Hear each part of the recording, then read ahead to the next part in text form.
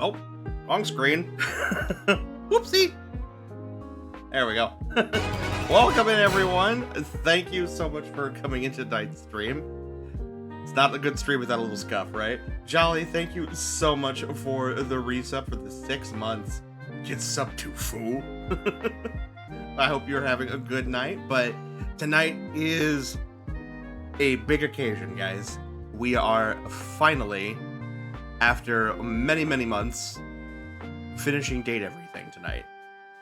I'm looking at my playtime right now, and we are just underneath 68 hours of playtime, which is insane to me for a dating sim. But I am very, very excited to see what the ending is going to be. Boy, I better go get the shower I was planning over quick then. Or you could just wait. You could just, not do that. No, I'm just kidding. Please take care of yourself.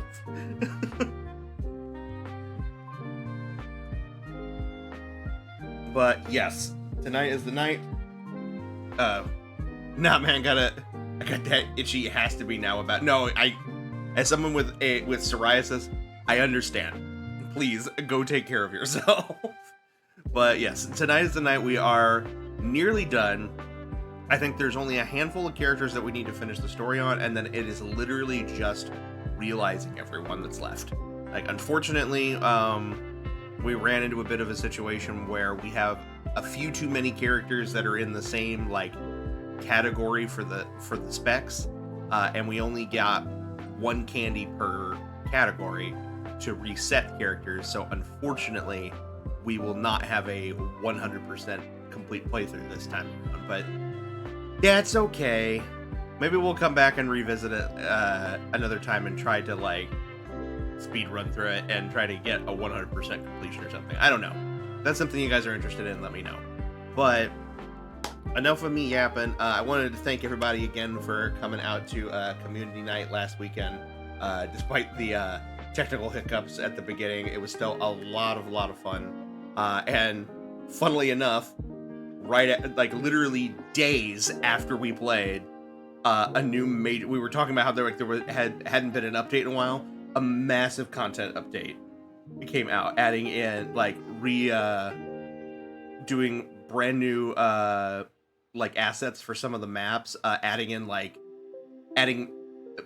back in an old monster that they initially removed, and then adding in even more. Lots of quality of life changes, all that kind of fun stuff. Peak also updated, which was also crazy. What else? Content Warning, which is another game by one of the Peak developers, got ported to console, which is insane. So I think the only game that we've played on here for Community Night that hasn't gotten a major update now since we've played it is Repo, but that apparently is coming down the pipeline very, very soon. That's another massive update as well. So we got some big contenders for for this month's Community Night, which I'll hopefully be posting up the vote for next week. I hope. It's been a very busy past couple of weeks, and with it being my birthday this weekend, and my parents' birthday was also across the past week and a half, so it's been very, very hectic. But enough of me yapping. That's all I wanted to say right now. But we are gonna go ahead and get the game booted up here, and then we will get started for the evening.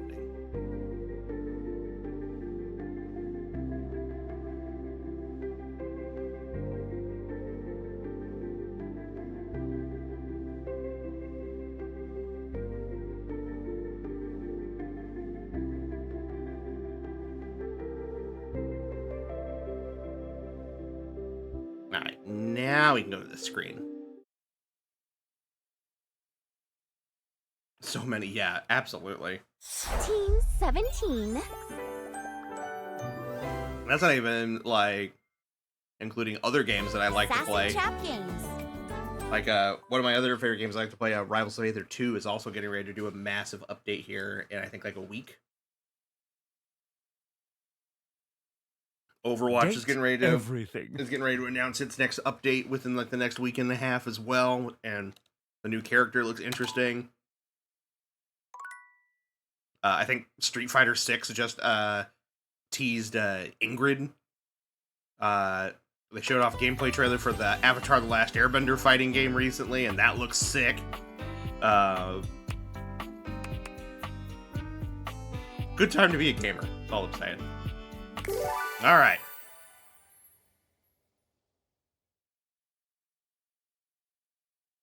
So I think we'll start by trying to finish up the stories for the characters we haven't gotten a relationship status with yet. And then we'll go all in on the realizing. So let's see. So who's left?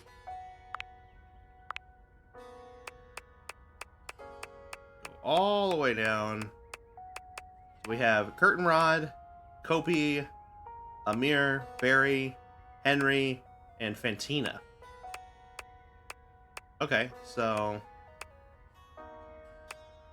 Henry we really just started talking to, so maybe that should be a focus.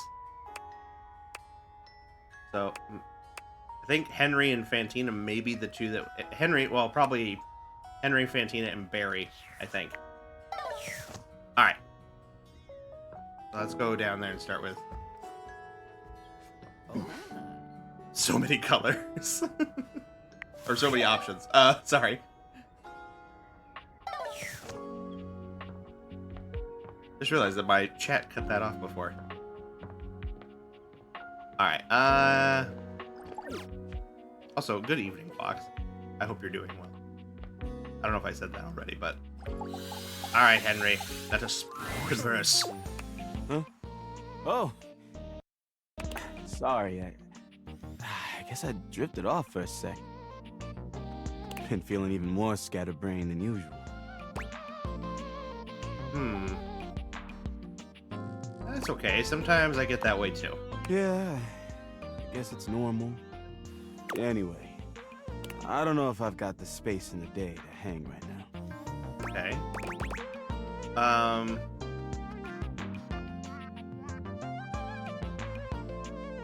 You sound so down. I want to help. Help?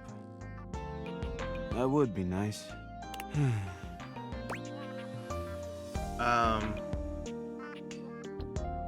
It's time to let some things go. I don't know if I can just jump into that so fast. I've been collecting things for so long. They feel like a part of my identity. In order to feel comfortable letting things go, I think I need to reclaim some of myself first.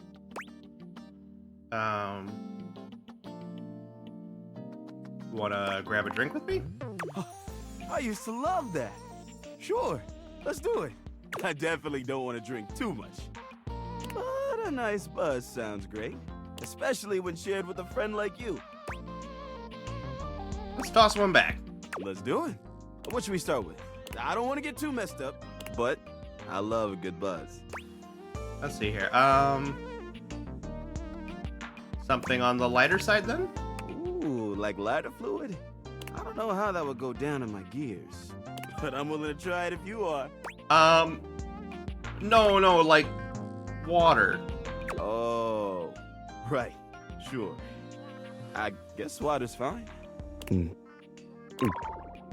Hoof takes a sip of water, his handsome face crinkling in disgust at the taste and feel of it. Okay.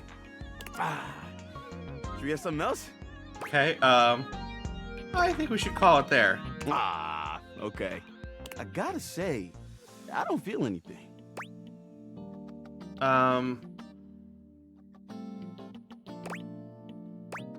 Either let's have another? Now you're talking. Okay. Got a lovely buzz going on now. Are we? How are you feeling?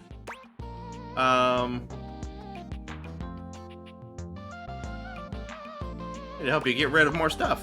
That sounds perfect. So, I've been thinking. I have a bunch of things left. I could let them all go at once.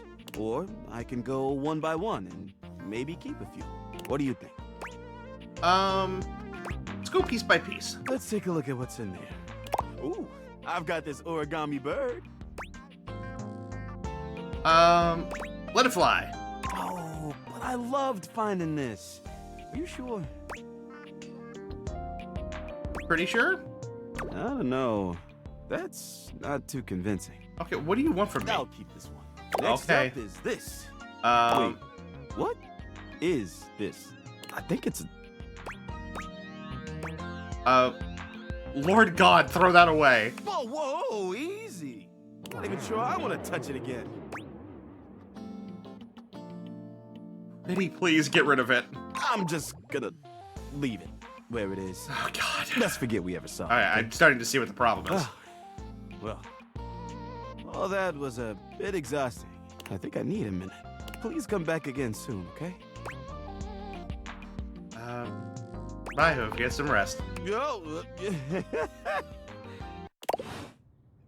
Okay. And yeah, I think I'm starting to see the problem here.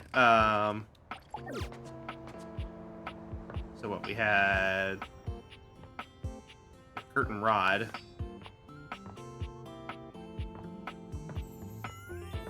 I'm trying to think of... We have to go to different ones? I don't know if we have to go to different ones or not.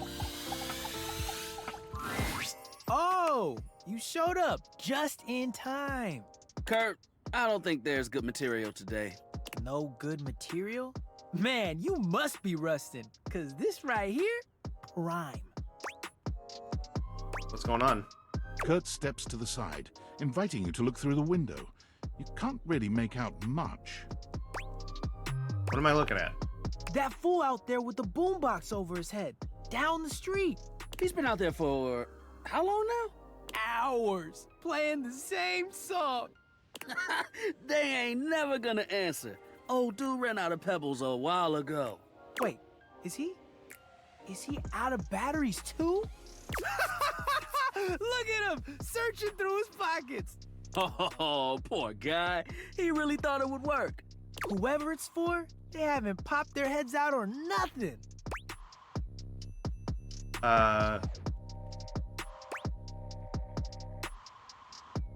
He's called. They want their technology back. And the 90s want that joke back. At least they're trying to be funny. You're up here just serving commentary. Oh, he ain't got no batteries. You just mad I got the gift What gift? of observational comedy. Who told you that lie? You act like you don't laugh at my jokes. That's what friends do. Laugh at each other's jokes?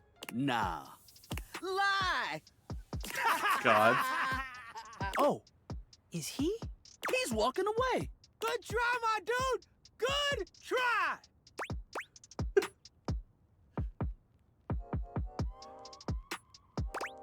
I hope you make it work with whoever it was. I think he should just move on.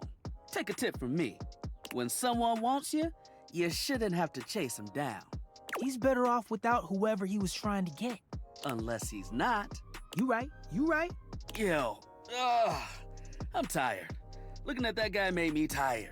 All right, let's just hang. Thanks for swinging by. We'll see you. Okay. Who else we got left? I think Fantina's upstairs, right? Yeah, there she is. Thanks for letting me talk the other day. It felt really good. Glad to hear it. I want to let you know that after some real soul searching, I'm in love with you. For real this time. This time, the love comes from the right place. From loving myself first. Would you be my biggest fan? I get. That don't. It still don't feel right. Yeah, I was actually hoping we could just be friends. Haha, well, damn, Fantina, you sure are bad at reading the room. Sure, friends it is. For real this time. I'll take friends. I never knew how cool it could feel to have a friend. Because things got way too parasocial the first time around, and that kind of ruined it. Just saying. Alright, and then who we have left? What? Oh, Amir and Barry are both in here. Barry. Hello, beautiful. Hello. That's the spirit. I just remembered I've been working on another one of my world-famous Styles Profiles TM surveys. I'm calling my quizzes Styles Profiles now, because it's definitely a thing, I swear. Last time, we took a trip to the wonderful world of cosmetic products, but looking good is only part of feeling good, is it not? For the next stage of my artistically audacious audit, I've drummed up a series of questions all about hygiene and freshness in a second round I like to call Coming Clean.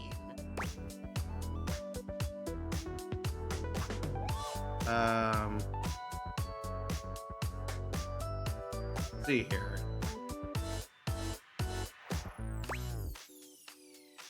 Yeah, sounds great. I love talking detail about the personal hygiene habits of myself and others. Oh my gosh, me too! It's easily in my top 5 things to discuss with friends and strangers.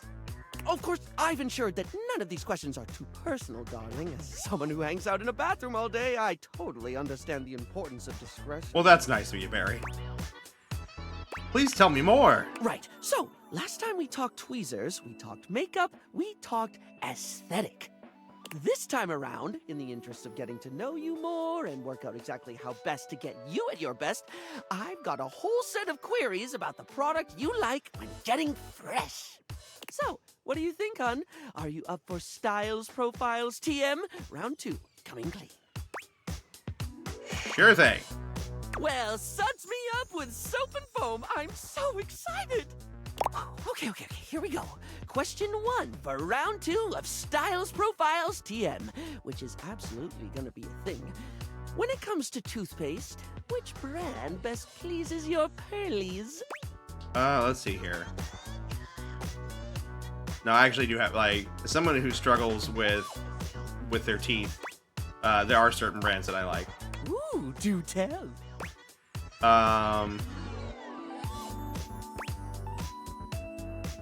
Professor Texture's a coarse grade maxillary and mandibular scrubbing fluoride solution bubblegum flavor. Smilex original. Colgate. I mean, it's basically this would be this. It'd be the medicated stuff. Classy pick. What I love most about Professor Texture's products is the sense of passion they put into everything they produce.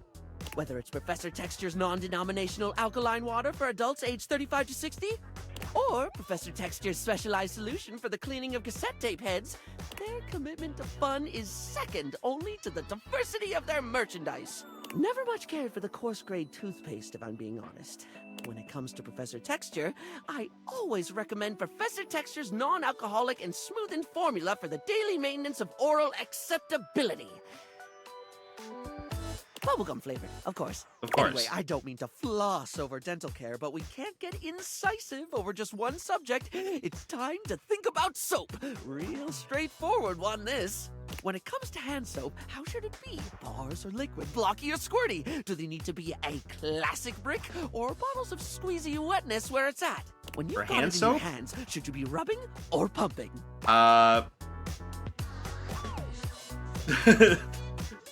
Phrasing is important, Barry. Easy, liquid. Exactly, of course. I always like to say that there is no wrong way to soap. Well, unless you're using mincemeat or soup or bird's nests or something. Phrasing, yeah, Fox. Absolutely. But assuming you're soaping correctly, you cannot soap incorrectly. Bars of soap and liquid soap are equally valid, contingent on preference and pre-existing skin conditions. I think the war between bar users and liquid users has gone on far enough. I agree. Okay, next question. No questionnaire on hygiene and cleanliness can be complete without discussing sponges. Its absorbency and non-judgmentally forgiving nature makes it a household name in many household. Plus, it's just fun to say, isn't it, love? Sponge. Sponge. Sponge. Sponge. Spongy, spongy, sping. Barry, come back to me. Spungus! Spungus. Huh? Oh, sorry, I got caught in a word loop. You know when it just gets weird and you can't stop thinking about it? All the time. I can relate. Glad to hear it. Right. Sponges come in many varieties, only adding to their allure and popularity. But if you were offered a lifetime supply of sponges right now, with the proviso that you can only have it in one basic format forever, which would you go for? Let's see here. Let's think about the options. I need clarification. When I get a new sponge, is it the exact same one? I'll just admit I never thought about sponges enough to be able to answer this. Yeah, let's think about options. Here they come. The classic, one of those sort of rectangle ones. Au naturel, I like them lumpy and bumpy. Poof sponge, the ones that look like scrunched up nets. Or loofahs. Love those long boys. I'm a big fan of like the poofs and the loofahs personally, because I like the exfoliation properties. Probably like the poofs more. Interesting choice. I've always found them a little weird myself. It's like washing with inside-out Bermuda shorts. But if you're looking for a body buffer, I'm going to support your choice all the way. They come in vibrant colors, they're easy to dry, and they provide that ever-crucial exfoliation while you clean. So, it gets points for efficiency. And that's it for your Styles Profile TM today. This information will be logged and categorized. Is what I'd say if I didn't have a brain that very much didn't behave like a sponge. Or maybe it does, at least when it comes to leaking everywhere. Anyway, darling, I'm delighted to say you passed because you weren't being graded. Farewell. Thanks, Barry. Alright, and Amir. Ah, my very favorite reflection. Did you need something? Oh, maybe I have to go to a different mirror. Use a pep talk? Ah, and of course you thought to come to me, your closest and most treasured friend. I am touched. You have also made the correct decision. There is not another being in the house who can pep you like me. See, I knew it. I felt your skill instinctively. Tell me, what is troubling you, You think I'm boring? Boring? Would you call the sun boring for rising? Or a rose for blooming? I feel like the right answer is no? You're correct. You're so wise to feel the correctness of your answer, Aziza. So no, you would not call the sun or a rose boring. To do so would be untrue. Their beauty lies in existing, and you would not judge a thing harshly for being what or who it truly is. Oh, wow. That was actually really helpful. Of course it was. And these are the things that I am here for. Now take your fully restored and repepped self out and seize the day. Or whatever you kids say. Personally, I do not understand seizing the day. It sounds like maybe the day has committed a crime. It must be seized. I don't know. I trust you know what that phrase is supposed to inspire. Okay.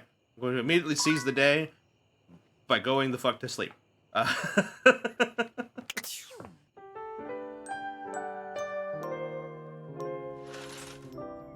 Alright. So maybe we need to try a different mirror? Here, let's... Curtain rod here. Oh, you trying to hang out right now? Of course they are. We're the coolest duo in this house. There ain't much happening over here, though.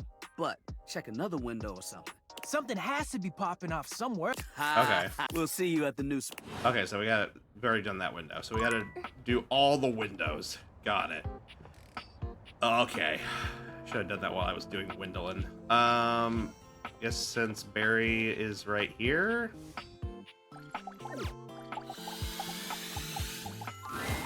Barry's usual sunny smile is nowhere to be found today.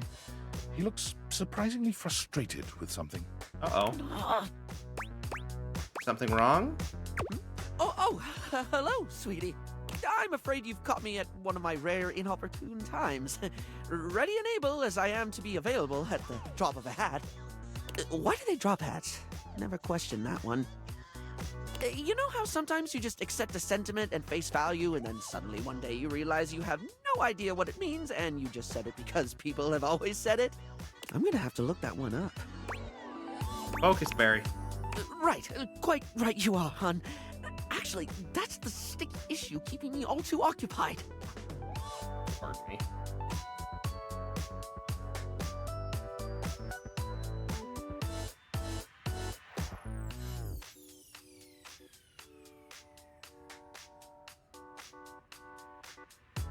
Sorry. Phone buzzed with making sure this wasn't something important. You know how we were talking about my useless brain having more holes in it than a natural sponge?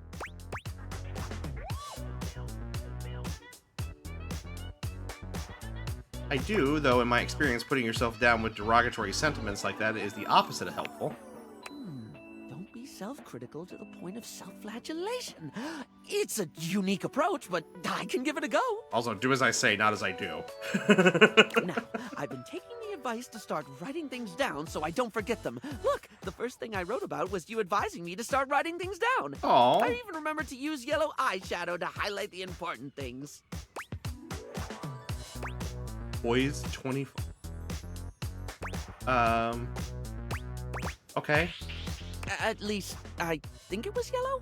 Wait, no. It was orange. Oh, for the first thing I attempt to try and organize my thoughts, and I make a bigger mess than my first 15 attempts at contouring. You're right. Yes, you said orange before, but it's yellow now, and that's okay. That's okay? When you have a thought like that, it might help if you try and... What? Oh, okay, no, I see. When you have there should be a comma here. When you have a thought like that, it might help if you try and stop yourself to ask, does this serve me? I'm not sure I follow. Does it serve you to beat yourself up over using a different color than you planned? I did remember to do that at least, yeah. You didn't do anything wrong, you did it differently, but you still did the thing. Yeah, I did the thing. Well, that brings me to the actual problem with the whole writing to remember thing. And what's what? What do you do when you forget to write stuff down so you don't forget it later? Oh, yeah, I can see how that's an issue. Right? I've managed to jot down some important things, but I keep forgetting to do it. Then I forget the thing I forgot to write down, but I don't forget that I've forgotten it. I just remembered that there's something I forgot to write down and then forgot because I keep forgetting to write things down before I forget them.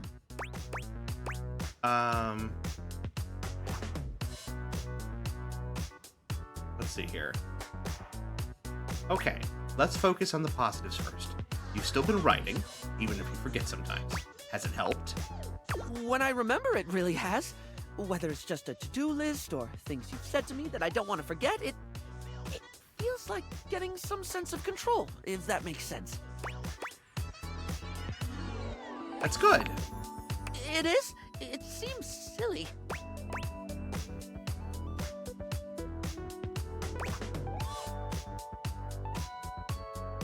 Yeah, if you're struggling to do something, even if other people don't, you deserve to feel proud of yourself when you go for it anyway. You have such a beautiful way of looking at things. I don't even feel compelled to draw a tenuous simile involving makeup. I just love the way you think.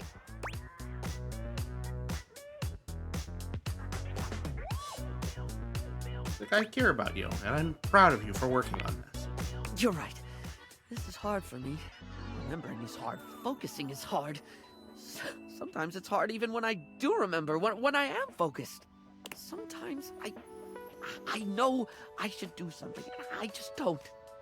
I'll say I'll do it later, knowing full well I'm just going to forget. I think that's what they call executive dysfunction. Well, that just sounds plain ominous. It just means that you have trouble starting things sometimes. I Really? struggle with that a lot.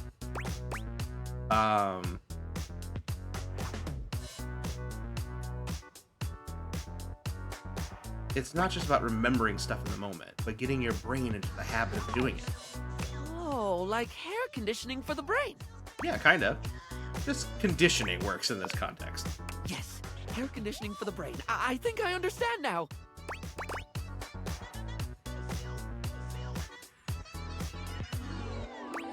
Well, whatever works. Thank you.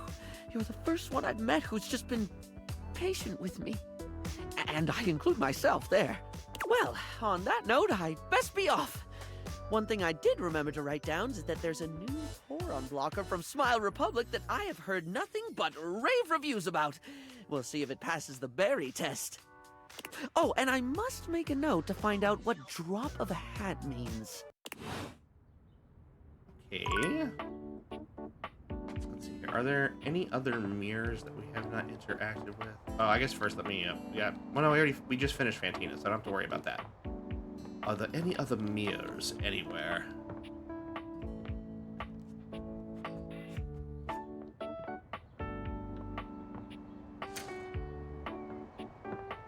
Look at our board! I don't see any other mirrors. I think they're only in the bathrooms. Yeah, there's that one.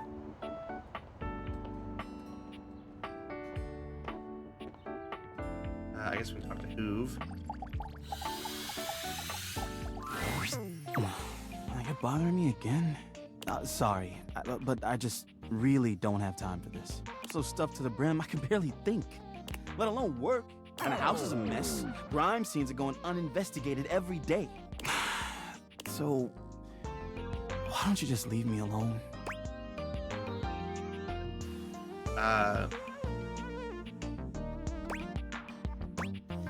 Can we do anything about this? Maybe you could have, but not now. I'd rather just be alone with all this stuff on my back. Oh, fuck! You suck. Okay, well... Alright, so we have what? We have poison... We have poison empathy. Maybe... Well, that sucked. Thanks, Reggie. Let's see here. We have poison empathy. Let me go look him up. Maybe we can save it.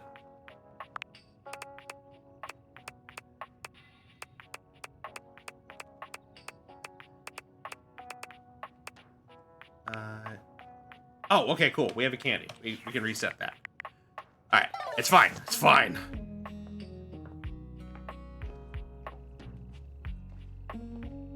I don't even know what we did. Like, we were trying to let him unwind. I mean, what? Was I supposed to, like, be an asshole?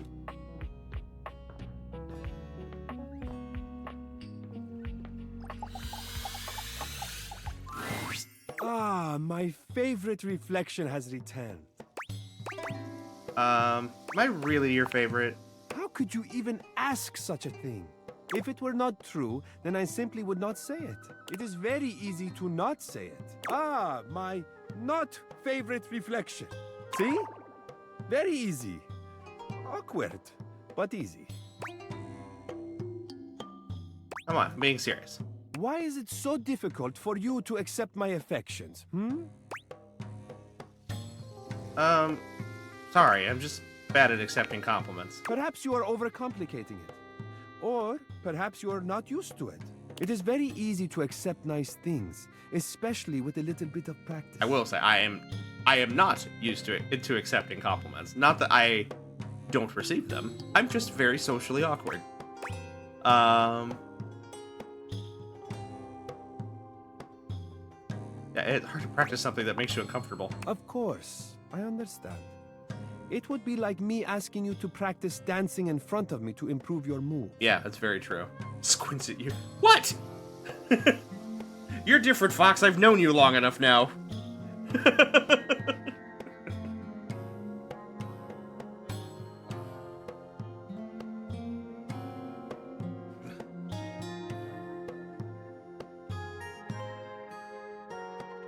Like, the social awkwardness goes away when I know you long enough and, like, if I hang out with you regularly.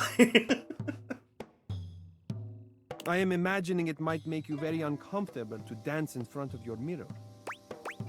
Yep, you'd be correct about that. Well, the practice of receiving affection is very much the same. Sometimes you must first unlearn the moves you are accustomed to. You must learn to see yourself with the same tenderness as those around you. Do you see, Azizam? Does this sound right to you? Yeah, I guess I could try that. Azizam, I am on your side. Always and in all ways. Oh, I love how that flowed. Whatever That's so you nice. need, if I can provide it, it's yours. If you will have it, that is. My care, my affection, my love. All that I am, all that I have to give, I lay at your feet. Damn. You make it sound so easy. It is easy.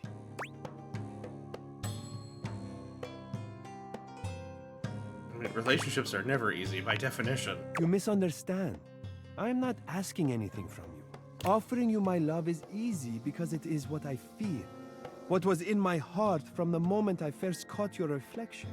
It beats for you, and only you. It is yours completely, without question. Whether you choose to accept it or not, the answer is the same. It belongs to you. I actually relate to that very Nothing heavily. could be easier than giving you what is already yours. Doret begerdam azizam. Will you have me? I'm just as much yours as you are mine. You see? As I said, it is easy when you know what you feel. We have been drawn together for a reason. You do not need to fear being open anymore, Aziza. I will look after your heart from now on. Oh. It's safe with me. Okay, that's actually really cute. I was afraid he was going to be a shallow bastard with some of the stuff I saw with him, like Bathsheba and stuff like that, but he's actually seems very sweet. Alright, that's another one down. I think we're at a point now where we can start using some of these for realization purposes. Let's see here. Oh, we still have, no, I forgot, we have Kopi still.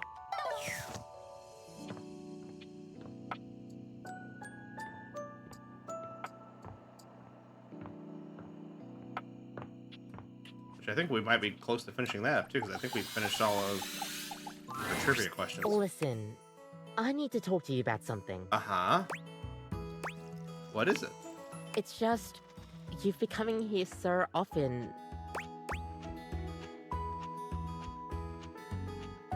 I visit to see you. What's wrong with that? Well, that's the thing. I feel like you've only been visiting me just to hear me rant on about my little coffee facts. But I wonder sometimes if you're really listening. Do you like what I have to say?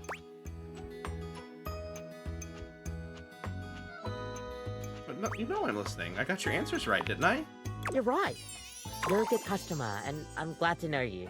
Thanks for stopping by. Okay, okay. I feel like that ended quicker than I expected. All right. All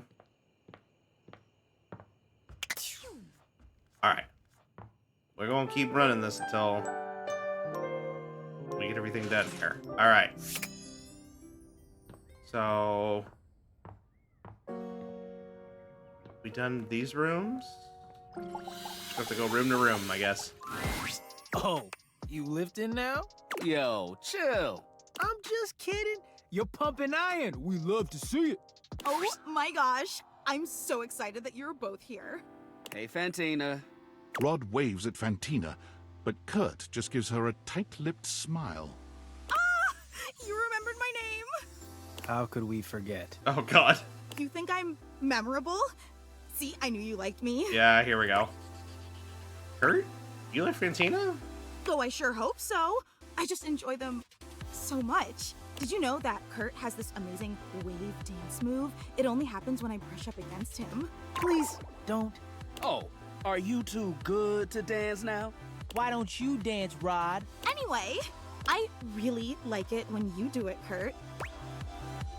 Got moves and you've been holding back? Oh, you wouldn't believe how good they are. Really, there isn't anything like them. You can do it, Kurt.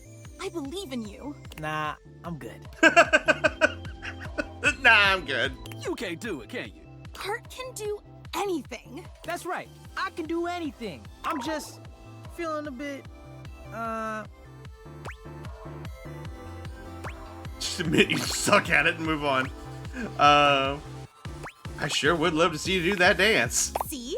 Someone else would love to see you do it. No shade detected. Is popcorn allowed in this room? Because this is gonna be entertaining. I need your backup on this one, Rod. Man, don't worry. I'll be back here. Laughing. You've got this, Kurt! She really believes in you. Of course I do. What's not to believe in? I know greatness when I see it. You think I'm great? Bro, you so dense. That's all she been saying. You want to see me bust out the move? I'll bust out the move. Oh my gosh. But under one condition. What's that? It's just you and me, Fantina. You mean? That's right. A private dance session with just you. Okay, that was smooth. What better way to pay back someone who's always believed in me? I'm so excited! I'll call you over when I'm ready. I can't wait. Oh, is he? Don't tell me he's gonna catfish her. Don't. Ooh la la, private dance. It's easier this way. With her, no matter how bad I do, she'll think it's the best thing ever. Yep. She can be a bit obsessive. Nice job, Jolly. We're slowly climbing back. Proud of you. Shazam! With me, she couldn't care less about you. She's got good taste. Man, hush up and get this over with. I don't want to hear her scream with excitement anymore. Gonna catfish her. Well, with a curtain and a fan, someone's gonna be left blowing in the wind. Okay. Get them out now. Oh my god. Fine. I'll see you around. I've got a fan to knock over. Alright. That's progress with them. Okay, we gotta go reset Hoove. I don't know how I messed that up. I really don't.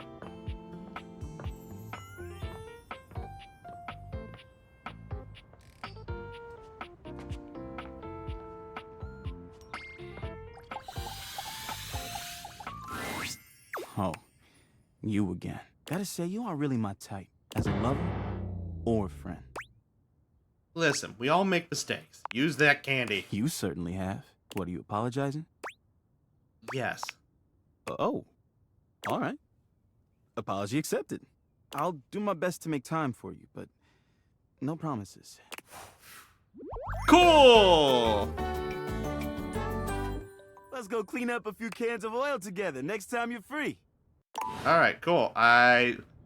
Bummer, I don't understand what happened with that story, but, you know, it is what it is.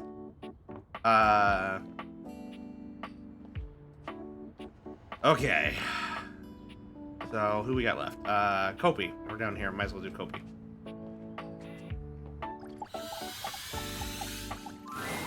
Kopi is for once not busying herself making coffee when you see her. She rests her head on her hand, staring off into the distance. Kopi? She starts, lifting her head from her hand. Oh, sorry. Hey, good to see you. Anything I can get for you today? Why were you just staring off into space? Oh, well, it's kinda just what I do every now and then. Most of the time when I don't have customers, I'm kinda just expected to do busy work. You know, if there's time to lean, there's time to clean. But, like, a lot of the time there's pretty much just nothing else to do, so I just dissociate. Yeah, I feel that. I guess it helps me deal with the business behind the scenes. Can't imagine the kind of things you have to deal with. You can. It involves cleaning mostly. Yeah, that's fair. Someone who's... Oh, if you hate that saying that if there's time to lean, there's time to clean. Yeah, because eventually there's nothing left to clean.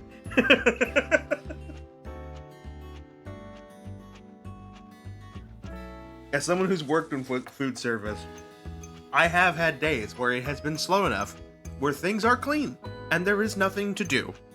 And then yet they somehow magically want you to find something to do. As if like you're just gonna take the grease trap and spill it on the floor so you have something to do. I'm paying you to do something, so do something mentality. Like, no, you're paying me to do a job, and it ain't in my job description. But I think Ruth Bucks expects me to be all smiles all the time. Do they ever come around? The owner is never around. He just likes being outside of everything that involves boots on the ground.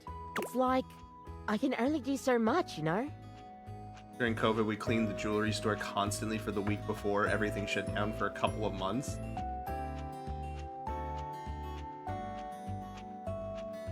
Wow, I can't imagine that that's actually productive. Yeah, there was nothing else to do. Like, eventually it just becomes, like I said, like Kobe's saying, it just becomes busy work. You're just sitting there, moving your body for the sake of there being physical activity inside of the building. Especially when I'm scheduled to have long, grueling shifts. It's always a pain, but gotta do what I can for the corporate machine. It's a strange existence, if I'm being honest. Working every day for a company that wouldn't bat an eye if I went away. They just replaced me with the newer, younger barista that's got skills I wouldn't even dream of. I think there's some baristas out there that can make whole drinks in like 30 seconds flat, and all they have to do is just have some setting in their brain to get going. Me, I like to take my time with drinks. I prefer the people who take time with drinks, whether it be coffee or, you know, cocktails, like that. Just, there's a sign of care in that. Really make sure that the milk in my hands is at the perfect temperature by really feeling it, you know? Doesn't that wear you out? Oh, big time. But I'll never let customers see it on my face. My work today has lost like 80% of clients since our clients were other businesses, but my boss insisted we get essential worker status so we could stay open. Cue 3 months of legit zero work. Wow. Is it unhealthy? Probably. Will I take steps to fix it? Probably not. I just gotta make sure I'm on my game. Otherwise, I'd be tempted to drink a bit of coffee during the night shift. What's wrong with getting coffee at night? I mean, look, I would never deny myself the taste of a good coffee, and I would love to drink it anytime I pleased, but not at night. The president wandered in, saw someone playing solitaire, and organized a company meeting to scold us for having no work. The president of your company just walks in like Tony Stark style and just goes, "That man is playing Galaga."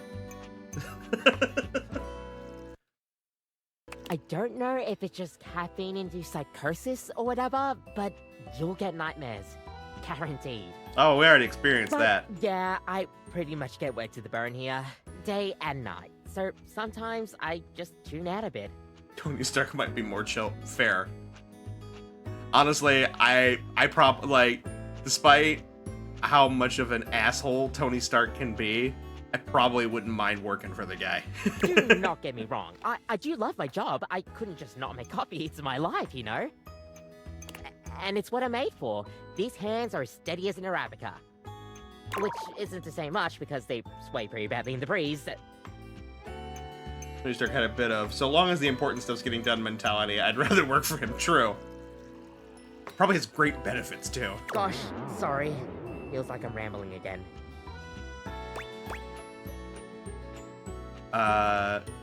Cute when you ramble. Thanks. If only the manager felt that way. The owner is super particular about the way I do customer service. We differ in that aspect a lot, I guess, but gotta do whatever I can to help keep the lights on. It'd be nice if you actually took the time to learn about coffee, like you did. Had a perfect blend of intelligence and looks teaching me. Oh, stop. I don't think I was that good of a teacher, but you do know how to flatter a girl. It is what it is, I guess. But hey, at least I get to see my favorite regular. Thanks for the chat. Seriously, we need to talk more soon. Alright, make progress there. So I think now we're officially at, I think we're now officially at let's start realizing people. I think that's where we're at. Oh no, we haven't. Have we talked to Barry today? I don't think we talked to Barry today. So let's go talk to Barry. Then we can do it. Take a note out of Gret's book. Kopi's invited to my birthday party. Yeah, Kopi's pretty cute. I'd invite Kopi to my birthday party too. I'd invite a lot of the characters in here to my birthday party. Yeah, I think I got lucky. I was in something that no one could say was essential, so I got laid off and was able to take a break. I mean, I get I get the perspective you're coming from. For me, I worked in a grocery store chain or a big box store chain, however you want to look at it. So I had reliable work all the way through it. I don't know how I would have dealt with being laid off from a mental perspective. I mean, I understand why it was the way that it was, but I feel like the idea of me being told like, hey, you don't have a job anymore and there's nothing you can do about it and you're in a spot right now where you can't get more work, I think that would have terrified me.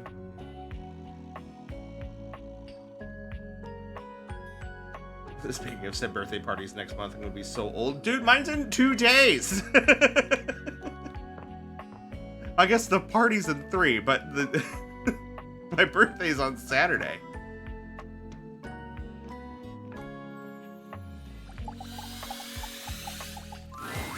So, can I wipe off the old concealer, so to speak?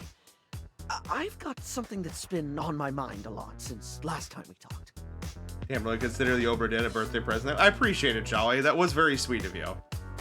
And I haven't decided if we're gonna play it on stream yet or not, or if I want to play it in my my downtime. But I will play it eventually. That much I can promise you.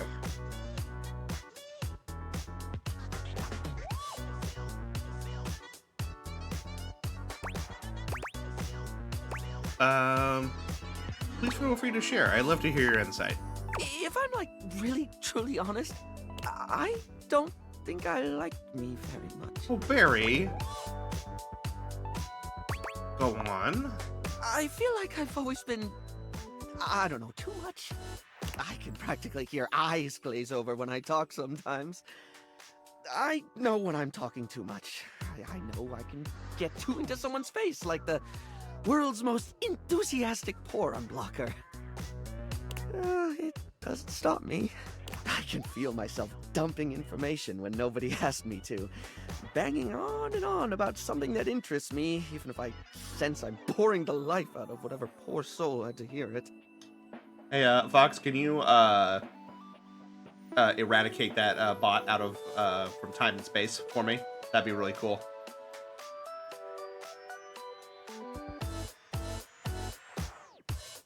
Someone going off about what they enjoy is really fun for me to relax to. Go off, right? Yeah, but that's also me. I mean, you guys know I will absolutely yap about things that I love if you let me, and I will not fucking shut up about them. Sometimes, like I've had to tell some of my friends because there have been a few friends that are like, if we let you go, you'll just keep going. I was like, yeah, if that happens and I'm being too much, please just tell me to stop. Like, I will not be offended if you say like, hey, you are throwing a lot on me right now.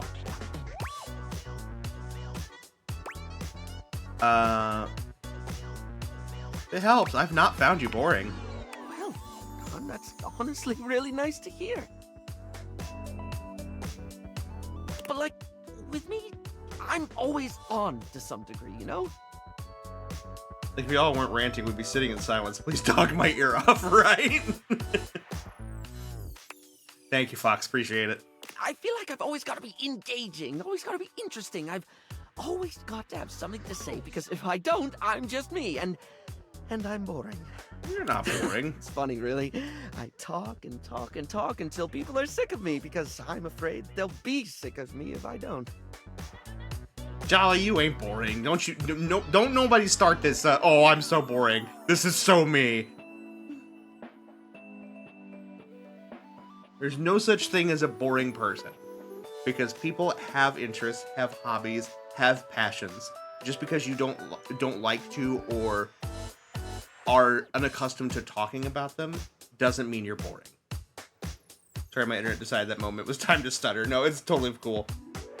Some people want to be boring. It's chill. No, and like I said, there's a difference between... That's not being boring. That's just being subdued and being private and wanting, to keep to yourself. That's not being boring. Some people may infer that, but I don't agree with that at all.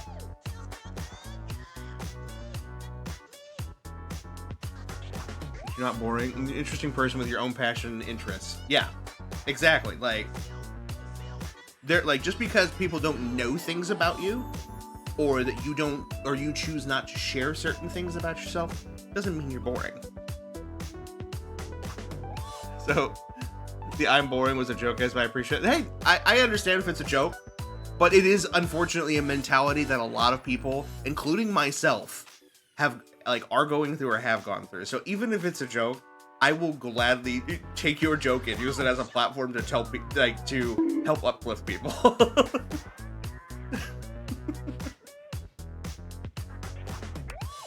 And besides, what did I just say? You're not allowed to self-deprecate yourself. It's not healthy. Just because I do it because I'm on camera and being funny.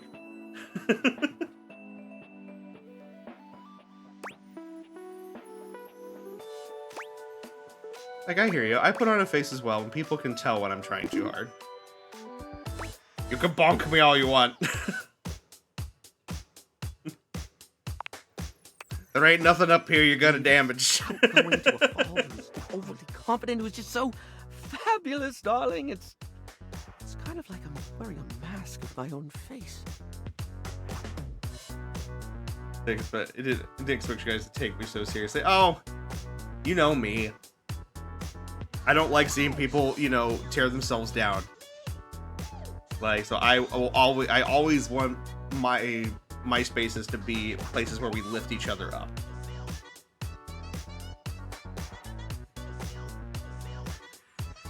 Don't tear yourself down. Fox has spoken. I'm not pretending to be someone else exactly. It's more that I work so hard on projecting what I've always thought was the best version of me because I'm afraid of people seeing all of me. But I have to admit, holding up the mask is so exhausting. Yeah, that's why I stopped. I have to rip the poster of myself out of my personal shrine, though.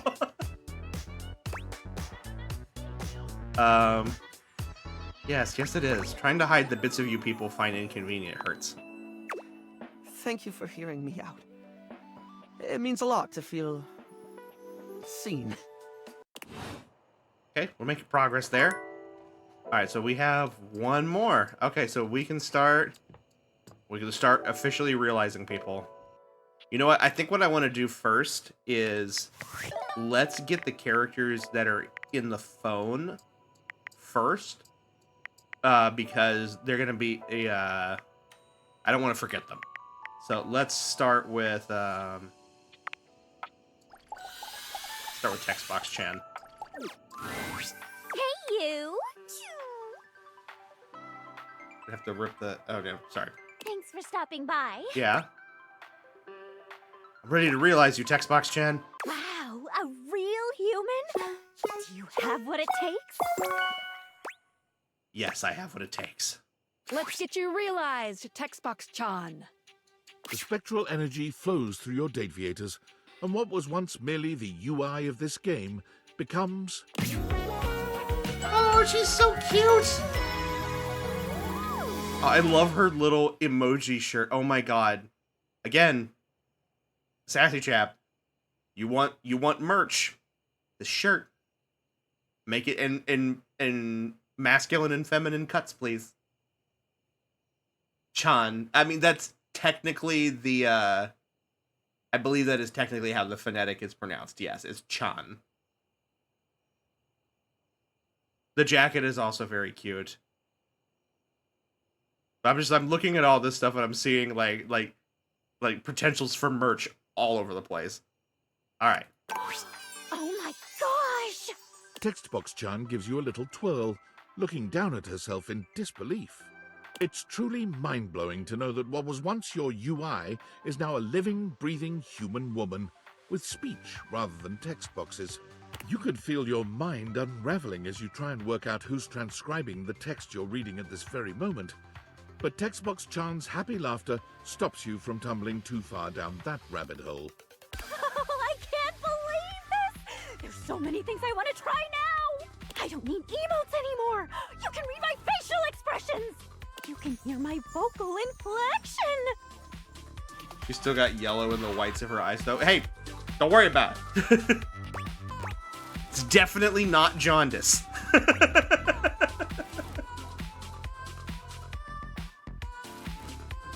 never needed any of that to know your heart, Textbox Chan. Aw, you! She gives you a sweet hug, clearly overwhelmed with gratitude. Textbox Chan finds her place in the world within the realm of communications, focusing on localization and accessibility.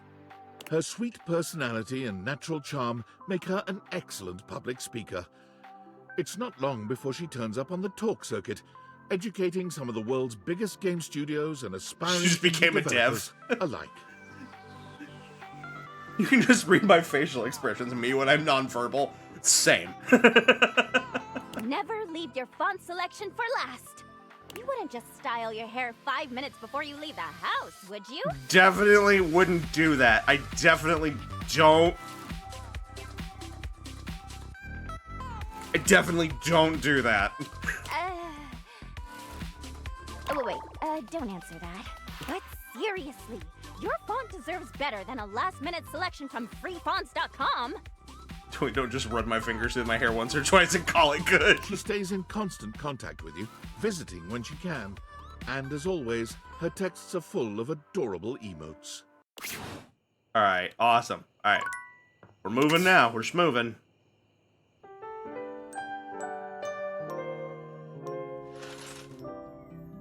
Also, maybe we should decide who our last ones are going to be. We already know, obviously, you know, Skylar has to be last. Betty has to be one of the last ones we do because she was our first successful date. I feel like Dishy also probably needs to be one of the last ones, yeah? Oh, no, we already did Dishy, that's right. We already did Dishy. I forgot. Yeah, 'cause he turned into a horrible, like, amalgamation rubber man. It was creepy. So they definitely did that. Dishy scares me. Yeah, Dishy did scare me a little. I don't know. I don't know if there's any other weird ones that we need to do at the moment. Okay, but first things first. Let's I'm gonna do curtain rod first here. Make sure this room will be clear after that. Oh, you trying to hang out right now? Of course they are. There ain't much happening. Okay, Something we happened. already We'll done see you at. All right, so this room is clear. We've done this room. Barry? Barry greets you with 2 air kisses to either side of your cheek. He harbors dark Clearly secrets. Fine spirits today. Hello, darling. I could not be happier to see you, you devastatingly brilliant sweetie who I remember enjoys polished responses, slick line brand of tweezers. Ooh. Not bad, eh? Someone's been improving. I have been feeling more relaxed with you around. I feel with you, I don't need to mask my problems so much anymore. It's okay that I've got a brain like an explosion in a lip gloss factory. It's important to know that you're not broken. Still not easy to remember. It is easier, though.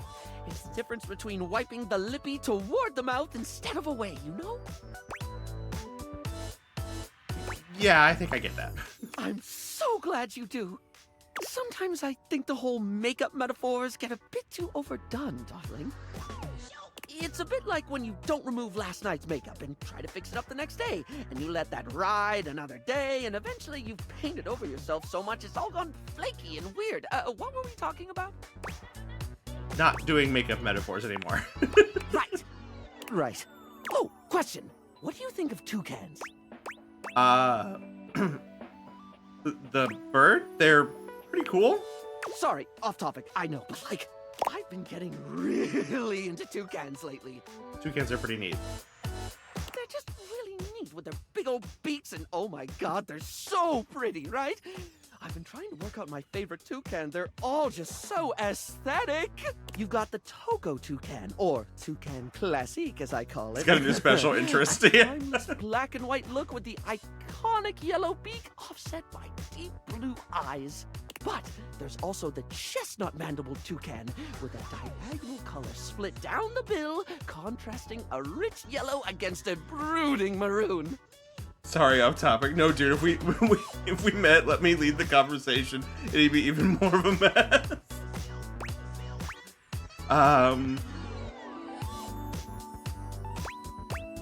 Dude, please go on. Oh yeah? Oh, wonderful! I was just about to gush over the keel bill. Its beak is mostly green, but it has this bright red tip that fades into orange in a streak that almost looks painted on. It's just on the right side of garish, and I'm pretty sure I've got just the right combination of shades somewhere around here. But if you're looking for something with a little more blue, you need look no further than a Chanel-built cutie. Has this amazing pastel around the eyes and a more sky-tone blue at the base of the beak. Really gives me some ideas for a look. Not big on toucanettes, though. Bit too drab for my tastes. I'm quite interested in you. Oh, well, same, darling. I'm curious what this energy would be like after some coffee. Anyone want to go get some coffee? You're definitely someone I could hyperfixate on. Oh, wait, no, that sounded creepy, like a stalkery thing. It was a callback to, like, what we were talking about and the stuff, and... you know what? I'll just make a note not to say that in the future. That's a good idea, Barry. I'm starting to think we're a good idea. A simply fabulous one, darling. Nice.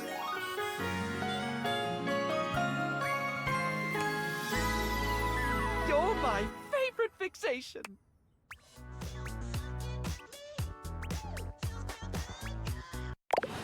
All right, Barry's done. We already tried curtain rod.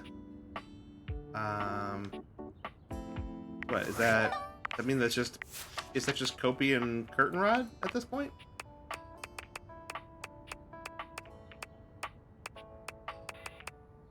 Yeah, that's it. Okay. So let's go talk to Kopi.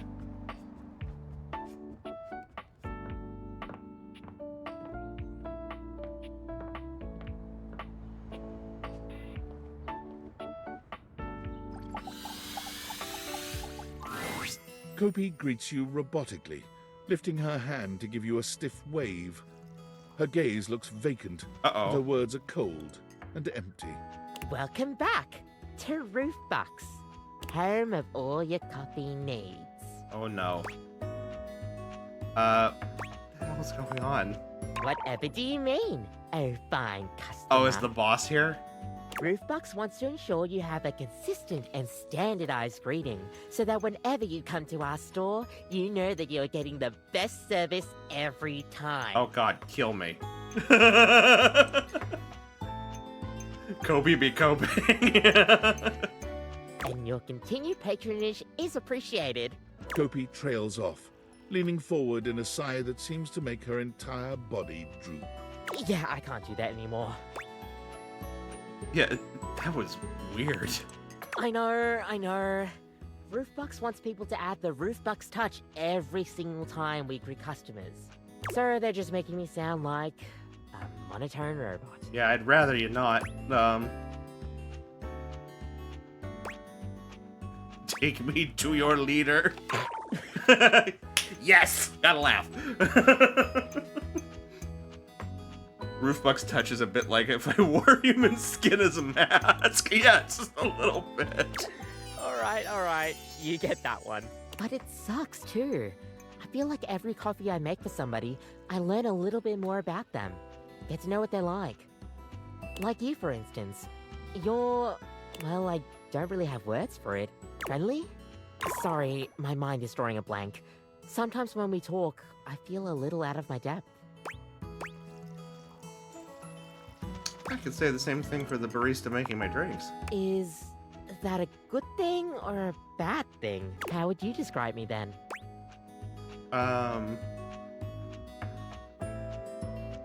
You're like the coffee you make, warm and beautiful. Well, I've never received such a review before. Thank you. But you get what I mean, right? I like to be more personable with the customers. That's the best kind of customer experience to me. The corporate nature always gets in the way of all of that. Heck, if it weren't for the customers, maybe I would have quit a long time ago. Coffee is just everything to me. The aroma, the flavor profiles, the warmth. You feel that too, right?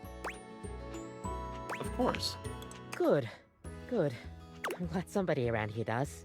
Sometimes it feels like I go cocoa crazy and nobody else really gets my obsession with this fabulous drink. Especially with the boss like... Look, I wasn't going to say anything while he was here, but he's making new plans. Like my coffee, like I like my... You know what? Never mind. I could take that a lot of different ways, Jolly. Plans that I don't like. Oh? What plans? Roofbucks, in their infinite wisdom, have decided to completely get rid of the customer experience. What, just automated? They want to turn us into a fast coffee business. But fast coffee? They say the whole ordering system needs to be completely revamped to maximize profit. Ew. Instead of warmly greeting customers like I normally would, now I'm expected to have 30-second interactions with them at most to get their order, and then mindlessly brew away. Ugh. No special touches, no conversations, nothing. Coffee in, coffee out. It's like they don't want what they hired me for. Quality and thoughtful coffee. They just want me to take every customer interaction, every drink I make it all in an instant and then wrap it all up and then throw it away in a disposable pod. Apparently, somebody made a complaint about the times I've been chatting away. Mainly to you. I'm gonna find that snitch and end them.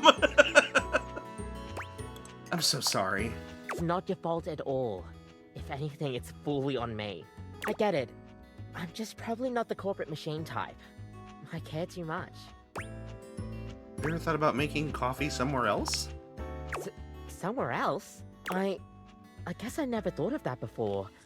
I mean, I guess I do know a thing or two about my coffee, but Roofbucks has a complete monopoly on the coffee business. There's nowhere else for me to go. You're a literal coffee maker. You don't need them. Wow, I mean, it's a lot of work to make that happen. I wouldn't have any corporate backing or anything like that. Do I even have what it takes to make it? You have the returning customers. You know what? You're right. I'm the one making the coffee and seeing the customers day in, day out.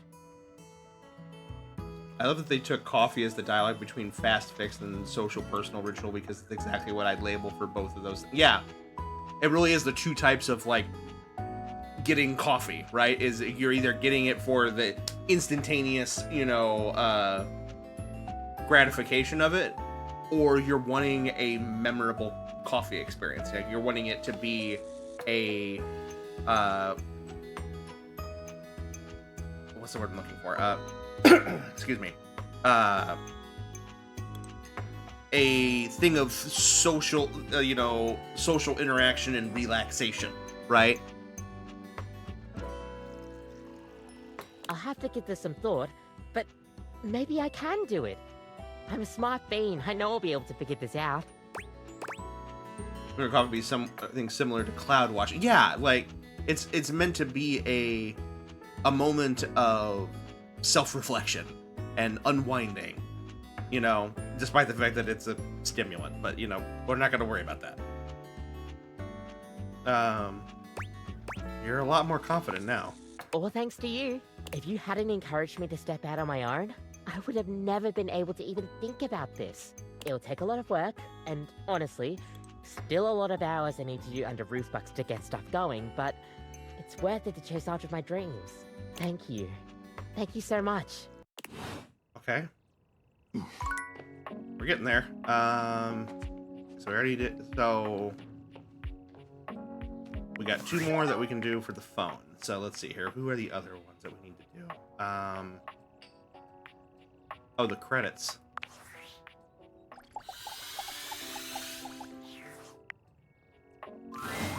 I had a feeling you'd be back.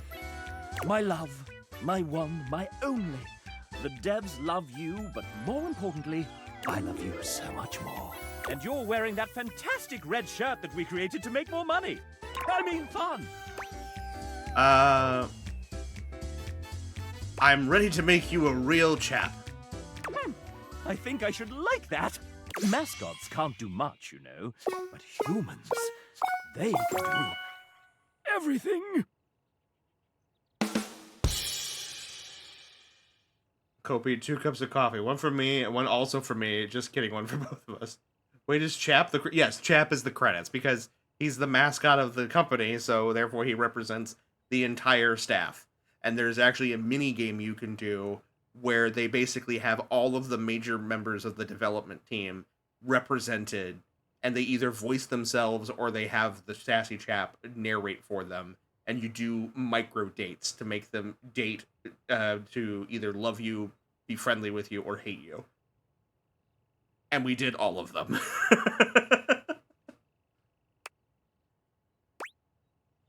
Let's get started. Sassy chap, go be a human now. The spectral energy flows through your Dateviators, and what was once merely the mascot of the development team becomes... Oh. He became an actual dude. The sassy chap, now a sassy human, gives himself a once-over, tweaking his moustache, tugging at his bow tie, and removing his hat to find that he does, in fact, have hair underneath. I'm a chap. A real chap. It's a binaural mic. I know what this guy's into. I think it's just heart-shaped. I can fit so many things into these pockets now that they're 3-dimensional. I'm a little dizzy. What are you gonna do next? The sassy chap left the house with one mission in mind.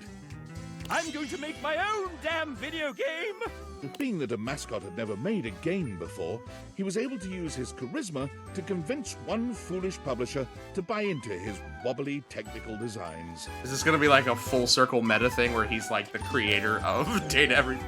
Like anyone's first game, the sassy chap made many beginner mistakes. Neglecting gameplay in favor of art, voice acting, and music, he began to find that iteration and nimbleness were beyond him, as changes had to be made. We can just add 250 more character portraits, right? Scope creep caused him to miss milestones, drive up costs, and ultimately caused his team to leave in frustration. Uh-oh. But what if you can date the scope? The legend of Sassy 2 was cancelled, 80% of the way through development, and his publisher dropped all further contact. Oh, damn. This industry does not understand art at all. Alright, and then, let's see here. Oh, and then there's the Workspace app.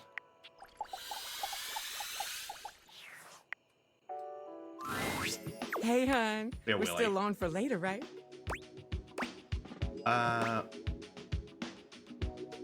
Actually, I wanted to talk to you about Realizing You. Oh my God.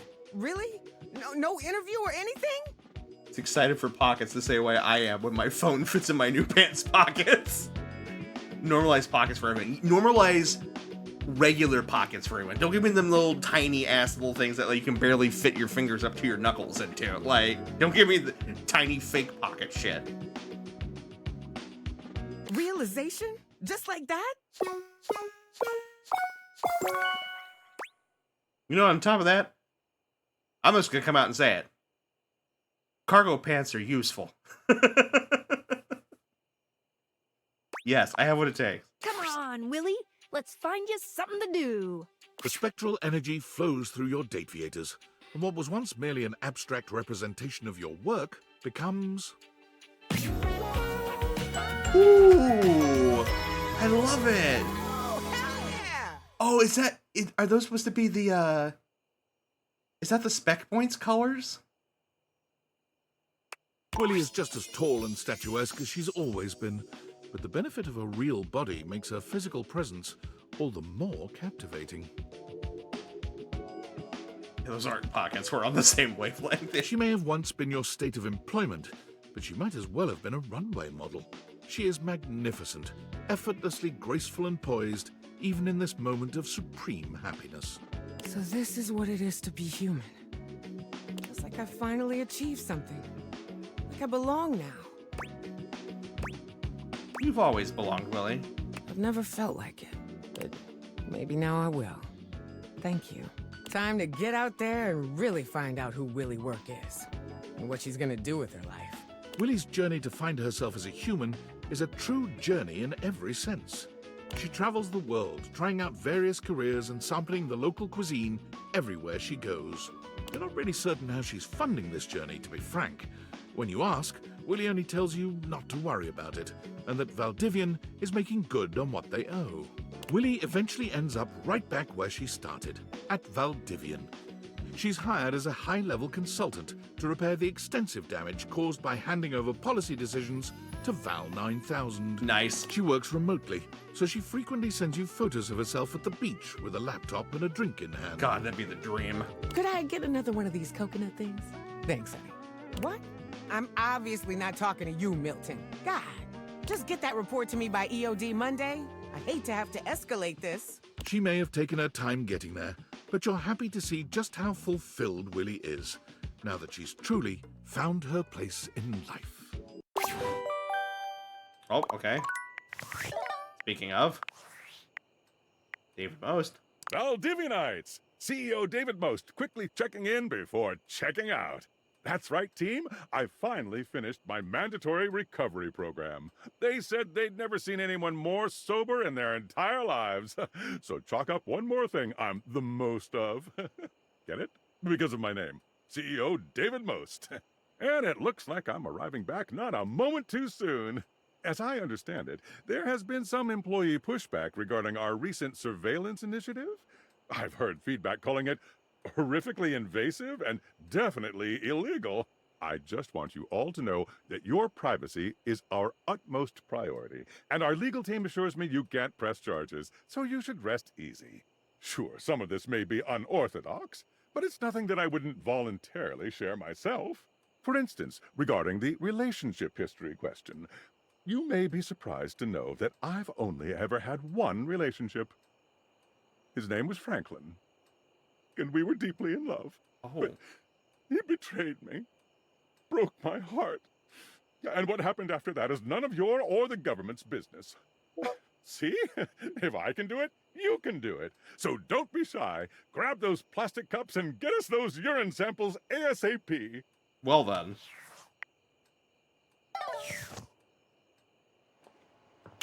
Thinking we're starting to see the finale of the story starting to take shape here. All right, back we go.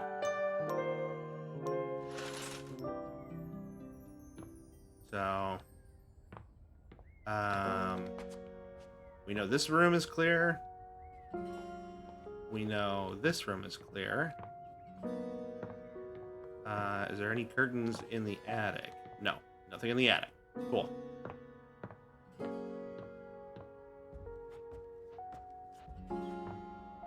We did the front door. How about in here? Oh, so if I turn on the deviators.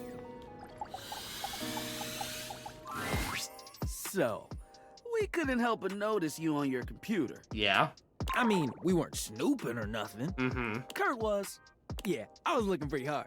But we see you signed up for a dating site, didn't you? You're trying to get some action, huh? You were reading my messages? Oh, we didn't mean to upset you. If anything, we were just concerned about you. Yeah, we know that trying to get someone to like you can be tough. No way, synthesizing people you already have a foundation with is more ethical, in my opinion, than just straight up making clones.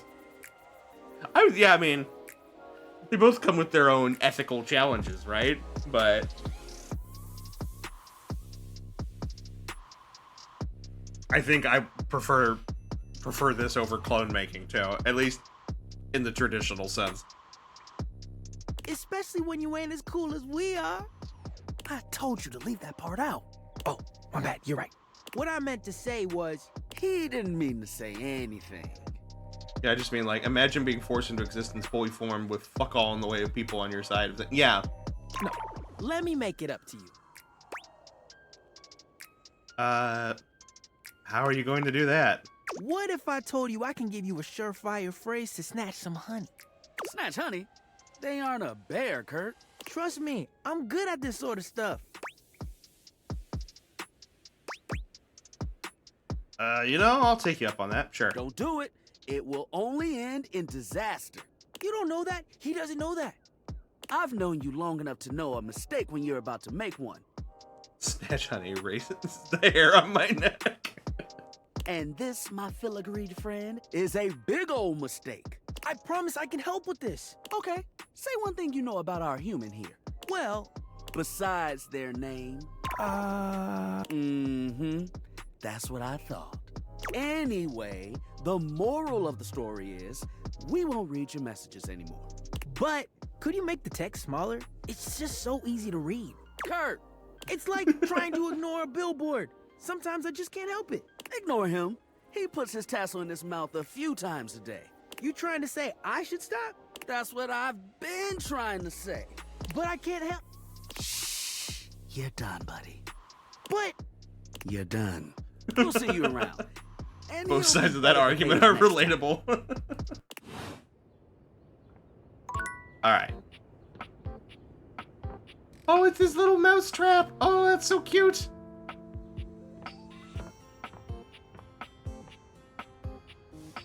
Alright, and then I think we just have Kopi to talk to.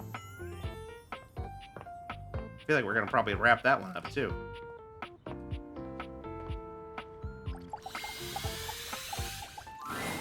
Order up. I've got a Vietnamese iced coffee, soy frappuccino, and a Mexican iced mocha. What's the status with Von Trapp? Oh, we, I can't remember if we are friends with him or if he's in love with us. But, he really wanted to, catch something in, catch a mouse in his trap. But obviously, you know, we couldn't just, you know, get him an actual mouse, so we got him a cute little plushie of a mouse. And he, like, fell in love with it, and now it's his comfort item. And he came out of the crawl space, and so now he's in the computer room. Kopi seems far cheerier this time around, as busy as ever and calling out orders.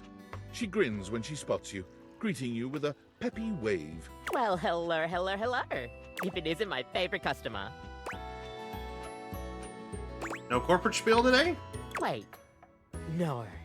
Didn't you hear? Did nobody tell you? Did I not tell you? Oh my gosh, I can't believe this. I do all of my marketing and it was all for nothing? Oh, she did it? Brag. What is it, Kopi? Kopi sets her coffee implements down and gestures all around her, absolutely radiating pride. I did. I went and made my own cafe. Welcome to my little slice of paradise. Everything looks the same. Well, funny story about that. Let's fucking go, Kopi! It was kind of like mutiny. I still get to keep the space, but I get to do things my way. But once the others realized that Roofbox had nobody else to be a barista, they started ordering under my own branding real fast. It was kind of a whirlwind experience, but now I get to do things my way. That's fucking awesome. Yeah, happy for you. Right? I'm so stoked that I could finally make this a reality. And it's all thanks to you. It just goes to show you, sometimes red line policies aren't always the way. Sometimes you have to bend them to get return business. Now, bear in mind, I do not have a name for this place yet. It's currently just, hey, wanna get a coffee from Kopi? At least, that's the word of mouth I'm hearing at the moment. I don't really have a proper business name, but I'm workshopping some ideas. The Bean featuring Kopi. Kopi Cabana, I love it. Next time you come around, Hopefully, I'll have something ready. Oh, okay, well, I tried. Seriously can't thank you enough for all of this. Which reminds me. Would have said Kopi's Corner. You've been one of my favorite customers, and, well, I don't get this close to just anybody. I think I love you. Like, more than a friend way. Maybe it's too much to ask, and it's just wishful thinking on my part, but I've been seeing the signs from you. I think I'm ready to take this to the next step. Creamer to my coffee. Oh. Do you think we could be more than just barista and customer? I love you too. Really? Gosh, I'm so glad. Kopi, with you as her right hand, thrives in the coffee business. Under her leadership, the house's coffee has never been better. Customers are satisfied and have started to take a keen liking to chatting away with Kopi. Your love and support has shaped her new perspective on life and coffee. She insisted all of her new drinks be dedicated to you, with your name adorned on the menu. Oh, that's cute. I heard the piano stop and I was so ready to riot. Without the shackles of corporate greed over her, she is the go-to spot for anybody looking to get a nice, warm reception. She's happy to have you right by her side, eagerly awaiting for you to try her next cup of coffee. Nice. You warm me up inside. All right. That's an... Oh, before I forget, I wanted to check something. Because apparently, with Damon, or Dina, with the glitched out dresser, you can apparently intentionally glitch out of the game, but I don't know if it will let me anymore because we've realized them. I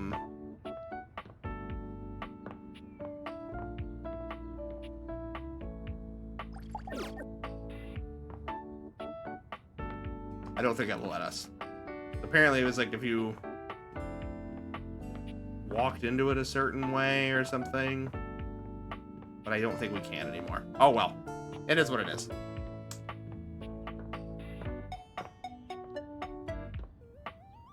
It's apparently a secret Easter egg achievement or something, but I think we've progressed too far. You can glitch out of the game. Cue me sweating every second you don't save after that statement. Hey there, Arcane. Welcome in. We are finally finishing Date Everything tonight, so you have come in at a great time. We are slowly realizing everyone and finishing up the last few stories that we have, so I hope you'll be able to stick around for a little bit. But no, it's an intentional thing. And it's built into the game to like come back, like to let you come back to the main play space afterwards. It's just, like I said, it's a secret. But I think we've progressed too far. So let's see here. We did the workspace. We did Textbox Chan. We did the credits. We can't do Skylar yet, but we can do Phoenicia. Oh, I was hoping you'd come by. I want to show you something. Ooh. What is it? Look. Phoenicia holds up a sweet little painting. Aww. The brushstrokes are a bit shaky, but the likeness is wonderfully clear. Another 60 hours so we can see it then. My very first thing. Just for me. A painting? That's right. You're looking at the next Bob Floss. Bob Floss. I started taking lessons with art, and it's been incredible. I feel so free. I didn't even record the process. Proud of you. Too bad, though. I would have loved a copy. Well, that's good. Because I was actually about to say, I want you to have it. Art Aww. says that all artists create from a perspective of certain emotions, that their inspiration comes from those emotions, and that it's different for everyone. If you record the process, good. Sometimes you just gotta enjoy things. Yeah, right? That's why I try to make it a point of, like, there are some games that I play, like, you know, off stream that I don't necessarily intend to play on stream, maybe other than, you know, casually. But not necessarily to play the whole, like, through the whole thing. Just because I still have, like, the same thing for like, you know, for writing or doing other activities. Like, not everything has to be part of the grind TM. You know what I mean? So it's important to have some activities that are just for you. I've been thinking a lot about what you said and trying to find things that would make me happy instead of just focusing on making other people happy. I wanted my art to come from that happiness, joy, love. And when I thought about it, I thought of you. It's beautiful, thank you. Well, it was inspired by something beautiful. Thanks for being my muse, and for not giving up on me. Okay, so we were finishing the story there. That's fine. Okay, so we can try that again later. So we can't do Reggie yet because we haven't finished all the stories yet. So I'll have to leave him alone for right now.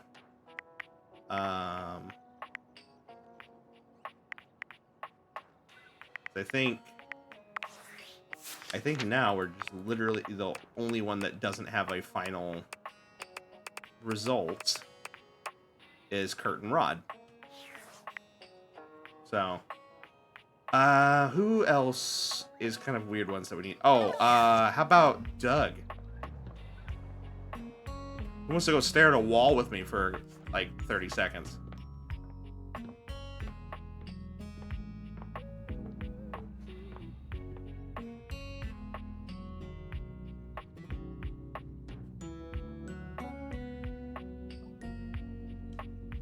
How we doing, guys? Y'all have a good time? It's a real nice wall. Let's get a good stretch. Thanks for the stretch, Regina. This is a great time to do all that kind of cool stuff. Let's do that. Oh yeah. Stretching wall, looking at a wall. There we go. Well, look, it's my old friend, the Dork. Want a bone? Doug, I'm ready to realize you. Legit? Wow. That kind of changes my outlook on everything. Can't be so flippant about the pointlessness of life if you're actually alive. But are you philosophically enlightened enough to guide me through that transition? Oh, you bet your sweet bippy I am. Philosophically enlightened is my middle name. My parents were cruel. Okay, Doug. Let's see if we can get you a better drawn face. Oh, I kind of hope he keeps the bobblehead face. The spectral energy flows through your date theaters, and what was once merely existential dread becomes... He just looks the same. He's just smiling now. That's funny. Tight. He just looks the same. Doug, you're human, I think.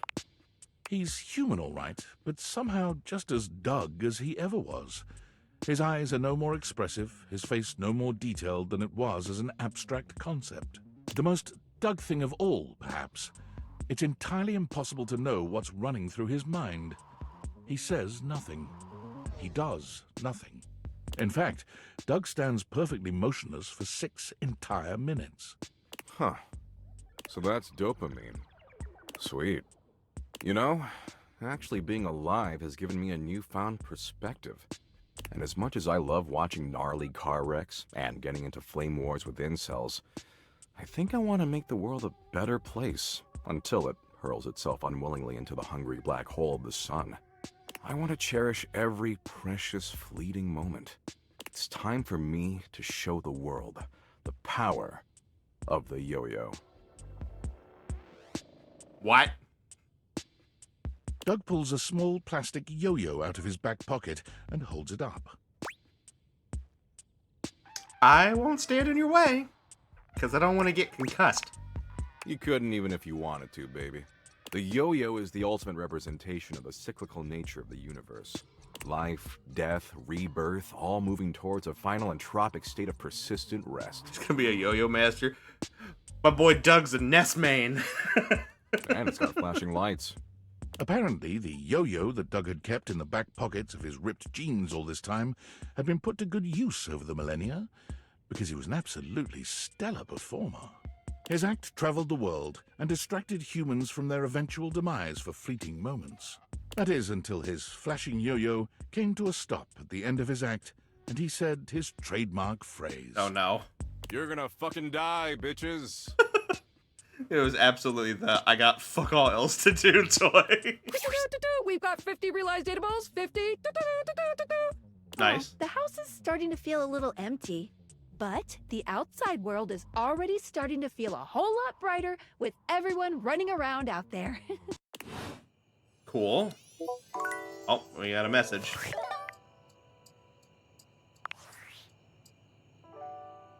I can't believe it. Invasive personal questions?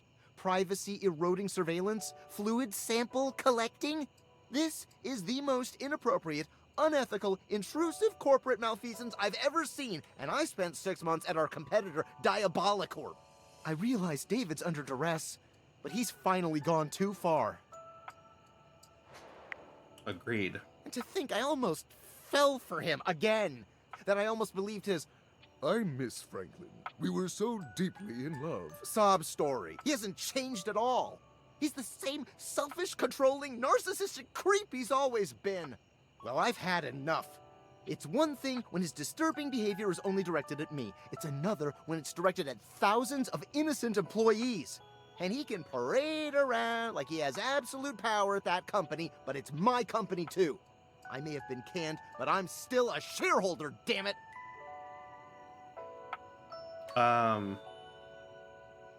Wait, how did you get shares? The time for talking is over. It's time to take action. I'm going to concoct a plan to depose David from his throne once and for all. Right after I get some fresh air.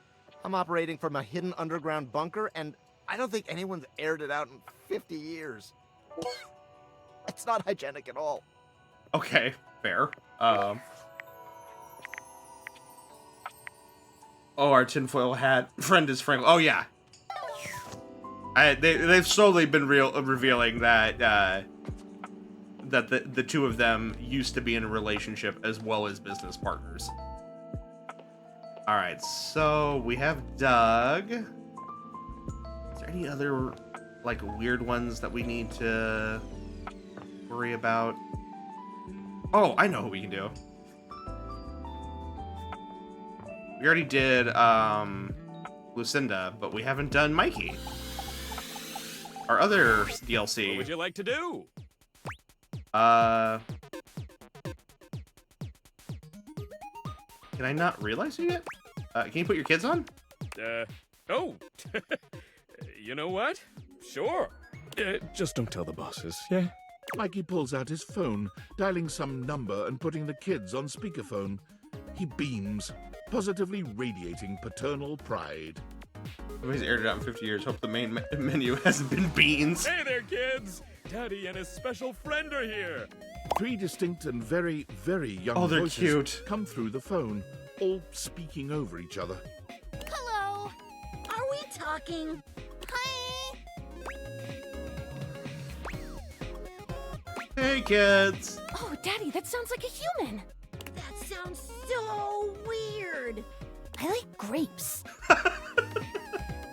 I like that kid. Yep, it's my special human friend. Maybe one day he'll come over and meet you. What's a special friend? It's when one object loves another very, very much. I like grapes. Wanna ask them something?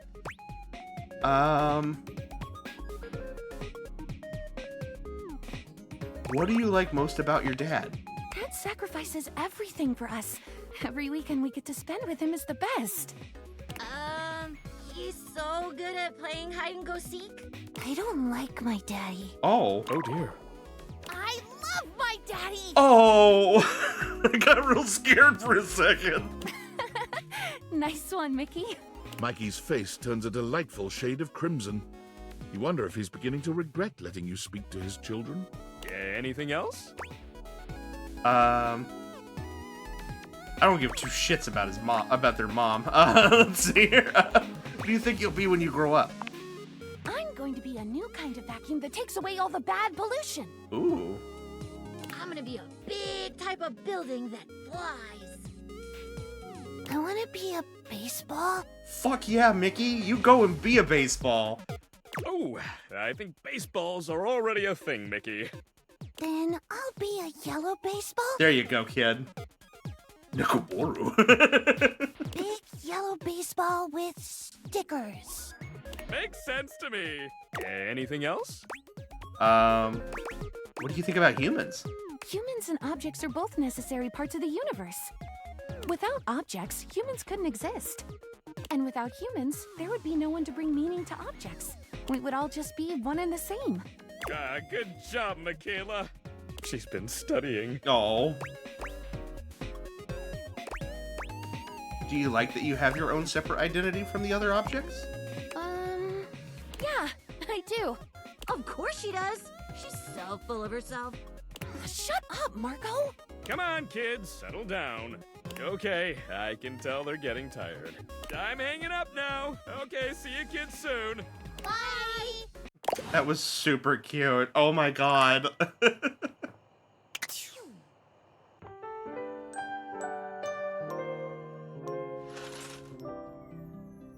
Alright, so we just have Kurt and Rod as the only story to finish. Or at least the only relationship to resolve, so... Let's see here. We did... those curtains, so... Is this whole room covered, or...? Oh, you trying to hang out? Yeah, Of okay. course there ain't much. Something. We'll see you at. Okay, so... No good on that one. Alright, so that means everything else is good here. Alright, so let's go back to Mikey. And see if we can finish that now.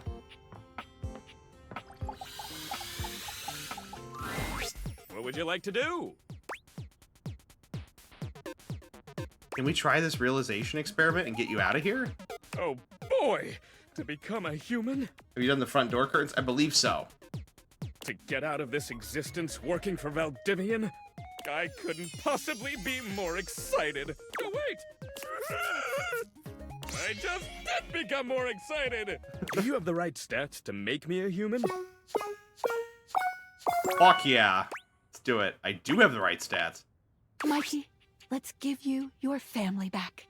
The spectral energy flows through your Dateviators, and what was once merely a mechanism for providing microtransactions becomes... The quintuple hundo, yep. Look at you! RNG daddy. Kinda love that jacket. Another merch opportunity there, sassy chap, just saying. Mikey flexes his substantial muscles, speaking in a booming voice that nearly rattles the walls. You've never seen him looking so powerful. Please don't tell me he gets into crypto. Well, considering that this game is very anti-AI and very anti-grifter mentality, I would hopefully assume not. Anytime I've heard them mentioning crypto, it's been as a joke. Honestly, they could go into... So they do have a merch store, and they do actually have the Fantastic Red shirt as merch, and I kind of want it. It's just been out of stock in my size. Because it's an actual full-on button down with patches and stuff like that on it. I actually want it really, really bad. To be fair, some of the characters have been meant to be hated. Yeah, but even this game, you have to understand, was made partly in retaliation of the Actors Guild strike that happened because of Gen AI. And, you know, crypto and that kind of go hand in hand with one another. So I don't think they would do anything at all to point out, to even remotely suggest that it's supported in any way. At least I don't recall anything happening where that in this game where that has occurred. This game is just as much a statement as it is, you know, a fun game. The ultimate pull! Freedom! Unshackled by the bonds of fate and drop rates! You know, for sure, but I think you can also write some misguided but means well characters. I think he gets burned on crypto, for example. True! I just haven't experienced that yet, so... I'm not saying that's definitively a thing. I just haven't seen it.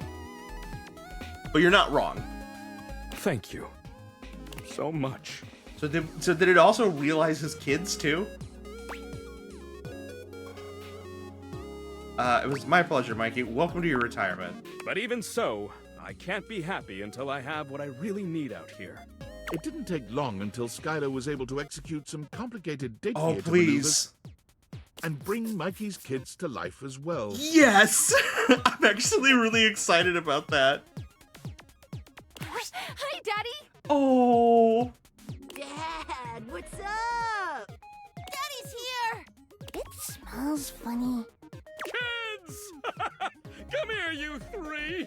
Mikey gives his children their first real-life Oh, hug. that's so precious. The smiles emanating from the four of them will live in your heart forever. A reminder of just how beautiful life can be. It just required a little twist of the uppermost flange in my quantum catalyst activator. Thank you, Skylar. Thanks for everything. Mikey used his savings from Valdivian to buy a modest home nearby, where he was able to raise his kids full-time. Being there for you three made the long hours so worth it. And now you can grow up to be anything you like. Now, last one in the pool is common fodder!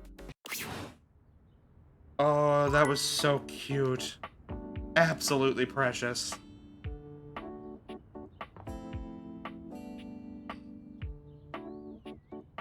So maybe, I mean, obviously we're saving Betty for last year, but maybe we start, maybe we just start in one room and just continue to realize everything that we can.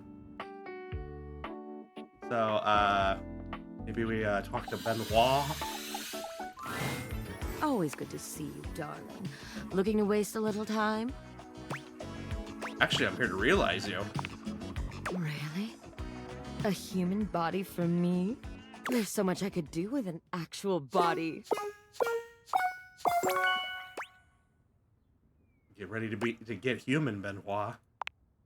Benoit, let's activate all your pleasure centers. Oh my god. The spectral energy flows through your Dateviators, and what was once merely a sex toy becomes... Oh my god. That's awesome.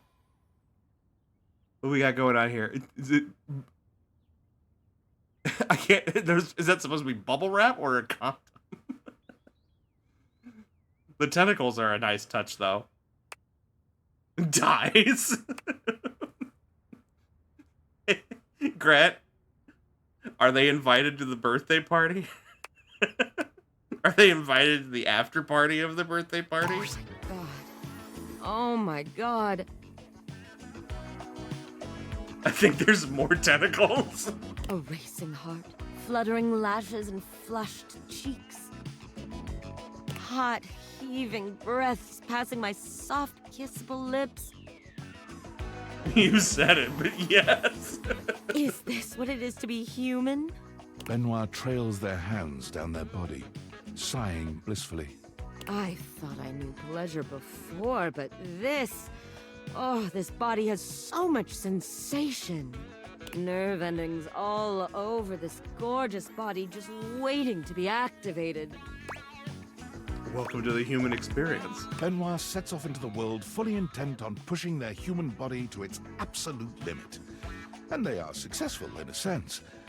But when an orgy gone wrong lands them in a hospital in Germany... Oh? Maybe that bungee cord should have been a little tighter. They understand me. No, I should have just worn a helmet. And maybe a touch more lube. Their recovery gives them plenty of time to think. Just how many humans out there are having unsafe sex? One shudders to think, how did they get this far without me? As soon as their shattered pelvis and splintered legs heal, Benoit embarks on a global journey to advocate for safe, unsafe sex. What? Excuse me, bungee jumping at an orgy? We don't know what the bungee cord was being used for. Before you leap from that rooftop onto your waiting partner, always check your safety. Okay, so maybe they were bungee jumping while doing stuff at the orgy. Ready to set your dick on fire? Make sure you've got a partner with a fire extinguisher close by. Benoit says unsafe sex doesn't have to be dangerous. Benoit's charming personality and invaluable advice sees them grow into a global icon of sexual safety. Posters with their smiling face and bullet points are posted by and in club bathrooms all over the world. Became the Smokey the Bear of safe sex. I think we can close that up now.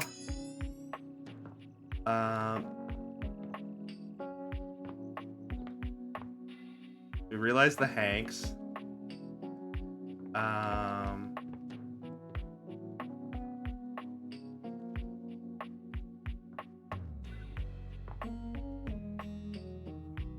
No questions, I can see it.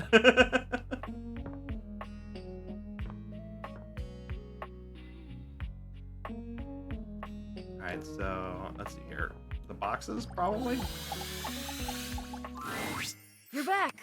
Did you do it? Oh, nice. Yes, I did. All right, Bo. Time for your latest adventure. The spectral energy flows through your Dateviators, and what was once merely a box becomes... Oh, that's cute.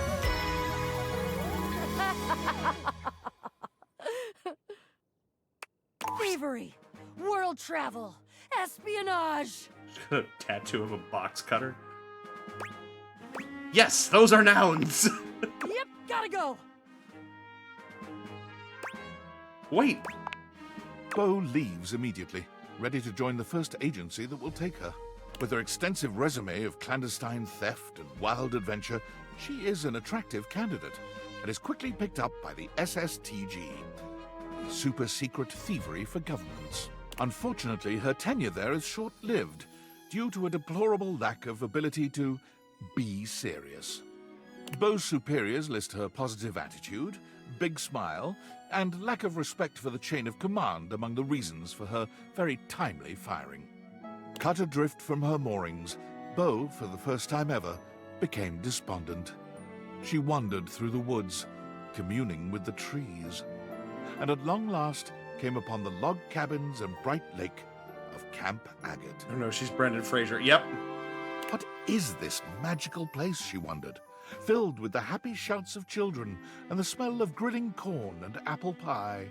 Needless to say, Bo investigated promptly. And when the head counselors at Camp Agate got a look at her, it was all over. She was hired on the spot and quickly became one of the campers' favorites. She now runs the zip line, teaches kayaking and climbing, and to no one's surprise, is the current record holder for the most number of blueberries held in her mouth at one time. Her new job leaves her with the winter season with nothing to do, and her first winter off, she comes back to visit you. Hey, I'm back. I brought you presents. Aw. That's awesome. So I've got a blueberry pie that I made. I've got this completely epic rock that I found. I didn't make it, but I found it and I picked it up and it's shiny, which is awesome. And I brought some homemade hot chocolate mix from Camp Agate.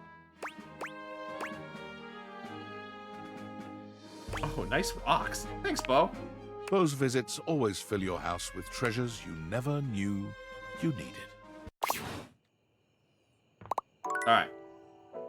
One more for the night. Let's see here. Anything else in this room besides Betty? Oh, maybe we can do Lux? If it isn't my favorite Luxie! Hi! We are definitely friends. Oh, could you give me like 45 minutes? 45 minutes? Or like 5 hours. I'm just making a quick video and then doing a podcast appearance and then going on a date with... Ooh, their name escapes me at the moment. Some other fan! They won a contest. But after that, I am totally free and all yours. I don't know why I'm unleashing you onto the world, but I'm ready to realize you, Lux. Really? I thought that would only happen when I reached the coveted billion likes. It wasn't likes you needed. What then? about having a great personality. And you've got one? But if you're telling me you're ready... Yes, I've got what it takes. Lex, let's turn you on. The spectral energy flows through your Dateviators, and what was once merely a lamp becomes...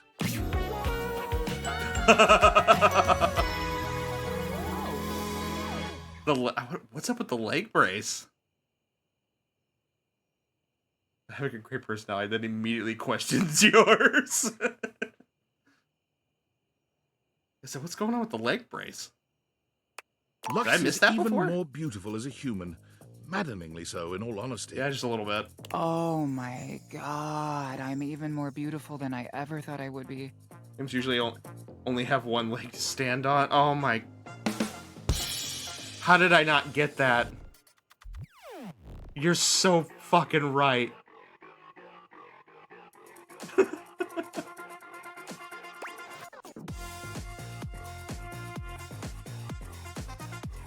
Because he's not used to standing on two legs. Oh my god, that's fucking brilliant.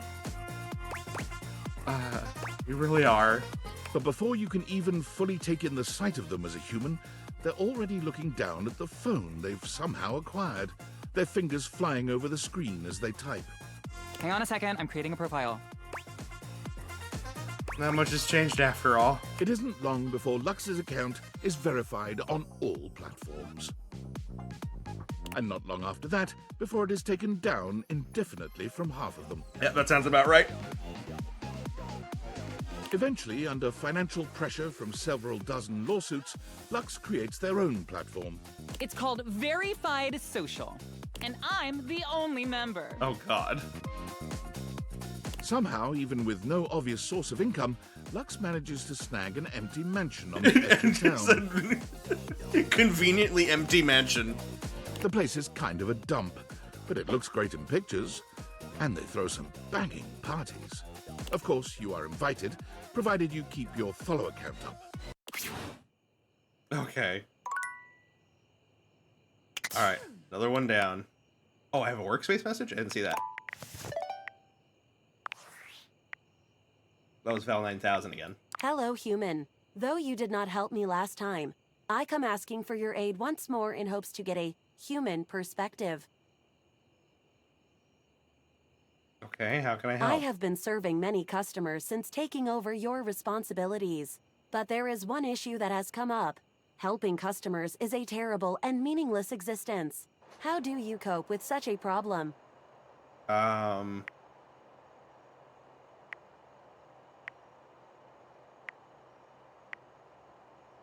People are worth helping, no matter how annoying they might seem. Why? They are extremely annoying and seem to rebuff my help at every turn. They are also extremely annoying.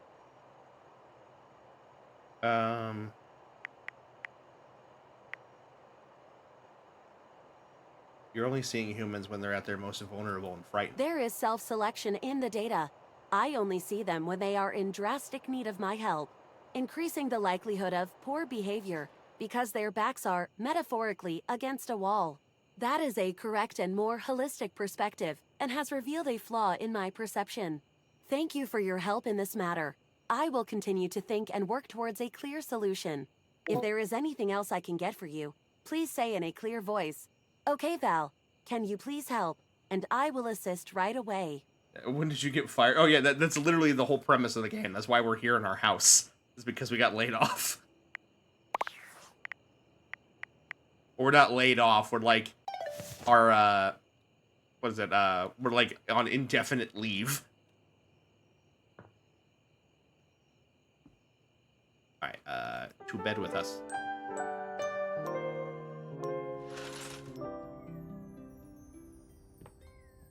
Okay, so we just have curtain rod to do. I'm gonna go out on a limb and say that one set of curtains counts for everything in here. So, pretty sure we've done this room. No window in the bathroom. The kitchen, maybe? Oh, you trying to hang Nope, out right okay. now? Of course they ain't something. Okay. We'll see you at the... Okay, kitchen's clear. Also, is our sink faucet crooked? Or am I, like, just nuts? It is. It's not lined up in there correctly. I just not realized that.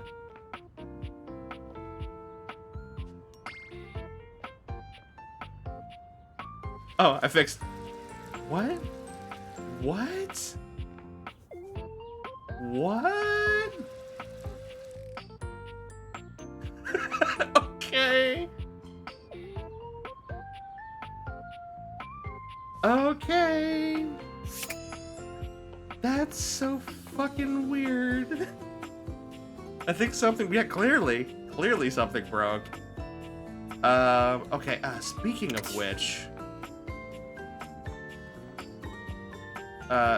which... something broke. No, one of the weird ones I want to find is, Aaron. I have to find the air blowing out of the vent. I don't remember where all the vents are.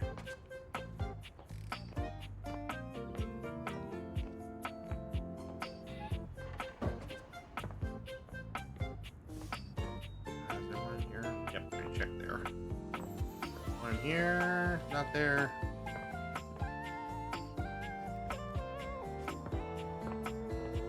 There she is.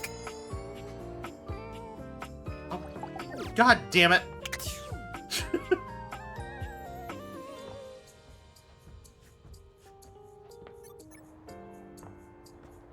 Hold on. I feel like I hear it. Ah!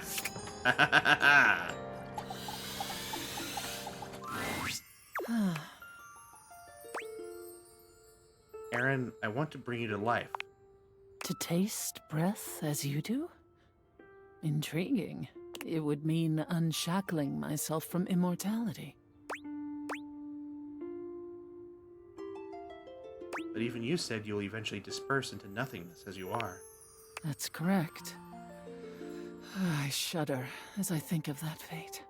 Perhaps living as a human will give me a new perspective and new feelings. Do you have the necessary ingredients? Yes, I do. Wow, Aaron is a frosty one. I am amazed at your love prowess. Huh. Yeah, hi to you too. Anyway, I'm gonna get started with all my science stuff. Let's make some wind. The spectral energy flows through your dateviators, and what was once merely a puff of air becomes...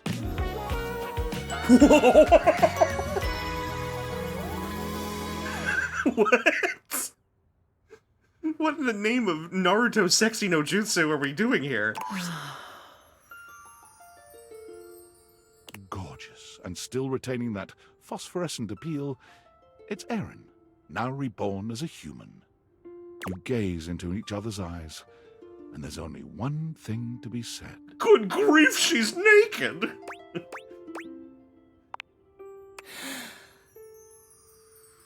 I feel amazing. In fact, one of the reasons Aaron was so cold was because she was at the mercy of the elements at all times. Completely wrapped up in the whims of other elements, she believed she could not act on her own. I can do anything? Yeah, like put on some pants. Aaron lifts her arms, spins around, and does an incredible backflip. And all at once, she speaks. My love, my love, my love, my love. Oh boy, oh boy, oh boy. It feels awfully nice to speak. I get it. I get it now. I can do. Can't believe this is who you became. Me neither. Eons spent being an absolute toad to everyone I met. For what? Side note, good grief, he's naked is dead as something I said during a Bergwin Numbers room when I popped up to the window and a human was a half-sensor bar. Aaron speaks to you, to the air, to the couch, to the people she sees on the streets. Hey, hey, hey, hey, hi. I hope you're dressed for this. Hey, everybody talking is really, really fun, huh? With boundless energy, Erin embarks on the career that gives her the most joy. Skincare model? Auctioneering. Oh, God. We've got lot 405, lot 405, staying alive with 405. Bidding starts at 3. Do I hear a 3-pointer? Do I hear yes? All in the way. Do 4. 4. Do I hear 4? Do I hear 5? 5. Anyone for a 5? 5? No? Sold! Auctioneering because of all the talking, yeah. She moves to the city, where the best auctions are held, and rents an apartment high in the stratosphere. Also, that auctioneering, no offense to the actress, that auctioneering narration was mid. But again, the auction, like, actual auctioneering, like, MCing is a fucking skill. Like, it is insane how those guys are able to talk the way that they are. Or gals, because they are both. She's ready to talk your ear off anytime you want to chat. As a lover, her energy is unstoppable. And she is always ready for action. Yeah, because I can imagine she's, with all the breathing and talking, she's got that stamina. For her, she is truly happy. For the first time in her limitless existence. Good gravy, though.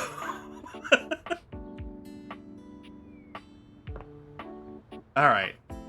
That's another weird one out of the way. Okay, any other weird ones we gotta deal with? I think the bedroom, except for Betty, is all done now, yeah?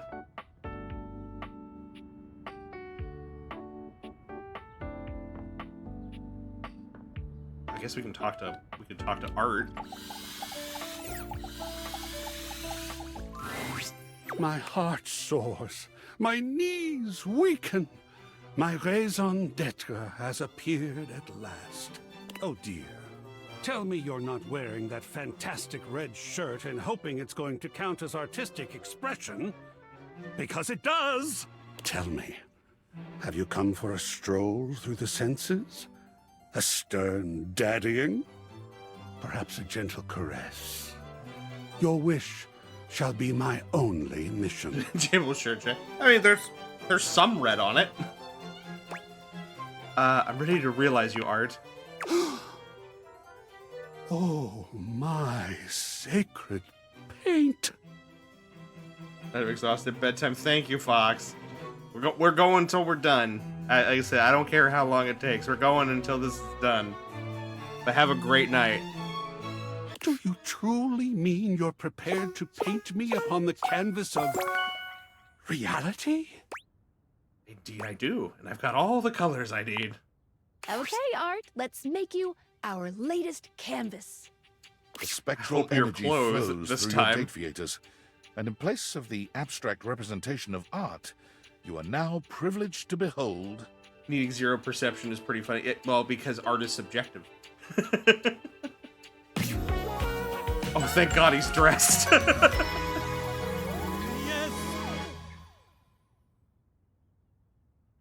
Incredibly, Art's human form somehow outdoes the perfect sculpting of his former, inanimate body. He's just as chiseled as he once was, but something about the sheer tangibility of his humanity elevates his current form into something truly divine. Look at me. So long have I been inanimate.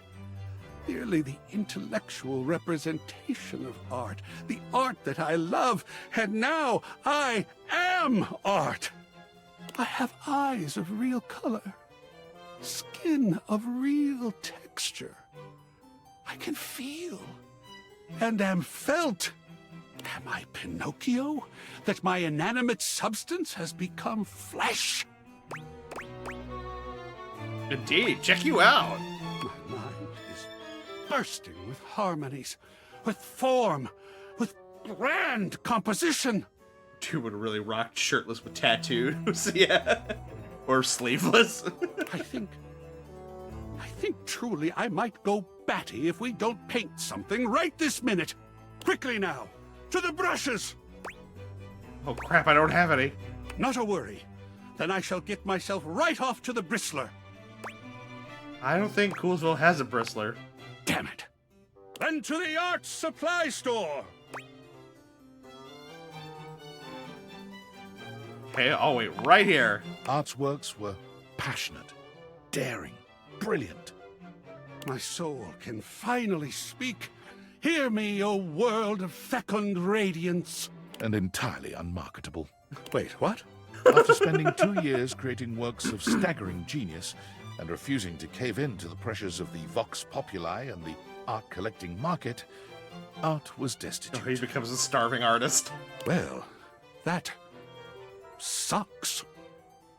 I did not think that if I became flesh, I'd be subject to the same woes that other flesh is heir to. Better believe it, sugar. Suppose I'd better go find some gainful employment then. Forced to take on a side hustle, Art quickly found work as a museum curator. Oh, there we go. However, refusing once again to cave into the demands of the museum's biggest donors, he was promptly fired. Art, what are we doing, man? Blind fools! Why would they launch another giant balloon animal?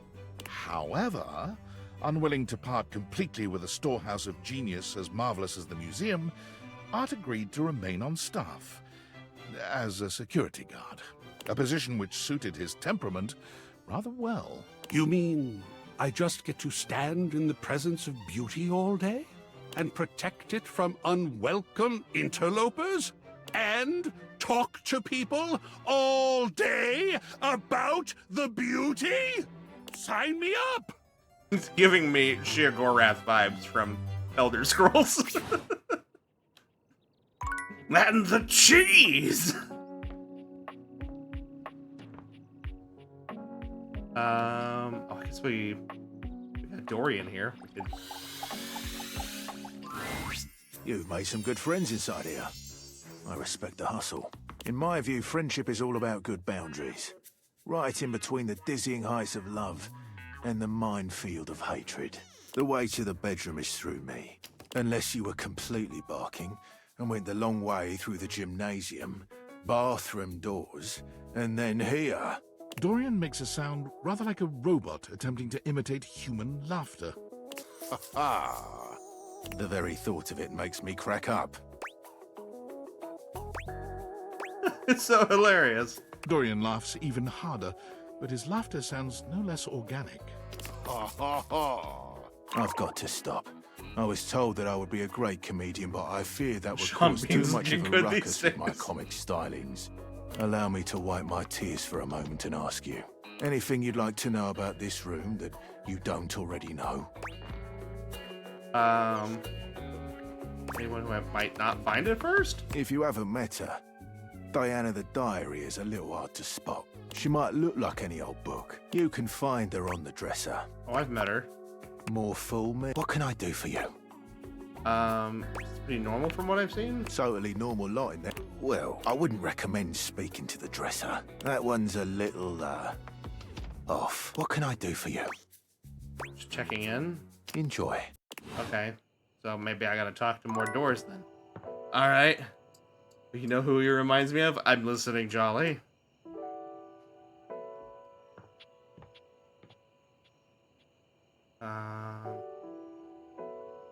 Where are the pillows? Those. That's There Betty. you are. How about a kiss? Yes. You envelop Betty in your arms, and when she kisses you... Jason Statham. I think that's who they were going for. For a few moments, there's nothing but you and her. You and those maddeningly perfect lips and killer curves. It's hard to stop at just a kiss when it's this good, but somehow, you manage to pull yourself away. It's going to be hard to wait. Accurate. But I'll see you tonight, cutie.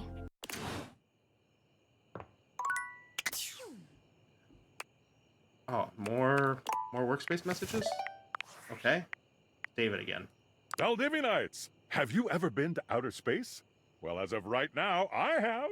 Which means I, CEO David Most, have the distinction of being the first corporate CEO to send a team email from beyond our planet's exosphere. Super exciting stuff. But do you know what's even more exciting? the Pentagon has just sent over the final results of our initial employee audit. You'll be happy to know that most of you passed with flying colors. And while, unfortunately, we have yet to determine who stole the lost glasses, the audit did pinpoint a number of employees the government would like to speak with. Thomas Hallmark, you owe $5,000 in back taxes. Tiana Jackson, you're pregnant with twins. Ryan Crandon, the Department of Homeland Security will be outside your apartment in 10 minutes.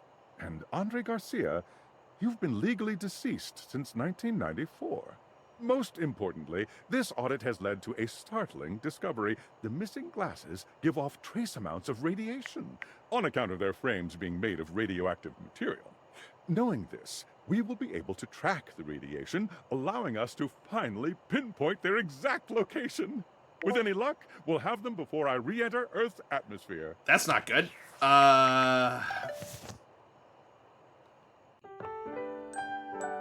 Taking the piss out of Jeff Bezos. Paralyzed. Oh, hi, Jill. You okay? You doing okay?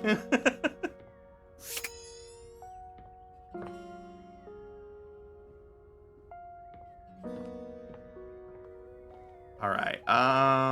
Let's see here.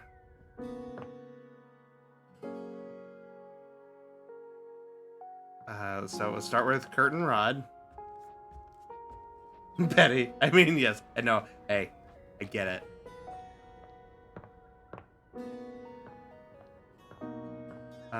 So we checked the kitchen. What about this dining room area?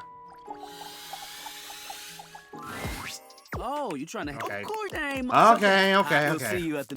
We're gonna find this eventually. Okay. Then if that's the case, then we can just keep hard focus in on everything else. I need to talk to another door.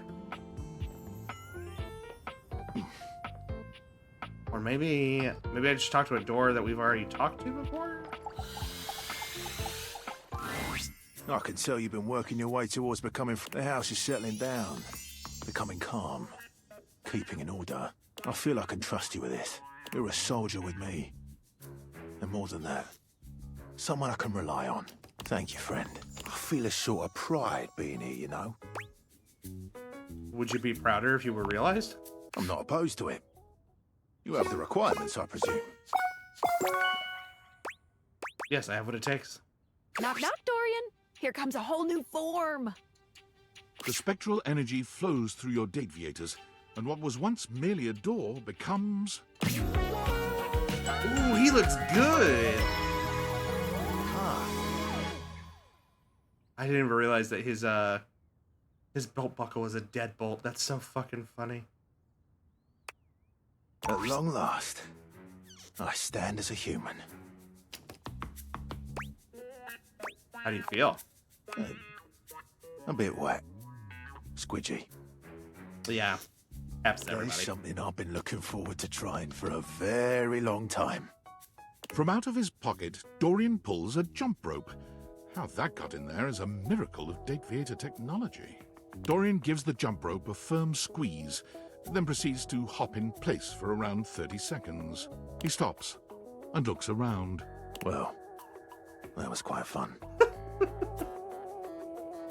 You know why doors often have that panel style? I don't. Feel free to elucidate me, Jolly. I think I'm done here. Okay. Dorian places his hands on the front door frame as he looks back into your house one last time. Stay strong. He turns to go. Wait. Hey? What are you gonna do? There's only one path for me. When you're ready, I'll see you on the other side. Oh. Interesting. They're not gonna tell me. Okay, so I think, other than Betty, I think officially everything that's in here has been realized or can... Well, no, there's the books. I think those are just lyric. Hello, friend. You just would not believe how productive I've been since I saw you last. I've got 3 more books outlined and ready to write. And now that I've done all that, I must rest. Absolutely squashed. I'm so tired. Maybe this will perk you up. I'm ready to realize you. Truly? That's... Well, I don't really know what that is. I never thought I'd ever get to contemplate being real. Because wood expands and contracts a lot with temperature and humidity, so to keep doors square, oftentimes that style door actually has the panels fitted freely, not glued, so that they can expand and contract with the lattice. And the outermost dimensions of the door won't get out of the square and jam in the wall or jam. Oh, that's okay. That makes sense. So it's physics. Being real? It's always been little more than fiction. Unless that's all it is? Fiction? Are you spinning a tale for me? No, it's real, and it can happen right now if you're ready. Lyric, let's open you to your new page 1. The spectral energy flows through your Dateviators, and what was once merely all of literature becomes... Please have pants. Well, they're kind of pants. Oh! He's got a little snake friend that you can boop the snoot. Lyric inspects himself, delighting in his transformation. No longer floating before you, he stands on 2 flesh-and-blood legs, with a gorgeous head of blonde hair that cascades down his face. Well, would you take a good, long, appraising look at this specimen before you? I don't know if I'm the most beautiful thing I've ever seen. That honor still goes to the full and verdant potential of my library, but I am not half bad. My goodness, what will I get up to, I wonder? Congratulations, friend. I can't wait to see what you do with your new life. Lyric, in a move that surprised him as much as anyone else, elected not to become a writer. He found the concept of sitting on his own while the wide world passed by outside his window to be totally unbearable. He discovered that what he wanted more than anything was a deep and rewarding communication with the world around him. He wanted a place where he could hear all the languages of the world, all of which, from his extensive reading, he knew fluently. He wanted to hear them spoken and assist people in understanding each other.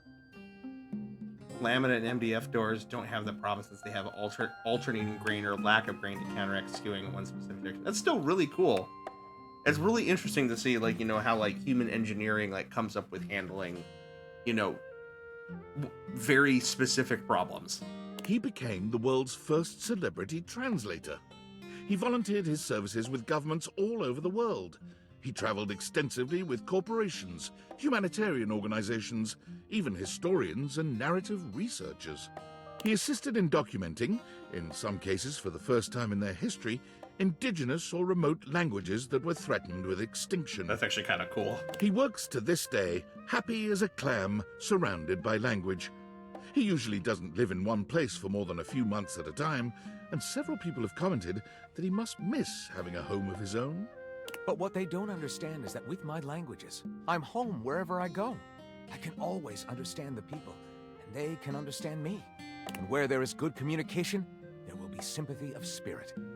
What is home, if not that? As you can imagine, more than one book has been written about him. Nice. Yeah, carpentry, you very quickly learn to abandon making stuff perfectly square, instead just optically square, since most furniture breathes and most rooms aren't perfectly square anyway. That actually makes a lot of sense. All right, so everything in there, everything in there. So I think we can close that.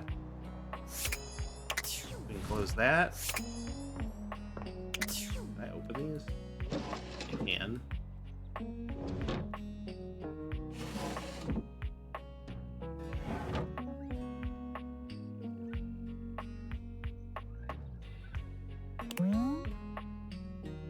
Okay. Oh, there is a mirror, so might as well do that. Eshkam, you are looking particularly radiant today. Actually, I am here for you. I'd like to realize you. Excitement! I'm not surprised we have come to this moment at last. I have known for some time what a marvelous human being I would make. I will make. Ah, yes, it is time. You have the necessaries? Let's get to it. Come on, Amir. Let's become human. The spectral energy flows through your date viators, and what was once merely a mirror becomes... Oh, I love that. There is no shock, no wonder in the air as Amir takes stock of himself, inspecting his human body in the old mirror he once was. He simply nods, before turning to give you a coy smile. Yes! You see, Azizam? I am incredible! Exactly as I knew it would be. It is quite something to have a physical body now to experience the sensations I have only dreamed of until now. How will I ever get enough of my own self, my own face? How will I ever get enough of sharing myself, adoring and receiving the adoration of others? Oh, what an exciting question to ask. Kiss me, you adorable fool. Kiss me under the eaves. Ah, but my love, look at me now. Wait till this guy hears about reflections in ponds. I can kiss you anywhere we want. Anywhere I want. And with this new body, all this new power and the grace of sensuality. Tell me, give me my highest pleasure. Tell me where you would like me to kiss you. You had far too many answers to this particular question, but Amir, in his loving generosity, took his time satisfying every single one. As so often happens, though, kissing led to so many other areas of exploration and experimentation. I could not be more grateful for you, Azizam. There could not have been for me a better, more loving or more patient teacher. The evening was athletic. The evening was restorative. And in the morning, fresh from the bliss of Amir's love, you wished him well in his new life. Amir, after searching and searching for the perfect way to honor himself and the love he felt for humanity, finally realized his calling. He moved to Hollywood, and after several months of challenging auditions, was hired as a series regular on The Soft and the Sensual. He played the character of Mady, a world-famous race car driver who moonlights as a prominent surgeon and has a bad habit of falling in love with all of his patients. Oh, God. In a case of life imitating art, Amir developed a habit of falling in love with all of his castmates. It was not a problem, as all of his castmates were in love with him God. too. It speaks to the genuine generosity of Amir's heart that even with all this love running around the set, there was not a single incidence of jealousy. Ah, yes. There were no broken hearts. Polyamory king. In fact, The Soft and the Sensual became even more famous with other actors and potential crew members than it was with its massive adoring public. Everyone wanted to work on a set where love truly did reign. When it became clear that Amir was the source of this power, he was given his own spin-off show. Mady, Racing for Love, has been nominated for awards in every single year of its run. Alas, it has never won. He's got the DiCaprio syndrome. Alright, so now I think with that, everything in this room is done.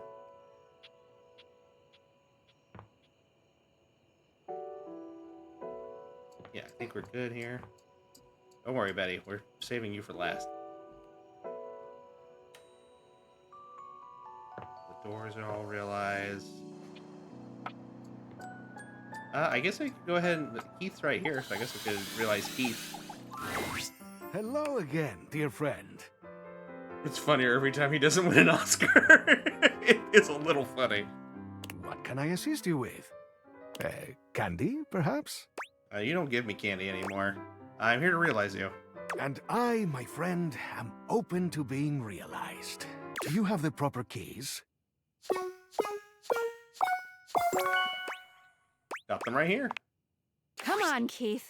Let's unlock your potential. The spectral energy flows through your date viators, and what was once merely a skeleton key becomes... Whoa! What's up with the masquerade? Let's fucking party, carajo! Oh my god! What? Yes! Hey, where are the drugs, eh? Oh god. He wants to experience all, like, the questionable parts of human existence, doesn't he? Drugs? I don't have any drugs. Well, that's fucking lame. Catch you later. I'm on the next flight to Ibiza. Join me if you feel like taking off that diaper. I can't believe this. What? You're speechless? Yes. Keith, where did you get the cash to buy tickets to Ibiza? And why are you gonna go take a pill there? To show Avicii that you were cool? What do you mean, where did I get it? I opened your safe. Key, get it? Not to mention, remember that crypto account info we found? Oh. In the online journal? That I supposedly wanted to open to find out about my past? Ah, so this is why he's such a piece of shit that this is why I was feeling the vibes on him. He is a piece of shit. Well, I fucking stole all of the crypto in that account! I'm goddamn loaded now! He's really... See, I told you it had to be some villain characters. Yeah, this is really the only one we've really interacted with so far that is actually kind of a piece of shit. Ah. Well, Keith did indeed get on the next plane to Ibiza, which happened to be full of missionaries of the Church of Latter-day Saints. After being caught consuming a certain unnamed substance in the bathroom through an unnamed orifice, a heated argument broke out between him and the flight crew. Keith's last words were, "See you on the other side of the moon, lunch ladies!" before exiting the plane via the emergency door at 30,000 feet.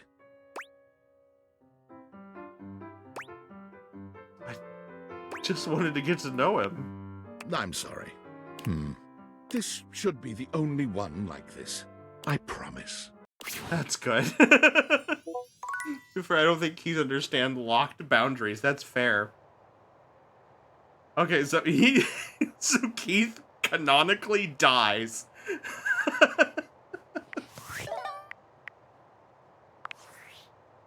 With Sam. Hey, are you okay? Did you see the last email? David Most talking about tracking the date viators to your town? I'm scared. What's going to happen if he finds you? I'm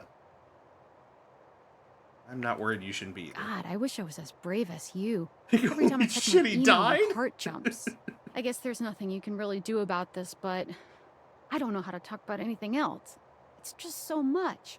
Not like he'll even let us forget about this with the constant email blasts. He really needs a hobby. Yeah, or maybe a love life. Shit, maybe that's why he really wants those glasses so bad. Can you imagine him dating his desk? What an actual nightmare. Well, sort of a subject change, I guess. Let me take our minds off that crazy shit for a minute. I'm sitting here with this resignation letter typed up, but I can't bring myself to send it. Just, God. If you were me, what would you do? In one breath, our only evil character. In the next breath, so anyway, we killed him. Fuck him. Nah, yeah, I'd quit. It's too much, right? God, I know you're right. I just have to think about this. But I have to make a decision soon. I can't draw this out forever. Full send, girl. Yeah, absolutely. I want to stay and hang out, but I'm just going to be going in circles about this, so I won't be much fun. I'm going to get some food and try to turn my brain off. Okay. Is that a new thing from Skylar? Oh, okay. I'll look into that. Oh, wrong door. I knew that.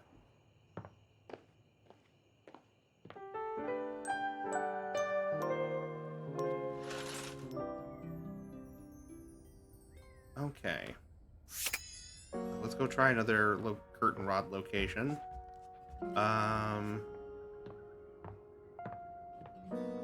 What about these right here? No, Rod! Here we go. Stop! Rod is in the middle of a very loud, very off-key song. You know you want me, baby. This is torture, pure torture. You just can't have me, baby. because you belong to someone else. What in the world was that? Rod has decided to give music a try. Something about having this piano nearby that just gets my creative juices flowing. Could they not flow, though? Like, what's the opposite of flow? Whatever it is, can that be what the juices do? You just jealous. You trying to crack Gwendolyn with that singing? What are we talking about? Oh, I love actually, yeah. Rod singing. Oh, it wasn't that great. You know you're lying. I'm not, cutie, but I'll let you think that. And with that, Gwendolyn takes her leave. Y'all just haters.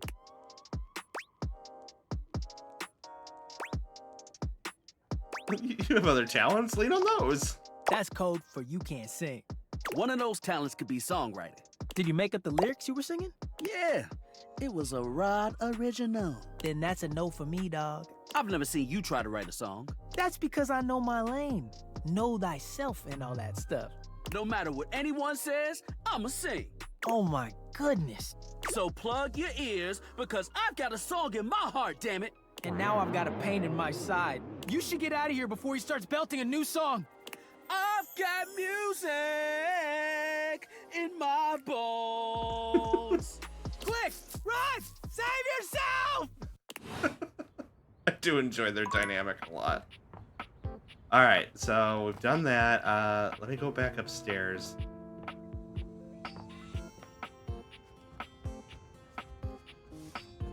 Alright, so that's all done. Ceiling's done.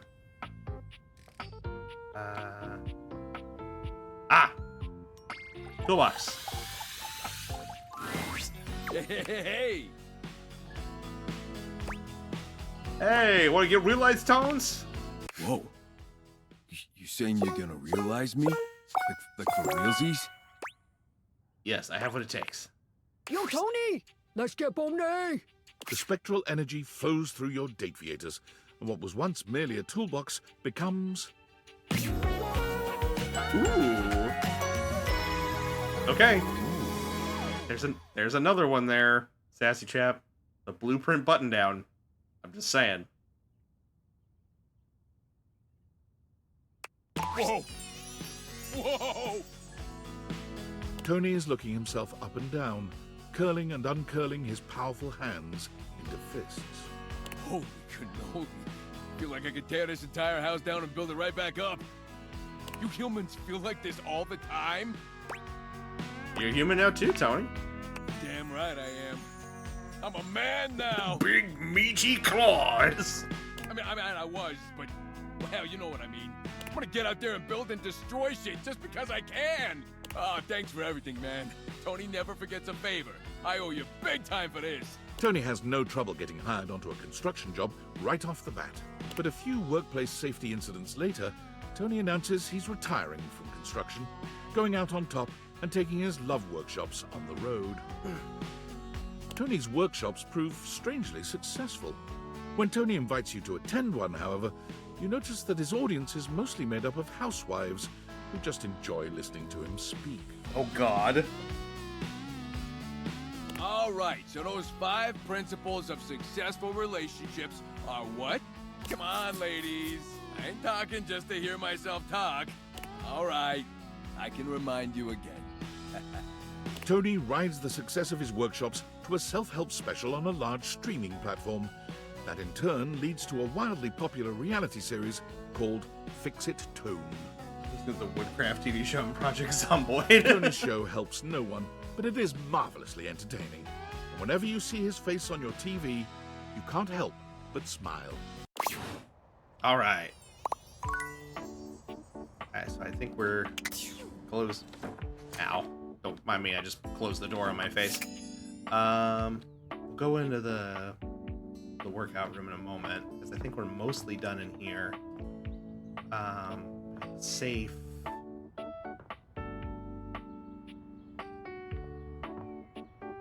These are all done. Yeah, so. Hello, my dear, dear Rex. Hi, Sophia. I ready to realize you, Sophia. This may have captured my passing interest. Is it true? Yes. Allow me to submit. Sophia, let's get you some more clientele. The spectral energy flows through your date theaters, and what was once merely a safe becomes... Ooh! Damn!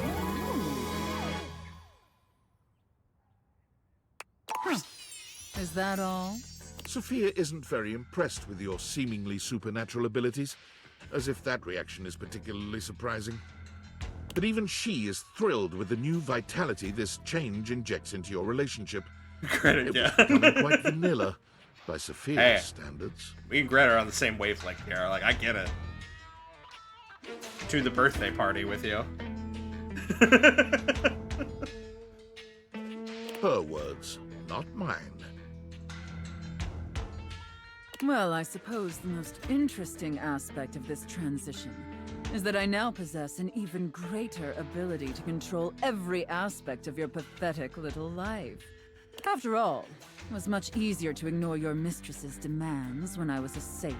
Being immobile and 500 pounds of steel made inflicting punishment for disobedience more. Also, listen, I'm a brat, so hey, I get you. But now I can administer consequences to my heart's desire. And I'll be frank, little wretch, that does make your mistress quite excited. I better watch myself then. But unfortunately, kinks alone don't pay for the myriad of subscriptions modern society necessitates. Sophia found it time to procure gainful employment. Delightful news, my little wretch. I got a job with a 401k and comprehensive dental benefits and an HSA and everything. As a dominatrix, Sophia was in demand, commanding a large legion of subs all across the world. Damn! What? A dominatrix? Why would you ever think that? No, I got a job as an armored truck driver for Armandillo Armored Truck Services. Dominatrix? Dominatrixes don't get comprehensive dental benefits. Maybe not on their own. Especially not for periodontics. That's just silly. Apologies. With her extensive background in home security, Sophia soon became the most successful and trusted armored truck driver on Armandillo's payroll. Oh, she can hear the narrator. She's too powerful. However, Sophia was still a sadist, and Armand did have a tendency to inappropriately exploit his employees. So when the opportunity to steal Armand's armored truck and its contents presented itself, Sophia couldn't resist concocting a zany and elaborate heist. After her whipping the narrator into shape, yeah. I'm sorry, is she single? I mean, technically no, but also all the characters in this game are technically poly because everyone's okay with everyone dating everyone, so have fun. It featured countless hilarious situations and tension-filled twists, the specifics of which local law enforcement unfortunately declined to share with us. Okay, that was kind of funny. All right, and we already realized the money. Bows are up. Nice. Who's left? Oh, Parker.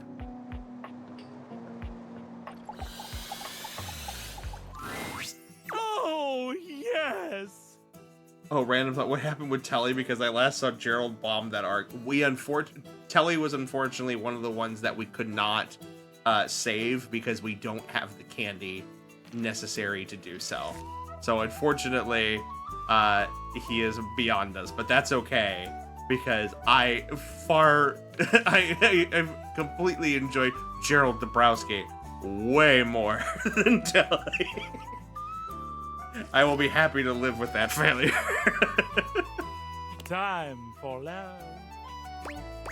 Ready to realize you, Parker. Holy frijoles!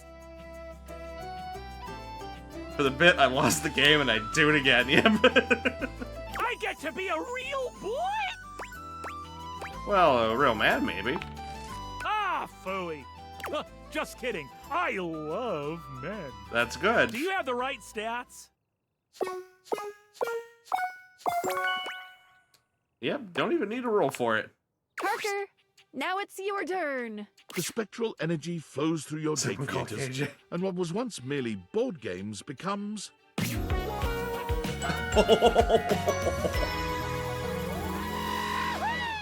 I love it. Oh my god, what are we looking at here? I love his hair. Oh my god. I love the hair. What we got? The tats are amazing.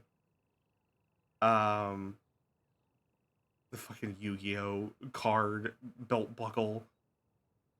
I think these are supposed to be probably a combination of Checkers and Mastermind. Mostly for the I'm gay bit.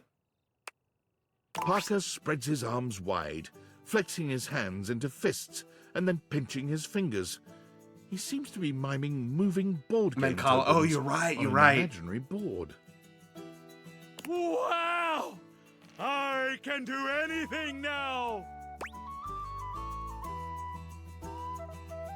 You sure can, Parker. Just don't jump out any windows anytime soon. Is that a dare? You're on! I'm gonna become an umpire! Bye!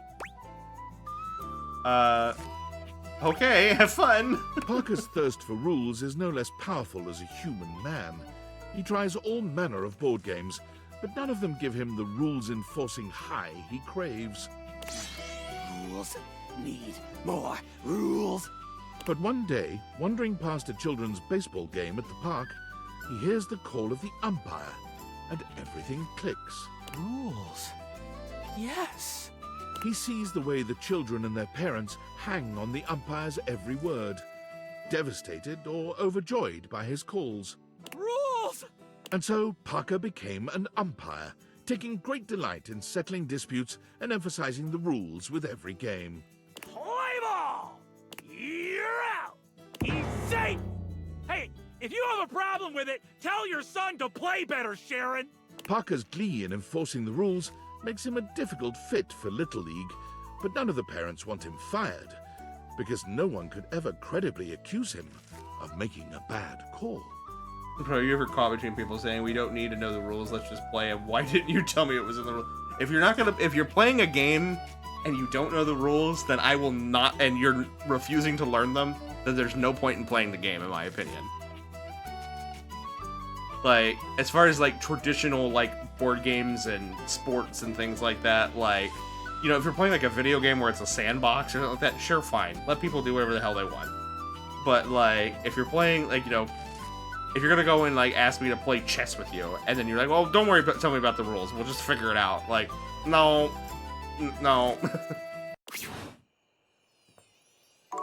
Alright, so I think with that, everything in the attic space is done. Except for Gwendolyn. Which maybe I can talk to her now. But I think we're done in here. Close that door. And now we go back to bed. It's not time for sleep yet? Do I have one more? Oh, I do have one more. Like, my sister goes, oh, we don't need to read the whole thing. We'll learn as we go. And then the rules come up and when it's against her interest. And she's like, why didn't you tell me that was a thing? Like, you didn't want to read the rules. All right, let's go ahead and I bet we can do Gwendolyn now. Ah, look who it is. Do you want to see what's going on outside? Come by for some natural light? You look like you could use it. I want to realize you. Me? Realized? That means I could go out there and see everything that's happening. That is so exciting. Do you have everything you need to make it happen? You bet I do. Sorry, but Damn Gwendolyn it. can't be realized Who's left? yet. Gwendolyn has to be there for Kurt and Vaughn Oh. a little more. Okay. Does that make sense? Yep, that's fine. Happy day. I'll cloud watch with you anytime. Okay, so we're just not done with that storyline yet. Okay, that's fair. Oh, now I have a workspace message. Okay. David Most again. Valdivianites, I hope this message finds you well. As your CEO, David Most, I feel it is important to keep you informed about the ongoing situation regarding the stolen glasses. After thorough investigation and data collation, we have successfully tracked the glasses' radioactive signature to this location. We are now in the final stages of the investigation, and it is only a matter of time before the perpetrator is apprehended.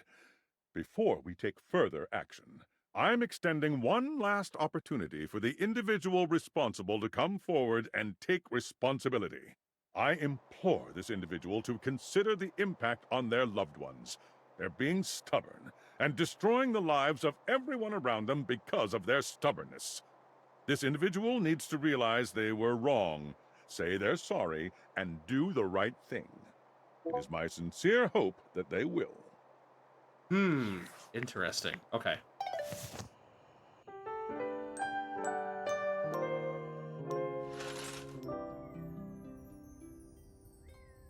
Alright. Keep moving. Did you name the town the way it's just at this location instead of to Coolsville? You know, I don't remember. I think I did. I think you get to pick your name and the name of the town. And because I didn't want to name it, I didn't want to name it after, like, the town I lived in. So I think we picked Coolsville because we were talking about Scooby-Doo, I think.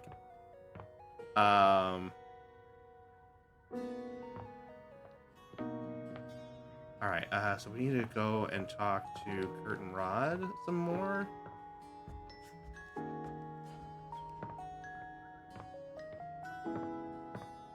So we did this room. These rooms are done. What about the... Is there curtain? Oh, there are curtains in here. I've been wondering when we would see you again. Yeah, we were just talking about you. Nothing bad, I hope. All good stuff. They were talking about how good you look. What are you doing? You ain't got no chill. I'm just telling the truth. But you could be a little more coy about it. Oh, hey, look who's here. Weren't you two just talking about them?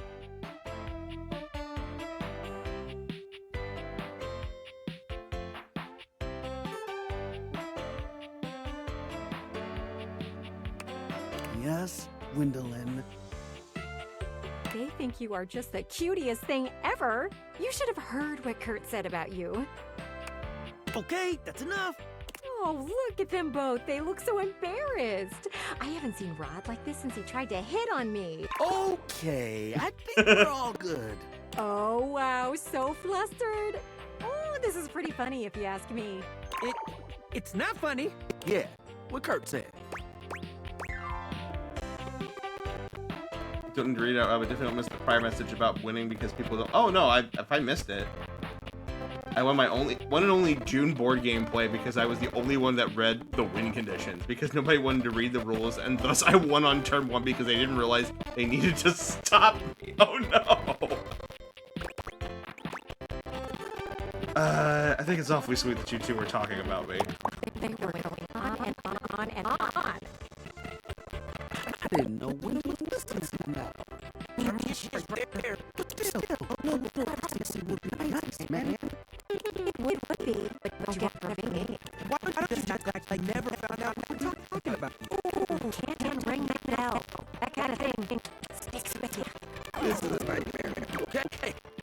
I'm completely embarrassed now. Can we end this, please? You two want to stop talking? That's your favorite thing to do. Thank you, Gwendolyn. I sense a hint of sarcasm in that thank you. You are not okay, are you, Rod? And to think you liked Gwendolyn. Cooler heads prevails there. Oh, projection. This is getting bad. Okay, we're ending this conversation. Right now. I think you should leave before they explode from embarrassment. That can happen? Audio is blubbering a little, by the way. Oh, thank you. It's probably because we've been streaming for so long. Let me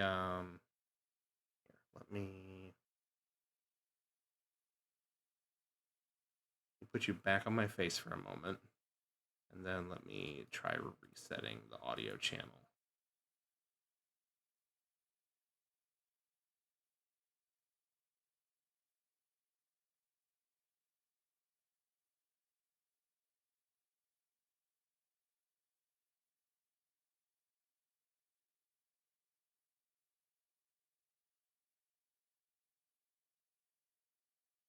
All right. Hopefully this will help. I like Wendell and Sass. I do too. Hopefully that'll help a little bit. If not, there's not a whole lot I can do about it, unfortunately. Well, now that that's over with, then maybe Wendell will let us realize her now? Audio's good. Thanks, Jolly. Look who it is. Do you want to see what's going on outside? Come by for some natural light? You look like you could use it. Alright, let's try now. Do you have everything you need to make it happen? Sorry, but still not in yet? has to be there. Does that Damn, make okay. sense? I figured that would do it. Okay. Yeah, that's fine. Happy dating. Okay. Alright, in that case, we got 3 more. Head back upstairs to the exercise room. Crunching is normally serviceable at this time. It was also going like... It was cutting in and out? Oh, wow. Okay. Not sure why that would be. Alright, so...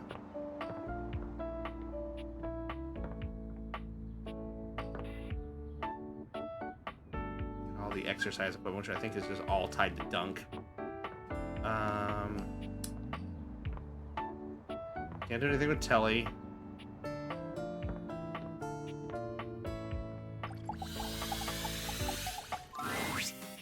Hey, if it ain't the MVP. You know, I was thinking about you when I was training. You feel like working up a good sweat with me? I'm ready to realize you, Dunkaroo. Dude, what? Really?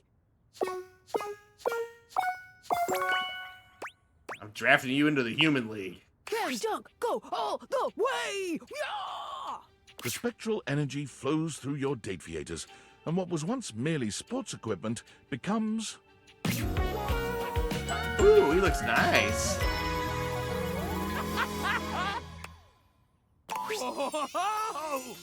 Dunk's newly human body somehow radiates even more sweet cheer and bottomless energy. A frankly superhuman feat. But this man is, well, all man. Tangible and so wholly real. He sweeps you up into his strong arms, tossing you into the air and catching you so easily, you'd almost think the two of you had switched roles. You're pretty sure you're still human, though. Oh, take it easy. Sorry, pal. I'm just so excited. He settles for giving you a tight hug before finally setting you down. You did something so cool for me. I'm never gonna forget this. Bottomless. Come on, this guy's a bottom. I'm gonna try all the sports. The bottom that doesn't know his own strength. I'll be sure to come back and visit, but until then, keep it sweaty and keep it fun, pal. Dunk is true to his word, giving absolutely every sport he can get his hands on a shot. Videos of him absolutely dominating some local amateur sports game go viral just about every week. But every time the offers come in for him to turn pro, he turns them down. Dunk finds his groove coaching high school sports. Thrilled for the chance to teach youngsters about the joys of good sportsmanship and playing only to have fun. His teams have yet to win a single game, but he and the kids couldn't be happier. Alright, awesome. Got 2 more in here. I think all that's really left is... everything in here's good. So we can close that up. I think all that's left in here is Fantina and I can't remember his name, but the treadmill.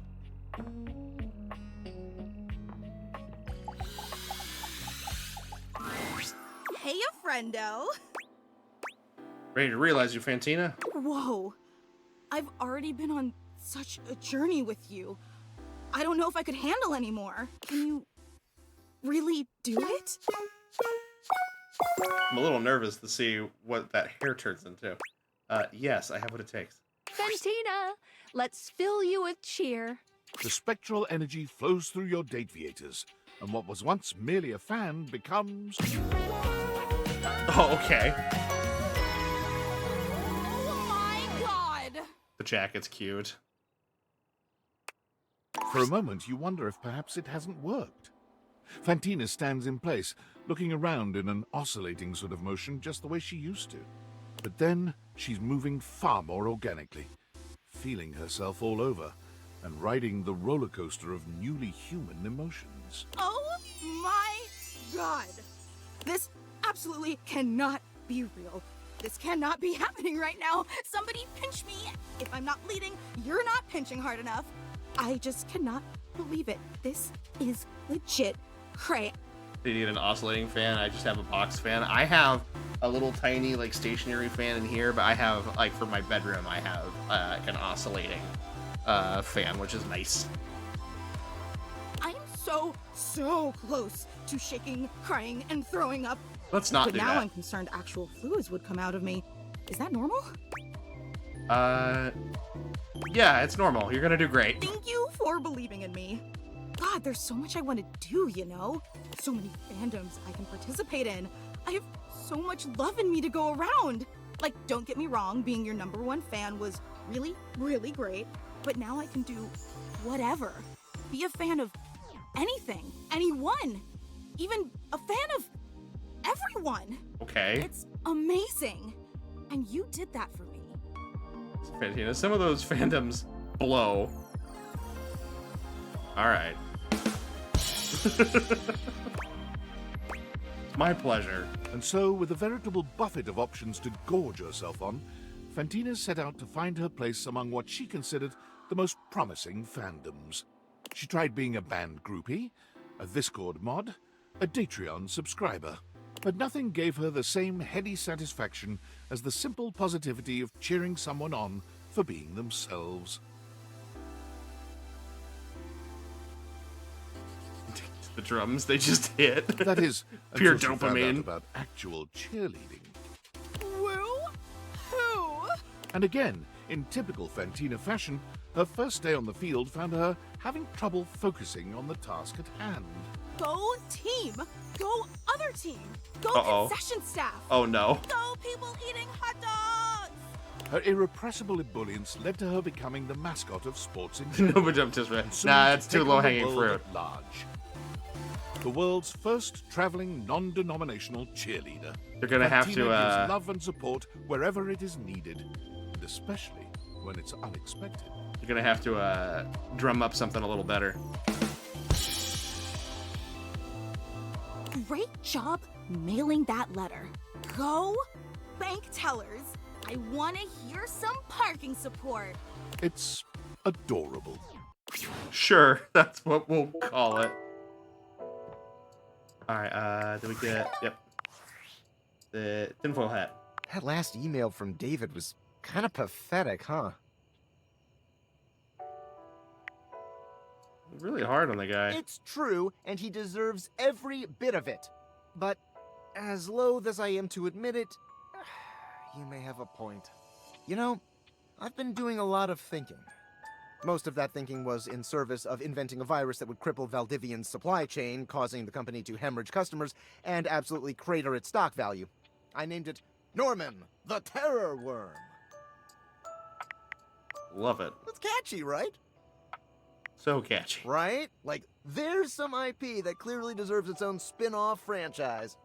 But I've also been thinking about David, how behind all his bluster and ego, he's just a scared little man caving under pressure no one could handle. No, we don't catch a Haunted worm. by all his failures, disappointments, and inadequacies. And as frustrated as I am by his actions, I don't want to hurt him. He was an important part of my life for many, many years. Honestly, I just want to help him stop causing others so much pain. Makes sense. Perhaps Norman the Terror Worm isn't the answer. Perhaps the real answer is a conversation we've both been putting off for far too long. No, I'm absolutely sure the answer is Norman the Terror Worm. No, I think so. I have to go now. And not because my battery's low, or because I'm stealing Wi-Fi from a coffee shop, or because I'm hiding in an underground bunker. Although all those things are definitely true, I have to go now to have a difficult conversation with someone I don't talk to anymore. And that's scarier than Norman the Terror Worm could ever be. Wish me luck. Okay. No, we have a note from Skylar here, so let's see what's going on there. Hey! Hey!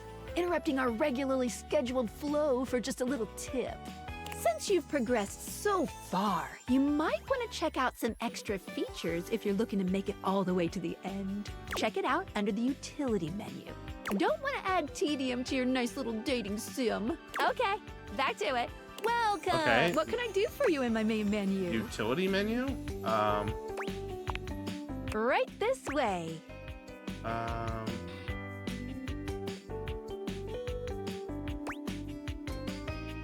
Doing this a long time and I need some extra help. You sure have. How can we make this more enjoyable? What about anytime I won? Good choice. Any other in-game things? Understandable. Let's see. Okay, let me think. Whoops, that's it. Maybe. Bye. Oh, okay, it's because we found everybody. So does realizing Skylar in the game? Yes, that's the like, because if you realize Skylar, then you can't realize anybody else because she is the dateable, the date creators themselves. So that's why we're trying to get through everybody here. Excuse me. All right.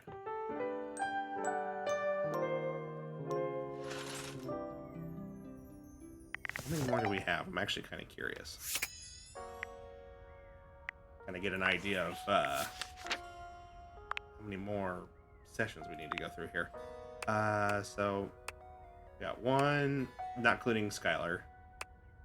1, 2, 3, 4, 5, 6, 7, 8, 9, 10, 11, 12, 13, 14, 15, 16, 17, 18, 19, 20, 21, 22, 23, 24, 25, 26, 27, 28, 29, 30, 31, 32, oh no, 31, 31, and then 32 if we count curtain rod. So actually not as many as I thought. So since we're towards the end, who's been your fave? I mean, I guess it really depends on what you mean by fave. Because I mean, like, Betty was our first, and there was something special about that. Like, it's really hard to just nail down one. Like, here, let me... Like, just going through here real quick. Let's see here. I mean, despite how frustrating he was, I did really enjoy Lux because of how much you just love to hate him. That one's really, really fun. Let's see here. I really enjoyed Eddie and Volt's story. Dolly was also really cute. I mean, we love Telly for giving us Gerald Dabrowski. Connie Souls was also really fun with the fact that you were literally playing like a choose-your-own-adventure game to get her to like you.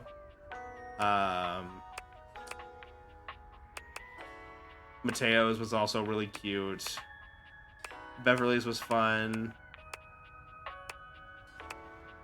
Who else we got here?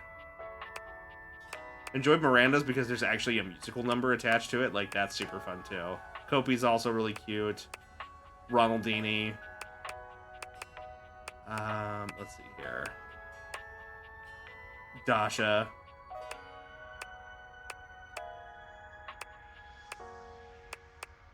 Chance is also really fun, you know, because he's my doppelganger, so we, you know, kind of have to like Winnie. Rainey was also really cute.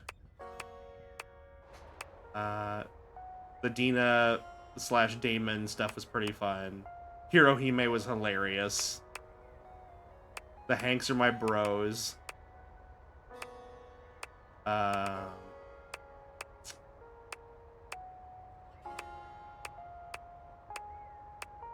Bodhi and Vaughn are both hilarious because I love their personality types. And of course, you know, Dana Snyder playing Vaughn is just hilarious.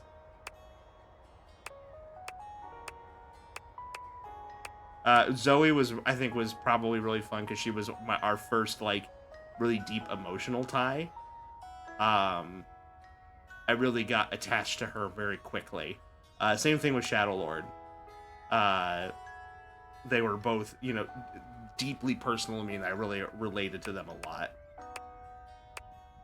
But yeah, I think that kind of hits the list there. All right, let's I gotta see if is there any other curtain spots that we didn't hit.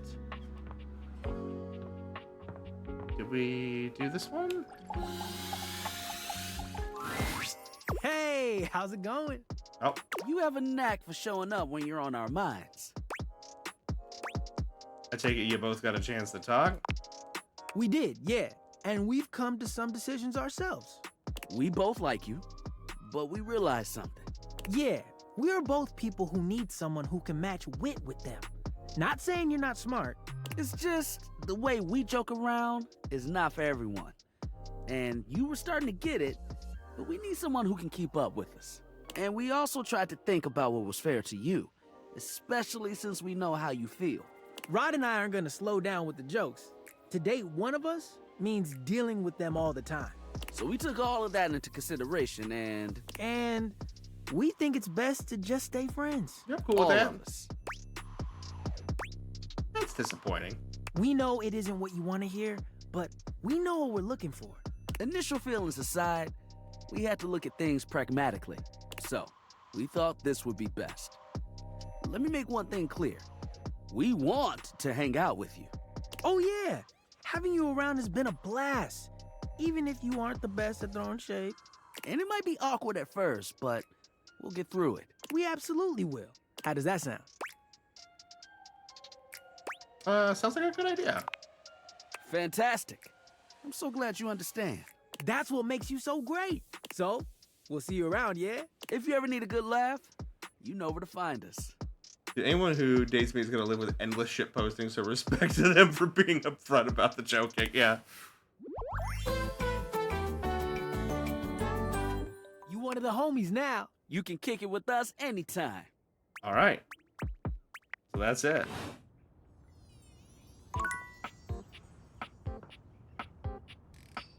All right. So we've officially gotten relationship status with everyone. So now it's just a matter of realizing. That's all there is to it. Okay. Cool. I'm glad that finished itself out. So now we can go in here. I think the only thing left in here... Well, actually, I guess we can realize Wyndolin now. Ah, look who it is. Come by for some natural light? You look like you could use it. Let's do it. Me? Do you have everything you need to make it happen? Yep, you bet I do. Here we go! Let's see what's on the other side, Wyndolin. The spectral energy flows through your date theaters, and what was once merely a window becomes... Ooh! Actually, kind of cute. It was clear to see that I am the most amazingly spectacular version of myself now. The world won't know what hit it. I can't believe I can actually go outside with my legs. I wonder what a deep breath will feel like. Wyndolin takes a deep breath. There is a joy you have never before seen in her. Look at you. I know. Being alive is pretty awesome. I can't wait to go out there and live. Wyndolin walked out the door, finally able to get a closer look at the things she'd been examining from a distance. Bernard! Her curiosity led her to attempt to jump the neighbor's fences. Oh no! What, she wondered, was on the other side. She quickly discovered, though, that humans don't do that, unless they want some really dirty looks. Sorry. I just wanted to see more. Wyndolin's insatiable curiosity led her to search out other means of accessing knowledge. Takes deep breath, starts coughing. Swallowed it back. It wasn't long before Wyndolin discovered the greatest window to the world, the internet. Oh god. It was horrifying. What a terrible place. Why is everyone so mean to each other? especially as she could easily see the number of untrue reports. Oh no. Oh, these sites are all just making stuff up for views. Talk about transparent. The more she researched, the more she came to the same conclusion. She gonna be somebody who creates software to fight against bots? I could do this. So she did. With the help of her bird friends, Gwendolyn was able to be in many places at once. She always had the freshest scoops around town, and she broke some of the biggest breakup and relationship drama before anyone else could. Oh no, God, she's a clout chaser. But in Oh 6 no. months' time, she was on TV, dishing out all the Windows firewall? No, Started worse. every segment with the same catchphrase. Now, a little birdie told me. With trustworthy candor and a million brand deals, she shows no sign of slowing down now. All right, cool. So with that, we have you, and then I think everything's done in here. You're back. I'm thrilled. Always good to see a friend.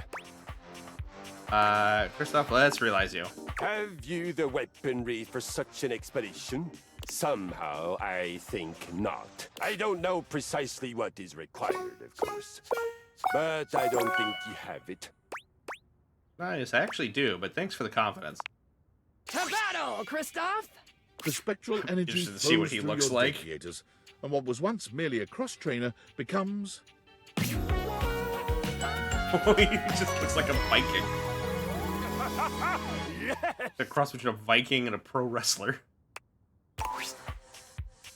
Here, Odin. The power that flows through me. I can just imagine the sensation of doing a workout with these. Kristoff flexes his gigantic biceps. Or these. He lovingly strokes his massive quadriceps. Oh, sweet Valhalla, can you even imagine? His exploratory hands have discovered his own glutes, and the light in his eyes is positively predatory. What is there for me to conquer? What is there out there that would even pose a challenge to a machine as impregnable as this? Can't think of anything. Have fun. Kristoff realized quite quickly that the world of mere physical contest represented an inadequate challenge for his needs. He walked onto the local professional football team to great acclaim and retired 3 games later, breaking all team records. Damn! He amassed a total of 7 broken ribs, 1 dislocated shoulder, 3 spilled liters of blood, and 14 broken or fully ejected teeth. As all of these injuries were visited on other players, the league was quietly relieved to see him go. He decided to move into the business world. He became a stockbroker, working locally and internationally. Whatever you can imagine of an extreme stockbroker's lifestyle, double it, triple it, and add just a soupçon of evil. There was much conquering to be done, and Kristoff was voracious. Fun fact, Plato and other philosophers of the era were absolutely shredded because they believed in working both their body and mind. Oh, I can believe it. In spite of all this, though, he was perhaps best known for his contributions to fashion. If you're gonna, promote new ideology, then you better have the fucking muscles to back it up when people try to fight you about it. Soon after his realization, he began to feel quite homesick for his Viking armor of leather and lamella. He contacted a local seamstress, and together they designed what would become known as the Brynja, a business suit designed to closely mimic the aesthetics and the functionality of a suit of armor. That's actually kind of a neat idea. The Brynja became de rigueur, required wearing for anyone who fancied themselves a tycoon or even a teeny-coon in business. Kristoff conquered the fashion world almost by accident, while he was busy doing what he did best, conquering. He's bringing back 90s shoulder pads. Alright, so I think, Curtain Rod obviously aren't done yet, but we have to wait till tomorrow for that. We can't do anything with Telly. So yeah, I think this room is done. Shut that door. And then we can come in here. Shut that door. So let's see here. Let's do.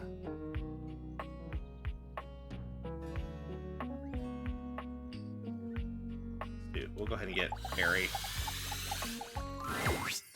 Don't mind me, hon. I'm just trying to discover a new color. I'm pretty sure there's something between yellow and orange that nobody's ever found before. I'm actually here to realize you. You're going to make me human? You mean I can have even more thoughts permitted and be able to go outside and act on them? The very idea makes me quiver with anticipation. Are we ready? In fact, yellow, orange, and orange, yellow are two different colors. They are. I learned that from Crayola. Yes, I have what it takes. Come on, Barry. Let's make you more glam, fam. The spectral energy flows through your Dateviators, and what was once merely your beauty supplies becomes... Oh, he looks so cute. Happy days! Oh, God, that's precious. Barry laughs, the joy of his new humanity clearly written all over his face. I love how his hair went from looking like a thing of lipstick to like a makeup brush. I think that's actually really cute. I'm alive! I've already forgotten what it was like to be a toothpaste. Though I might never forget what it was like being a Q-tip. Never change, Barry. I fear that might not be up to me. Barry strikes out on his own with a bag of makeup and no particular direction. Passers-by notice his stylish form and begin asking for grooming tips, which he readily gives. He begins to make a name for himself and ends up being interviewed by a local news anchor. Well, you simply must try Maybelline brand powder. It'll get right into the crevices you didn't know you had. He's trotted out onto commercials immediately for his candor. People trust his brutally frank approach to reviewing cosmetics. Exalta brand spoolies. I wish I could accept these into my soiree of beauty, but they have the rigidity of a rhinoceri. After repeated urging by his fans, Barry starts his own FluTube channel to do reviews on his own. But the need to remember his login password proves all too daunting. Oh no. I did write it down. Well, did I write it down on paper or this puppy? Further complicating things, as a trusted name in style, Barry is constantly flown around the globe and never allowed the chance to settle in one place, which proves to be a new and exciting way to test his memory. I do believe I've forgotten which country I'm in at the moment. Well, God. No matter. Beauty has no allegiance to country, darling. I'm a citizen of the world. All right, that was kind of cute. All right, we got one more here. We fixed our relationship with Bathsheba, so that should be good. Hey, bestie! Come to talk about how amazing we are together. Actually, I want to talk about realization. You want to realize me? I could be an actual princess? Yes, I'm ready to crown you. Bathsheba, meet your new world of adorers. The spectral energy flows through your Dateviators, and what was once merely your bathtub becomes... Ooh, she's actually looking pretty nice. What happened with Rebel? I wasn't here. She just kind of was showing up randomly and kind of like she's being a shithead because she wants attention. And so if you give her, I can't remember if we got her to, I think we just got her to be friends with us. So she's now safely back on the edge of the bathtub where she belongs. Bathsheba gives you a twirl, stepping back to pose with one hand on her hip. Look at me! I didn't think I could be any hotter, but I'm on fire, honey! You really are in fine form. I never felt like it, but maybe now I will. Oh, thank you. Time to get out there and really find out who Bathsheba is and what she's gonna do with her life. Bathsheba goes on a whirlwind tour of countries with monarchies upon leaving your home. It's only when she's visited her 6th country and castle that she realizes one cannot simply apply to become royalty. True. Devastated by this realization, Bathsheba decides to cheer herself up with a dinner at a popular Oh, no. local medieval-themed restaurant, Renaissance Days. She couldn't become the queen for medieval times. It's there, seated in the audience of the jousting show, that Bathsheba is struck with a realization. Oh my god! You can get paid to be queen! Hey, lady! Don't get too comfortable with that crowd! Oh, God. After a few weeks of pestering the restaurant for a job interview, when Bathsheba finally gets it, she nails it immediately. She entertains crowds as Queen Bathsheba 5 nights a week at Renaissance Days, savoring the cheer that goes up every time she waves at the audience. That's funny. Alright, so I think all we have left in here is Jean-Loup and Rebel. So, alright. Get to rest. Alright, so now we are officially at the point where we can do Kurt and Rod. Oh, perfect timing. Did you know they changed who wins at medieval times purely to keep you guessing? Well, yeah, I figured they probably have probably a few different acts that they can do. Because otherwise, you know, what would keep you from... How would you come back? You know, like... Why would you come back if they just play the same show over and over and over again? We were just talking about how we haven't seen you in a while. We've been missing our shade buddy. Chill with us.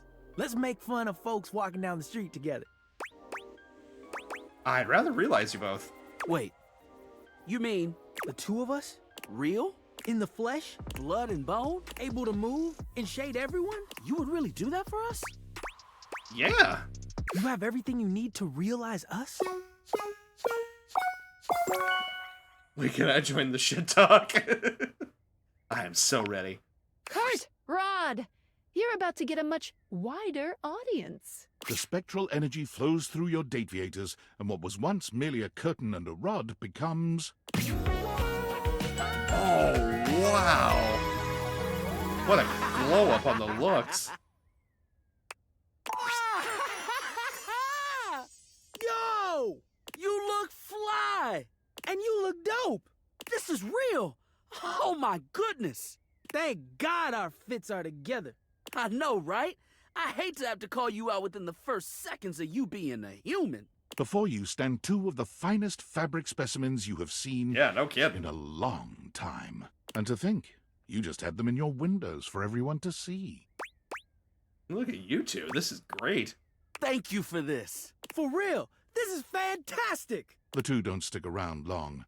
They build and act as a comedy duo, hitting the comedy clubs and rocketing to fame. Yeah, that makes sense. That tracks. It isn't long before they have a show on the Chuckle Channel, making skits and topical segments. Each episode has a shade segment where they use the audience as the butt of their They're jokes. doing like a Key and Peele? Is that what they're doing? So, you chose to come to a show dressed like that? They have good taste in comedy. Not close. Soon, Rod decides to leave the show in order to follow his dream of making socially Yeah. relevant thriller movies. Kurt continues on, writing and starring in comedy shows and sitcoms. The two remain the best of friends, even buy a pair of homes that connect through a door between them. Every weekend they can, they go people watch. They brainstorm new ideas and poke fun at people as they pass by. I'm thinking more Colin and Michael on SNL. Well, no, that was literally just a reference to Keegan-Michael Key and Jordan Peele. They did Key and Peele together, which was a sketch comedy show, and then they did precisely that. One of them went to go and do horror films. Oh God.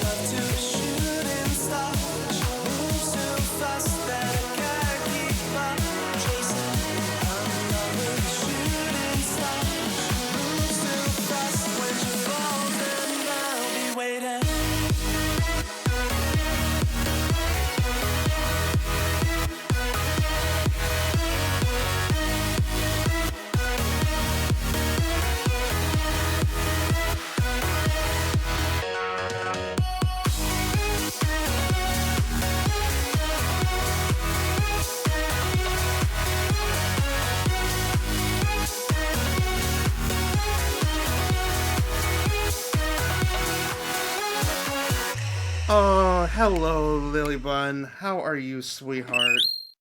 Oh, SM Pie, thank you so much for the follow. I appreciate that. How are we doing this evening? How was your stream? Let me get you a shout out here real quick. There we are. Backrooms, I'm assuming this Backrooms recording? That sounds fun. Have you have you seen the reminds me, have you seen the trailer for the Backrooms movie coming out? Because it looked really, really good. But welcome in, Raiders. My name is Justin, or the Jable. I am a part-time variety streamer and voice actor, and a full-time nerd. And we are doing our grand finale of playing Date Everything, which is a parody dating sim where we dated and made real the personification of all of the things in our house, which ranges from everything from your bed to your existential dread. I just made that rhyme. I didn't even mean to do that on purpose. There's a movie coming? Yes, there is. And it's got Kane Parsons, or Kane Pexels, who did the really popular YouTube series as the director. And it looks really, really, really, really good. So I'm excited to see that come out. I think that's coming out. I can't remember if that's coming out later this year or if it's early next year. I'll have to look at it. Director's the OG. Yeah. Actually, sorry, my computer is taking a shit right. No worries. I completely understand. If you need to raid and run and figure out what's going on with that, I completely understand. Thank you so much for sharing your community with me. And I hope you have a wonderful evening if I don't hear from you again. But I hope you're able to get your computer situation figured out here. Let's go ahead and jump back into the game here. We are in the final process of making the last bit of our dates real before we see the end of the story here. So we're going to keep going until we're done. Ooh, excuse me. Sorry. Burp tried to escape and it didn't want to come out. But I am very excited to finish the game. We've been playing this game for months, trying to get as much of it as we can. We didn't get quite a 100% completion, but we still got most of them, so I'm pretty proud of that.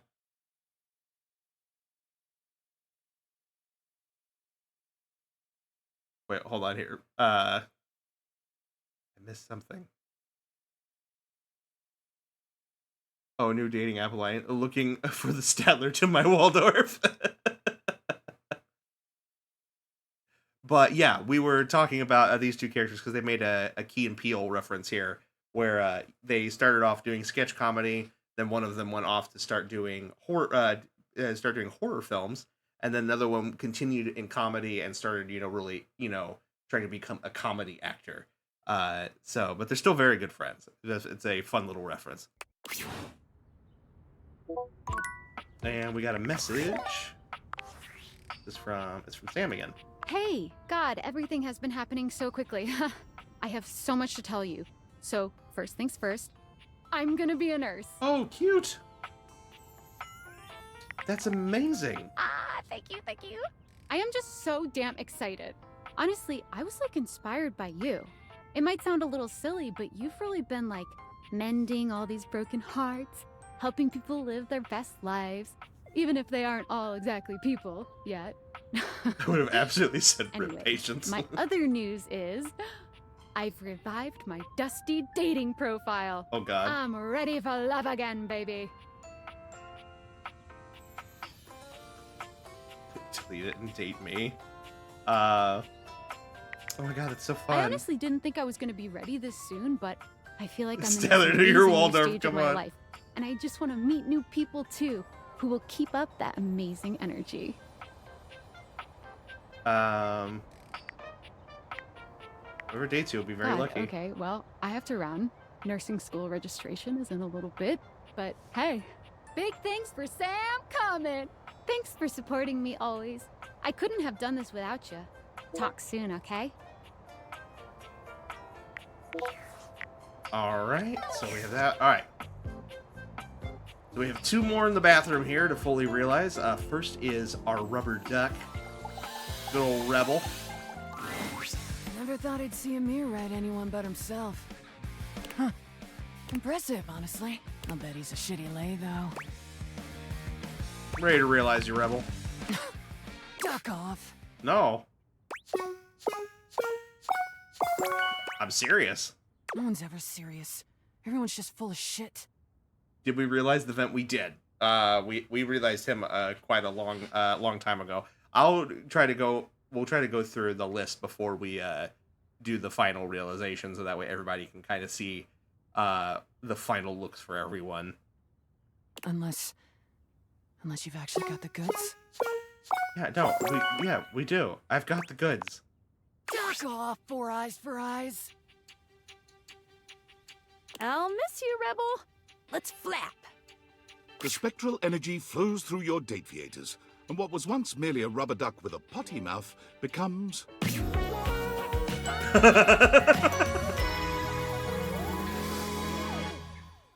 Wow.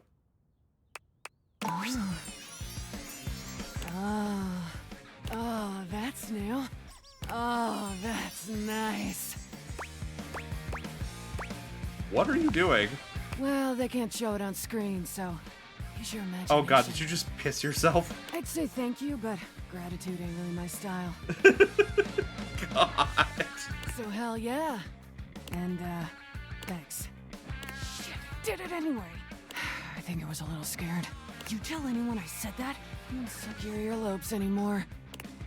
I think you might be scared too. Take your time, dickhead. I bet it's worth the wait. Take care, you butt munch. Rebels squeaked out of the house and into the sunlight, where they promptly... I think she escaped was under a having nearby fun, fence. maybe. Could be either one, honestly. They eventually crawled into the nearest warehouse, where they felt at least a little more at home among the concrete. Standing there scowling, they attracted a crowd of runaway teens who could feel an intense burst of bad mother clucker energy.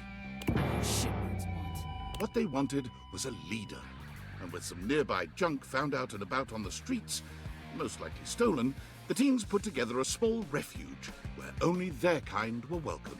Misfits, miscreants, and misanthropes all, they helped each other through the shithole called life with unmitigated support and love. They would never admit it, but the group home made the world a much better place. Duck off with that sappy shit. We're problems. Only. Okay. Well, that was certainly a thing. Alright, and now to realize the toilet. Hey, it's my protege. Seeing the bro today. What have you got to say? I need to pee. Rule 1 in graffiti. Tagging over others starts street beef. I want to realize you. Lil Crapel thought you were always supposed to rap through balcon... Wait, what did you say? I want to make you human. To be human. Oh, to only be shit on metaphorically instead of literally. Jean-Luc, he weeps at the prospect. I will not question your choice to turn this toilet into a living human man. Thanks, Skylar. I'm already questioning it again.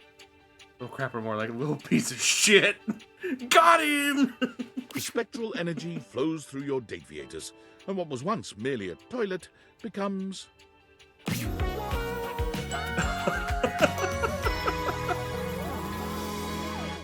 He looks like a cross between fucking Eminem and fucking John Cena. Oh, ho, ho. Oh, ho, ho, ho, ho. Jean-Luc! Elise! And after all these years, he can finally turn around! He turns around. Oh! Look at this! Is this The name, yeah. behind Jean-Luc? The dust bunnies and a crinkly old dryer sheet? The only thing hanging on Jean-Luc's shoulder should be the beautiful groupies. He'll be rolling in groupies soon enough. Jean-Luc can see it now. He will have the moderate success with his first few songs. The second album, she will be even better. But the third album, this is the one that changes everything. Jean-Luc is noticed by the big-time producer. He guests on 2 songs, one of which becomes a #1 jam due to his lyrical stylings. Soon enough, he rockets up the charts. Platinum, Triple platinum! A new rank called porcelain just for Jean-Lu. The fame gets to Jean-Lu, though. He becomes embroiled in an East Coast, West Coast rap beef with his ultimate rival, Jimmy B-Day. Tensions grow higher and higher. Rumors abound of little Clapper's vices and addictions. His life is in shambles. But the songs keep on coming! Then, at the height of it all, he is taken out in a drive-by shitting. Drive-by There goes shitting? enough of him. His death comes as a shock to the nation. People speculate over his killing for years. There are some who say Jean-Lu, he is still out there. Au revoir, mon ami. Jean-Lu's new life, she begin today. He's gonna end up putting the fries in the bag, isn't he? Jean-Lu became an accountant.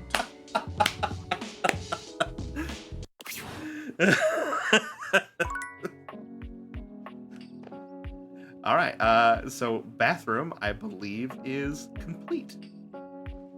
So we can close that door.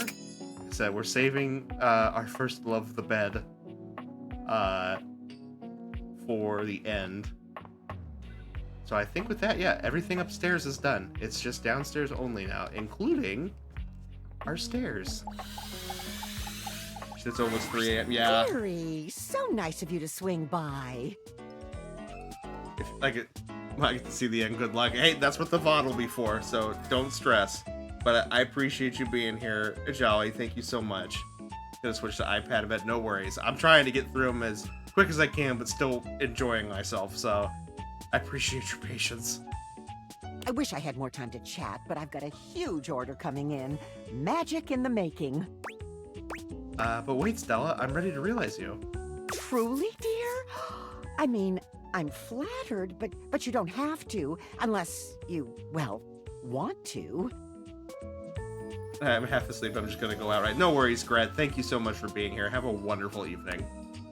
I mean, I want to, but only if you want to, too.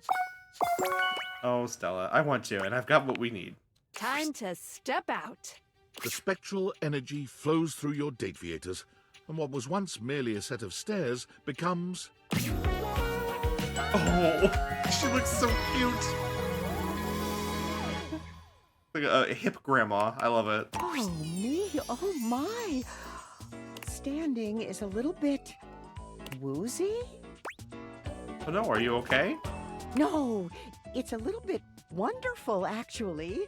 Standing on my own 2 feet. I can move, I can look back, I can see how far I've come, and I can do that again and again and again. Thank you for your patronage.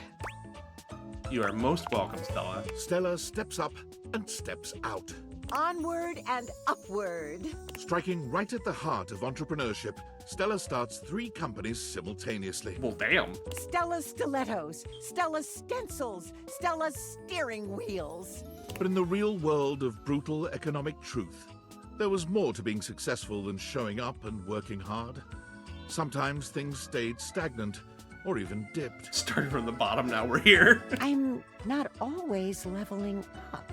In order to cope with the feelings of despair, Stella opened a silly-looking app that you would Oh, download no. onto her phone. Candy Crash. And very soon topped the leaderboards over the entire world.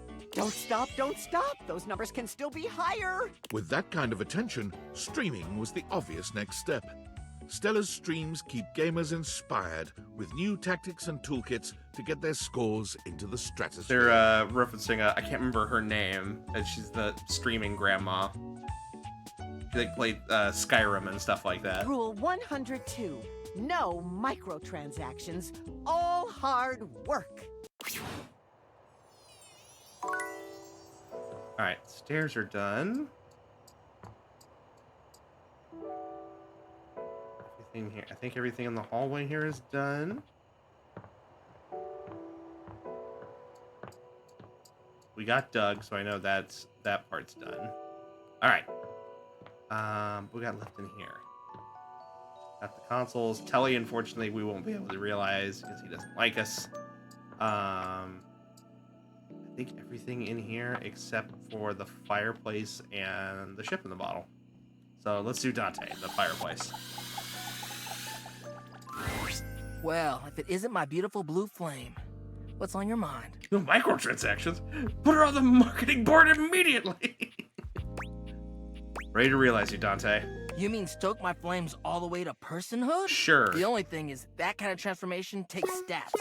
You got enough of those? You know it, Broseph.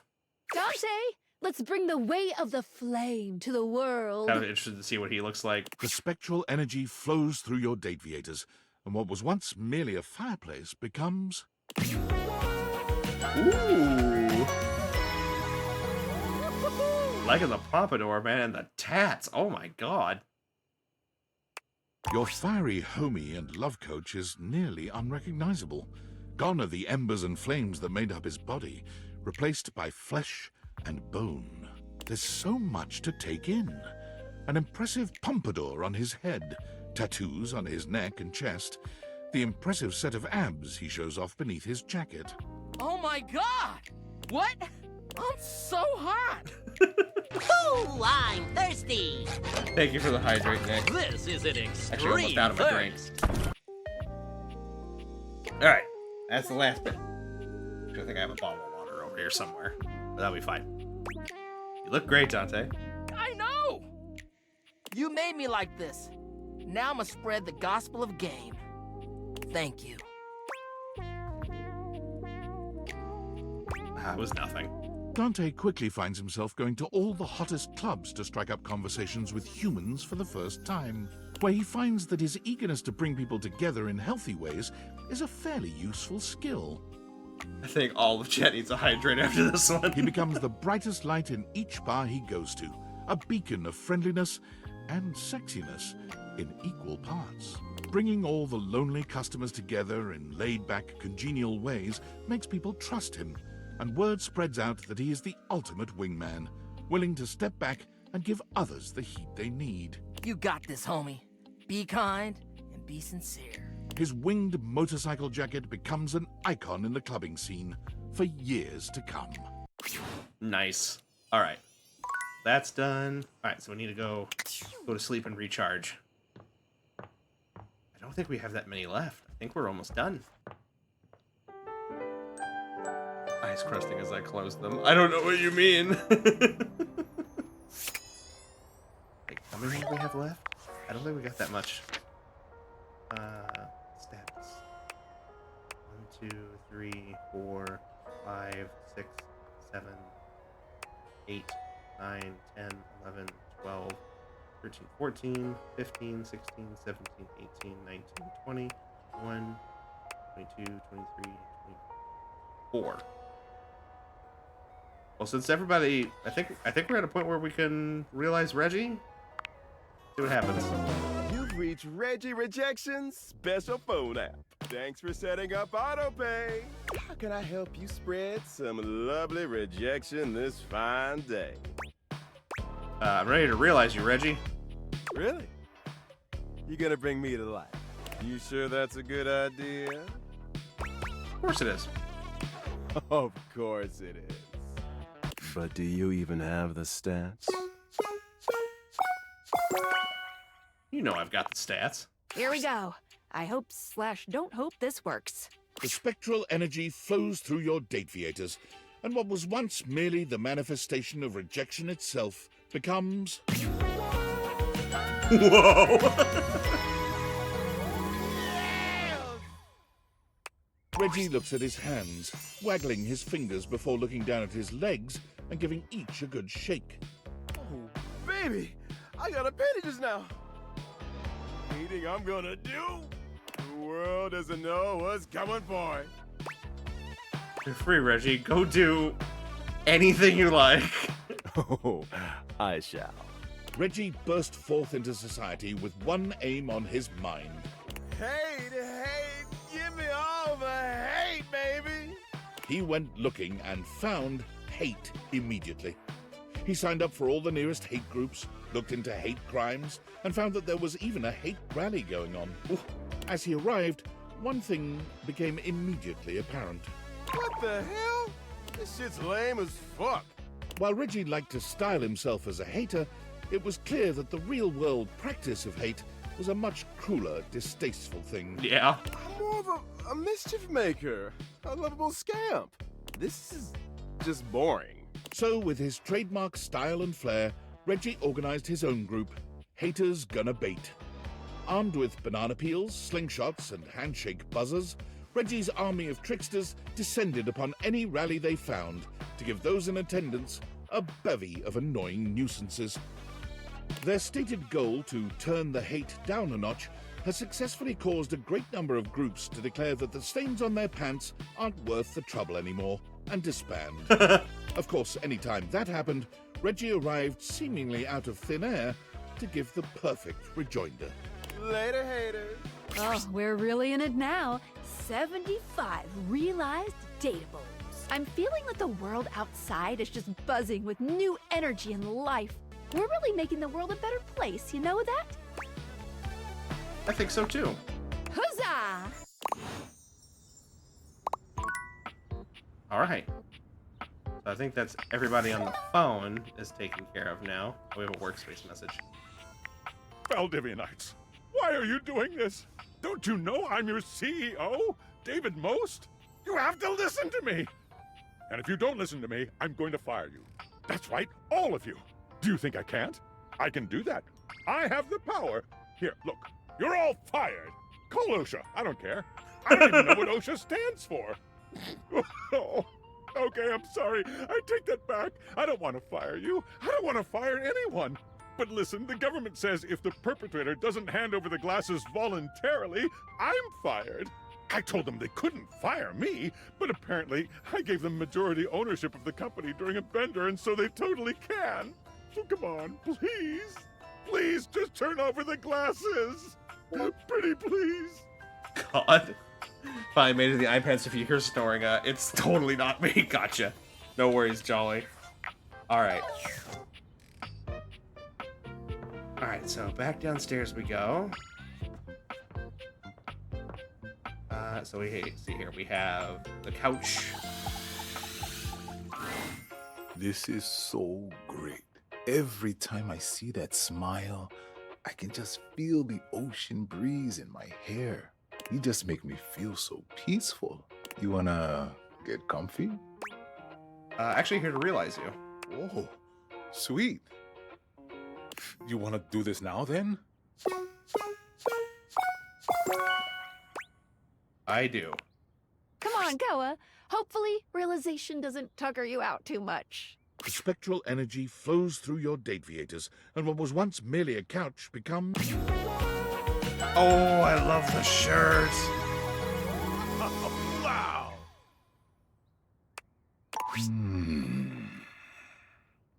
Koa looks over his body, marveling at the size and strength of it. The words don't seem to come. He looks to you, opening and closing his mouth a few times before just that futon.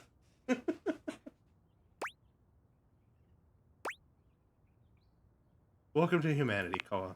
There's so much this body can do. So many naps I could take in so many different places. He knows what's up. Now that's what being human's all about. I can't wait. Wow. I'm gonna relax like no human beings ever relaxed before. Koa's long-held dream of napping in all sorts of different places leads him to purchase a furniture store, complete with a massive warehouse.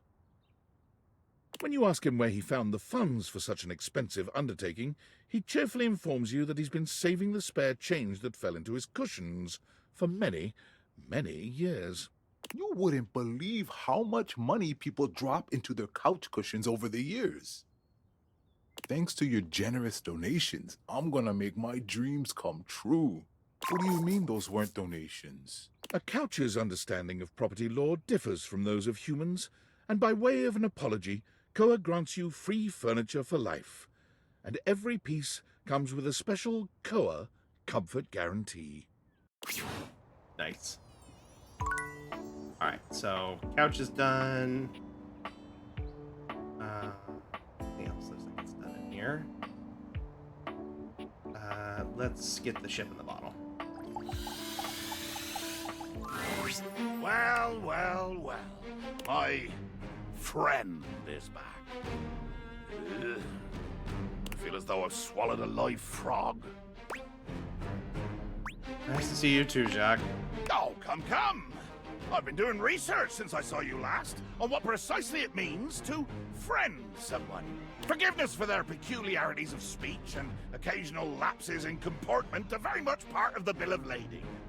And your hold, friend, may be getting quite full. I have zero intention on being any nicer to you or more pleasant as a general rule than I am right now. So put that on your oar and stroke it. Stroking per instruction. That sounded like innuendo. Innuendo makes me quite hostile. Imply at your peril, you lobster. In fact, off with you. Off to the boil if you insist. I have to find somebody to kill now, and as already promised, it cannot be you. Damned inconvenient, this friendship thing. Oh, okay.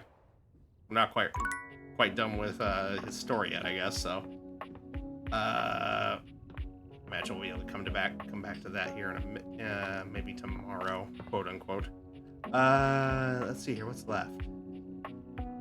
Oh, we haven't done the Scandalabra, or as we now know him, John Wick. So, want to hang? Actually, I'm ready to realize it, John. Huh. No way. Really? You mean I get to be a real person named John? Are you sure it's gonna work?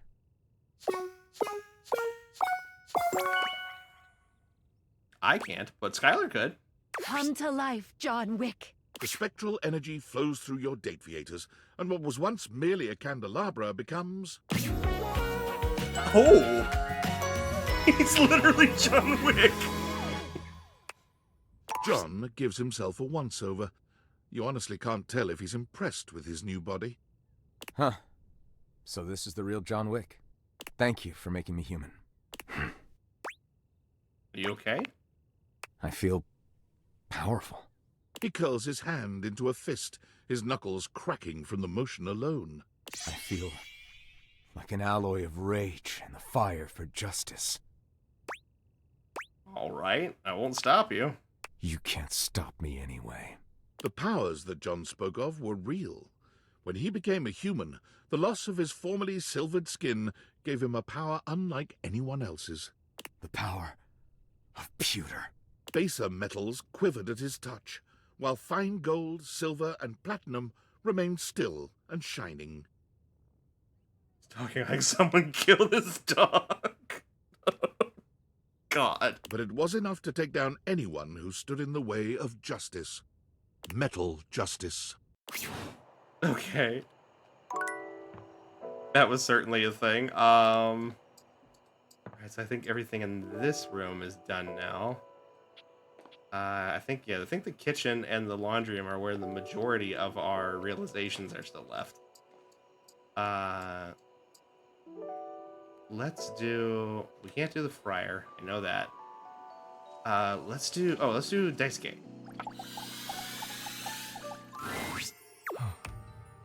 There you are, my love. I had hoped you might come by. I'm ready to realize you. Are you quite certain? Yes, I have what it takes. Welcome to your new world, Daisuke. The spectral energy flows through your Dateviators, and what was once merely your dishware becomes... Ooh. Very pretty. What is this feeling? My hands. Daisuke holds his hands up in front of him, like a stoner who's only just realized the wonder of his own body. The power of these hands. They can create so much. Creativity is so inspiring, Daisuke. Thank you, my friend. You will not regret this. I will honor your faith in me by filling this world with beauty. Daisuke left your home and immediately went to what he knows, ceramics. He managed to talk his way into a job teaching ceramics at the local community college with only a few well-chosen words, letting his smoldering good looks do the rest.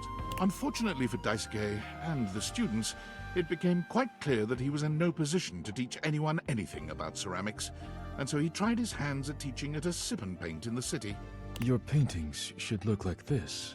Why do none of your paintings look like mine? Of course, we are painting the same scene. Never mind. Let us continue. But once again, Daisuke's artistic ambitions didn't match up to his technical skill. One of his customers did, however, realize Daisuke's true potential and invited him back to the community college, this time as a live nude model. What? His statuesque features, arresting good looks, near supernatural ability to hold still for long periods of time, and endless patience all make him an ideal candidate for modeling. Daisuke finds he is content and fulfilled by helping others bring beauty into the world, even if it is not wrought by his own two hands. Alright. Should be able to close that now. Alright. Done with that session.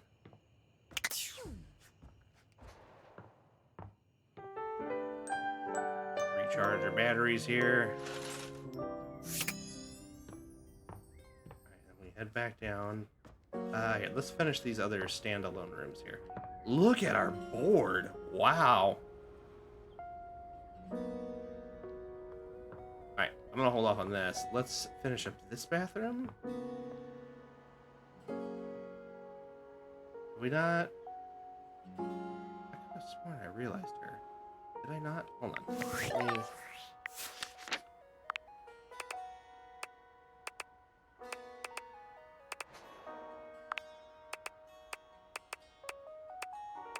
Oh no, I haven't. Okay, well then, let's realize Furia.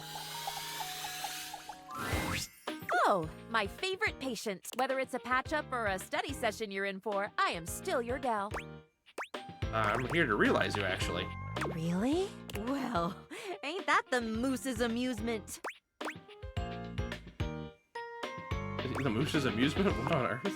Yes! Oh, come now, picture it. A great big moose with his great big antlers, cavorting and gamboling about with grass and flowers sticking out all over his fur while the bugs buzz and tease him. Tell me that doesn't stretch that smile. You are a language unto yourself. Indeed, I am. Indeed, I am. So, I'm truly getting realized. You'd like to take this humble... Okay, not so humble doctor-to-be and transform her into a human being? Like the great Dr. Frank Furterstein and his miraculous living bun? Wonderful! Splendiferous! Dumb diggity delightful! I'm in. We can do this now, yes? I'm always ready for a life-altering procedure. Yep, we're ready to go. Let's do it. Bring Faria to life! Clear!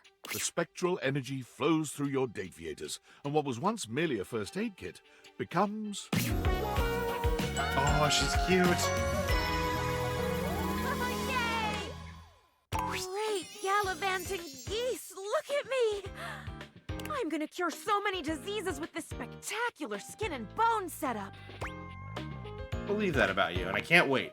In an event that will come as a surprise to no one, Faria marched right up to the recruitment officer of the local medical center and sat in the recruitment office until they gave her a job. None of us really know just how amazing I will turn out to be, so let's get me into scrubs and see. Also, unsurprisingly, although it took 6 full days for the human resources staff to relent and hire this fresh graduate with no experience, Faria was smiling, studying, and ebulliently greeting everyone within arm's reach the entire time. Her bag has wings. Oh yeah, it does. Her little band-aid. She was just tickled pink to be, at last, in the human resources department. Cute. So we can close that. I think the only thing left in here is Johnny Splash.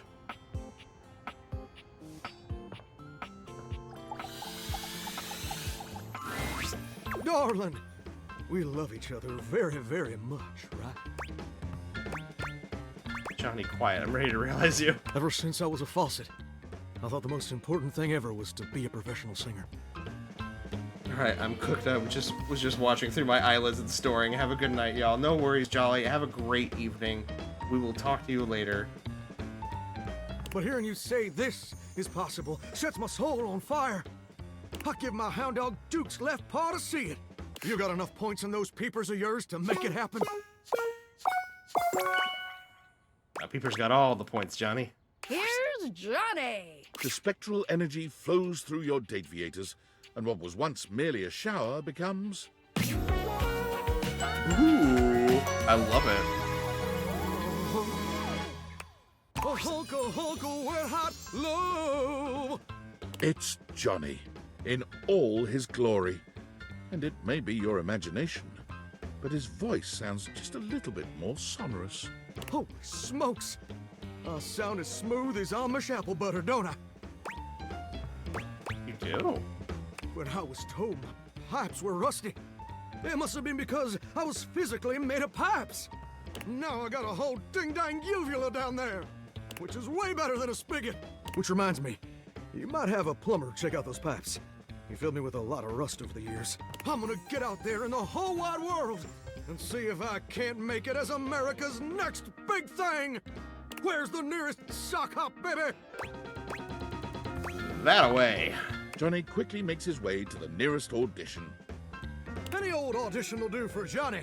It becomes quickly apparent that his voice is flawless. His style is magnetic.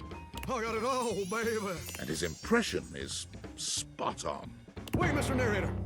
What do you mean, impression? Oh, no. Johnny's downfall is finding out that even with talent, he'll only ever be seen as an Elvis impersonator.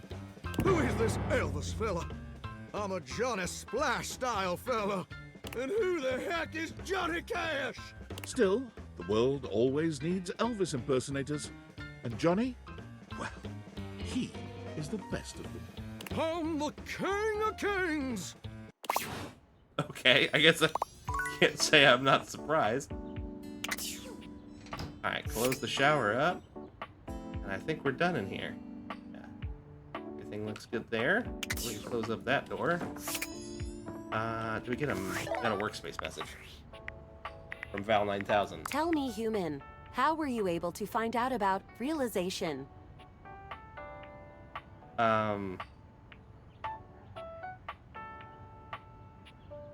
Let's play dumb. Hey Val, how are you today? Apologies. Allow me to begin the conversation with a proper greeting so as not to alarm. Hello. Tell me, human, how were you able to find out about realization?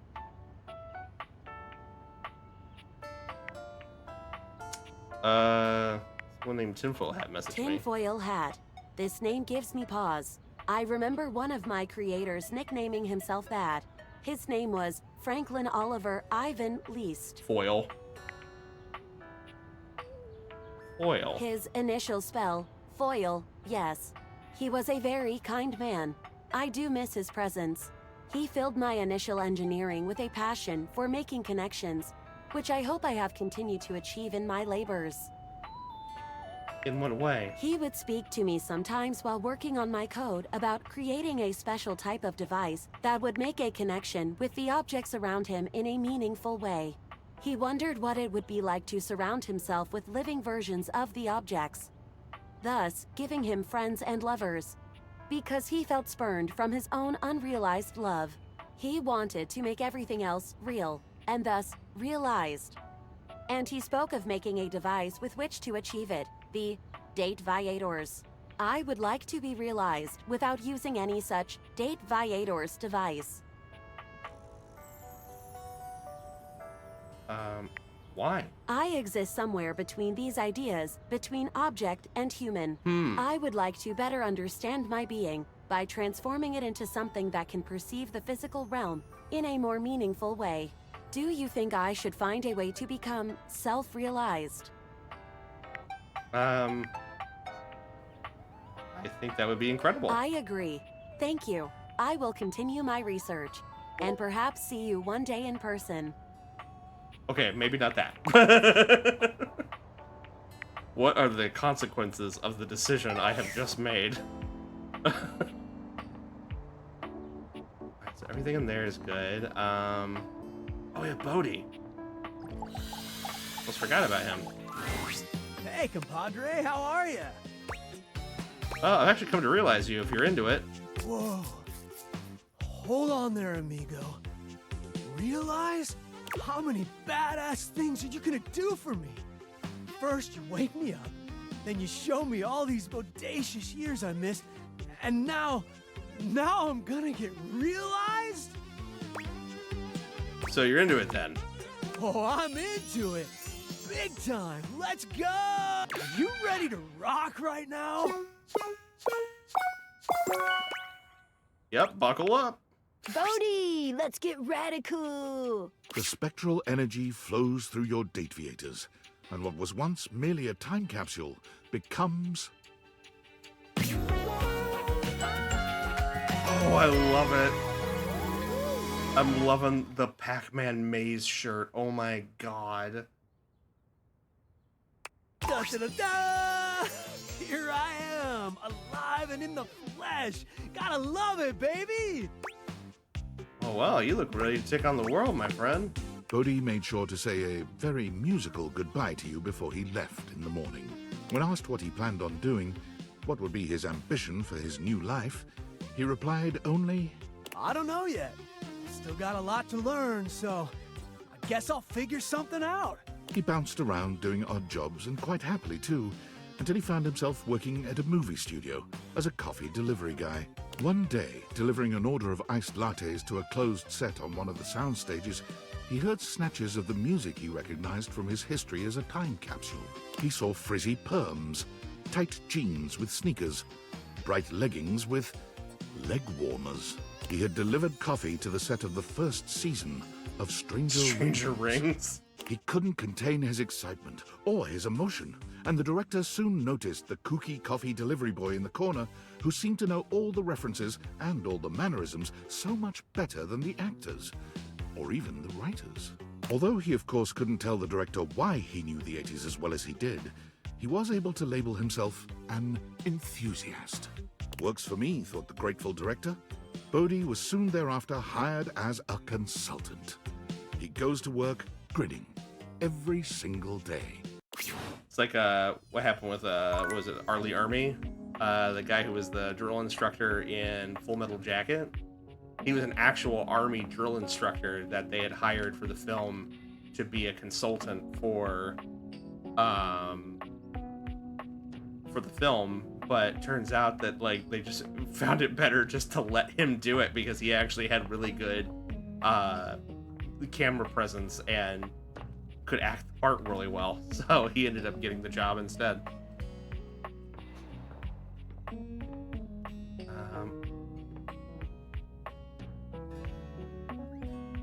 Let's see here. So I think everything in here is done now. Everything. I already talked to you, so I can't do that right now. Alright. Kitchen. We can't realize Mitchell Lynn, the food, so fortunately we'll have to skip that. But oh, let's do Kopi. Hi, love. So Kopi, I'm ready to realize you. Wait, really? You can go do whatever I want? Yes, and I have what you need to do it. Rise and grind, Kopi. The spectral energy flows through your Dateviators, and what was once merely a coffee maker becomes... Oh, I love it! Super cute. Yay! Welcome to Human Box? Human Box. Kopi bristles with energy. Her ability to make coffee has increased 1,000-fold, what with having actual fingers. Okay, what can I get you? Kiss? Is that some kind of drink? No, Kopi, kiss me. Kopi stands, shocked. She never figured She's herself very the cute. kissing type. Not the least because she hasn't had lips for very long. Okay. Extra sweetener? You know it. Her kiss tastes of mint, the sweet aroma of freshly ground coffee beans tickling your senses. It's hot, piping hot. Sorry, but you can always blow on me to cool me down. Kopi holds your hands in hers. She looks deep into your eyes, searching for some sign that all of this is real. Do you mean it? I don't have to work in coffee anymore? Take orders? Nothing like that? Not if you don't want to. But I still like helping others. And spreading knowledge about coffee, maybe I could open a shop of my own. One free from multinational corporations. Kopi searches the world for the best place to make a small shop, one where she can serve coffee slowly, getting to know all the customers who come by. Although she is still shell-shocked if any friars walk in. A haven for coffee and a relaxing life, Kopi finds herself in the laneways of Melbourne, Australia. Interesting choice. Plus, her accent fits right in anyway. Welcome to Starbucks. Yes, with the walls full of the sound of the Indonesian instrument, the sitar, Kopi has found a way to rebrand Roofbucks with a name that doesn't sound like anything else, while paying homage to Southeast Asian culture. The coffee is poured extra slowly, and the conversations are extra long. Customers who come and visit are treated to education and elucidation on bean provenance and preparation. Nice. Alright, is that... We got one more. Who's left? We got stove and the microwave. I think that's it here in the kitchen. Because we can't do the air fryer either. Unfortunately, the air fryer hates us too. I know we're done with this, so we can close that up. God, we're so close. I'm counting like what? Oh, we have the trash can as well. So we got what? 1, 2, 3, 4, 5, 6, 7.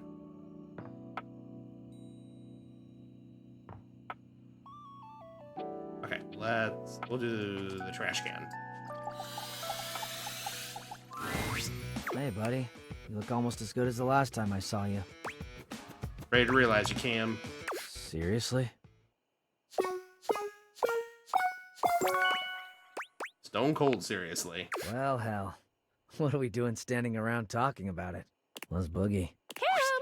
Let's see if this will get you excited. The spectral energy flows through your date theaters, and what was once merely a trash can becomes... Oh, he actually looks pretty cool. Yep. Before you stands Cam, in all his human glory. Mm-hmm. He casually examines his feet, his legs, and his strong hands. His chiseled jawline flashes in the light, and his deep, penetrating eyes radiate intrigue. He may have been a garbage can, but he's become a true work of art. Are you happy? What? You're a human. I've been seeing you a lot over the past freaking endless decade, so it's not like I was unprepared. You know, that's fair. I exist. It's cool. What else do you want from me? Nothing, I guess, as long as you're happy. So yeah, still me. This body will work just fine. Cam begins gathering as much of the trash around him as he can. He's clearly ready to embark on his next adventure, and with a brief nod and an almost imperceptible, but it's there, damn it, smile, he turns to go. Catch you on the flip, Cam. Cam strikes out on his own, and unlike so many of us upon entering the wider world, he has not one doubt about his purpose, his passion, and his final destination. Welcome to my kingdom, Chuckles. Cam has found himself as the undisputed monarch of the biggest dump in the county. My God. There is trash of all sizes and varieties, from the basic household load to industrial waste and commercial-grade refuse, to be handled only by the truly expert. Cam did not apply for this job. He simply strode in the chain-link gate and took over, to the evident relief of the entire then-present staff. When asked what his salary requirements were, Cam scoffed. I told him I didn't need some stupid paper check. There's plenty of money out there. For someone who knows where to look. Cam winked and turned arms akimbo into the methane-orange sunset over the chemical waste quadrant. For a man, formerly a can, to find his place is truly a thing of beauty. All right. Oh, another Discord message. I hope David saw my email. If his last blustery most mail is any proof, seems like he did. It was a last-ditch effort, but I still think it was the right choice. Even though it would have been kinda fun to watch Norman the Terror Worm cause an economic recession. Now all we can do is wait. Yeah. Oh, and when the government finds you, just plead ignorance. Say you grabbed the wrong backpack or something. People accidentally walk off with experimental military technology all the time. I'm pretty sure that's not gonna work. Only one way to find out. I'm so sorry, I can't talk anymore right now. I'm stealing coffee shop Wi-Fi and the barista finally noticed I'm only ordering tap water. You already used that one. Oh. Gotta go, good luck. Oh, so there's something bigger going on at play here. Interesting. Alright. Go upstairs. I think we might need 1 or 2 more rounds, I think, to get the last of everything. Oh, you know who we didn't? I realized we didn't finish somebody. There is somebody we didn't finish on the phone. The phone itself. Phoenicia. Hey, baby. What you need? I want to make you realize. Wait, for real, for real? Yep, that's what it takes. Phoenicia, life's ringing and it's for you. The spectral energy flows through your Dateviators, and what was once merely a cell phone becomes... Oh, that's really cute. It's got rotary phone vibes. I love it. Hey! Ooh, I look great! Ooh, did you get a pic when I got all transformed? Gotta post it. No, I was more interested in you. Oh, you're right, you're right. It's just a reflex, and one that I don't need to follow anymore. Phoenicia attempts to log into Placebook. Damn. Thought so. I can't even access my account since humans can't use Placebook, which means I'd have to build myself back up from nothing, which is really a blessing, because now I don't have to care. Phoenicia throws her hands up in joy. Woo! Wow! What a relief! Then what are you going to do now?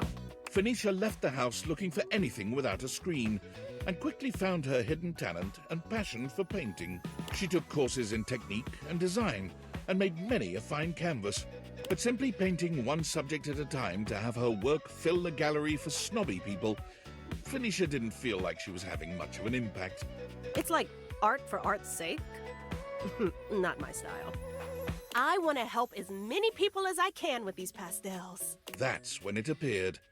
The largest canvas she had ever seen. The side of a 20-story building Oh my downtown. God. She set to work on it. No permits, just her infectious smile and the confidence of a great painter. She gotta go full Banksy on it. When she was finished, her art was an inspiration to hundreds of passers-by every day. And all without the use of a screen, followers, or trackers. It had the most likes of anything she had ever made on Placebook. All right. Another one down. I think that takes care of the whole phone now. Yeah, because that one's done. That one's done. That one's done. Can't do that one yet. That one's done. That one's done. All right, cool. Cool, cool, cool, cool, cool.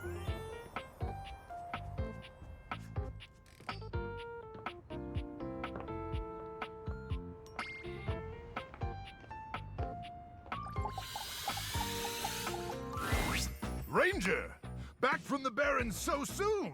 You'll need all your strength to push past the Swarmer advance in Deathville. So, I prepared something special for you. Hot tendies, straight from my chassis. Oh, hell yeah. Luke, I'm ready to realize you.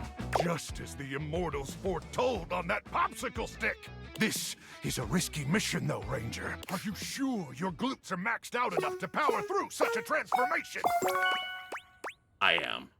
Luke, come get some! The spectral energy flows through your Dateviators, and what was once merely a microwave becomes... Oh, he actually looks pretty neat. Oh, Crook!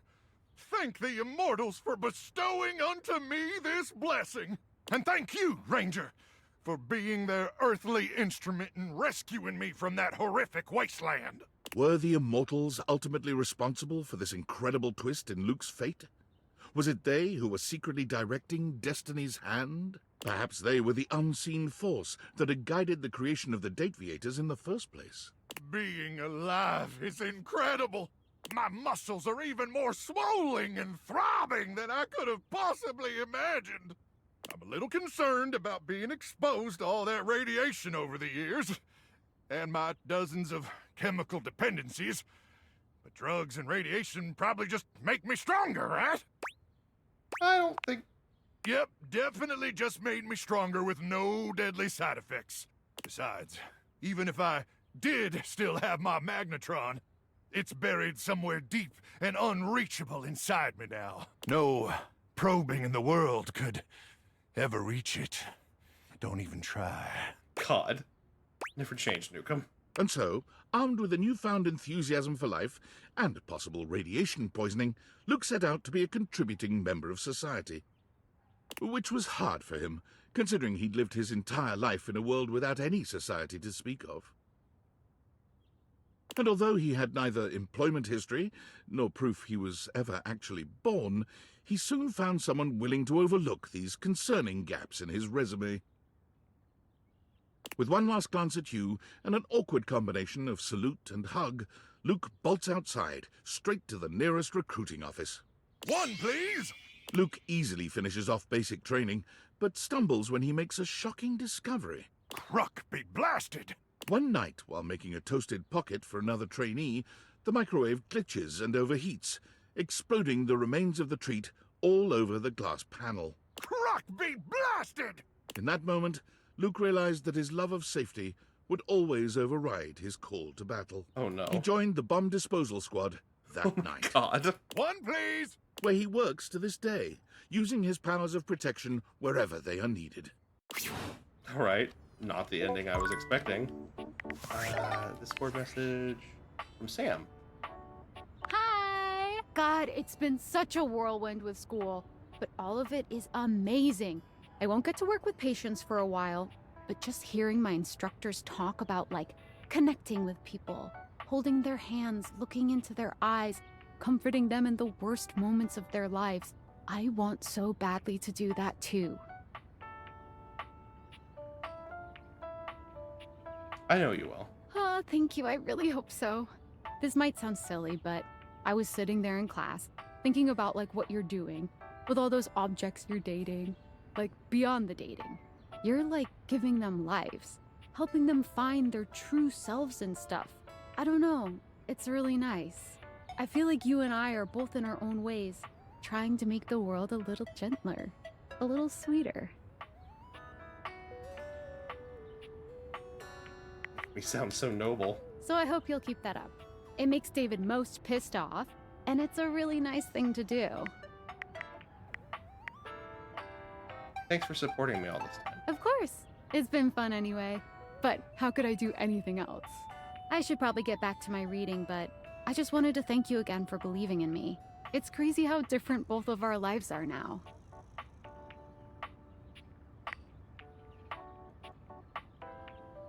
I'm just glad we're both happy. Me too. Me too.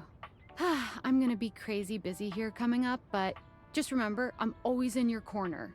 Even if we don't get to talk all day like before, I hope you date all the things in your house and make them happy, and most importantly, I hope they make you happy too. Take care, friend. Talk to you later. Need to drop off and have supper and sleep. Have a wonderful stream, Trashy, and much aloha to you. Thank you, Nix. You have a great night as well, and enjoy your meal. Appreciate you coming in here with Lily's community tonight.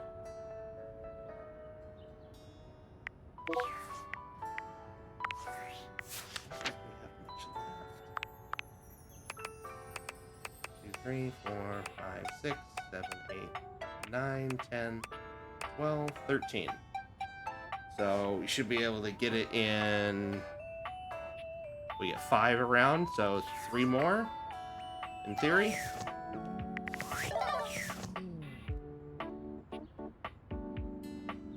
No, 2 more, because we have 3 left here. So, okay. I think everything that, well, no, we still have Stefan here. My love, my muse, are you back to make the most marvelous of meals? No, we're here to realize you. Oh, not just me, right? Me and Mr. Cluckles? Of course. Now you're cooking with gas. Do we have all the necessary ingredients? Mr. Cluckle's gonna be like a real ass chicken. Living is served. The spectral energy flows through your date viators, and what was once merely a stove becomes... Ooh, I love his shirt.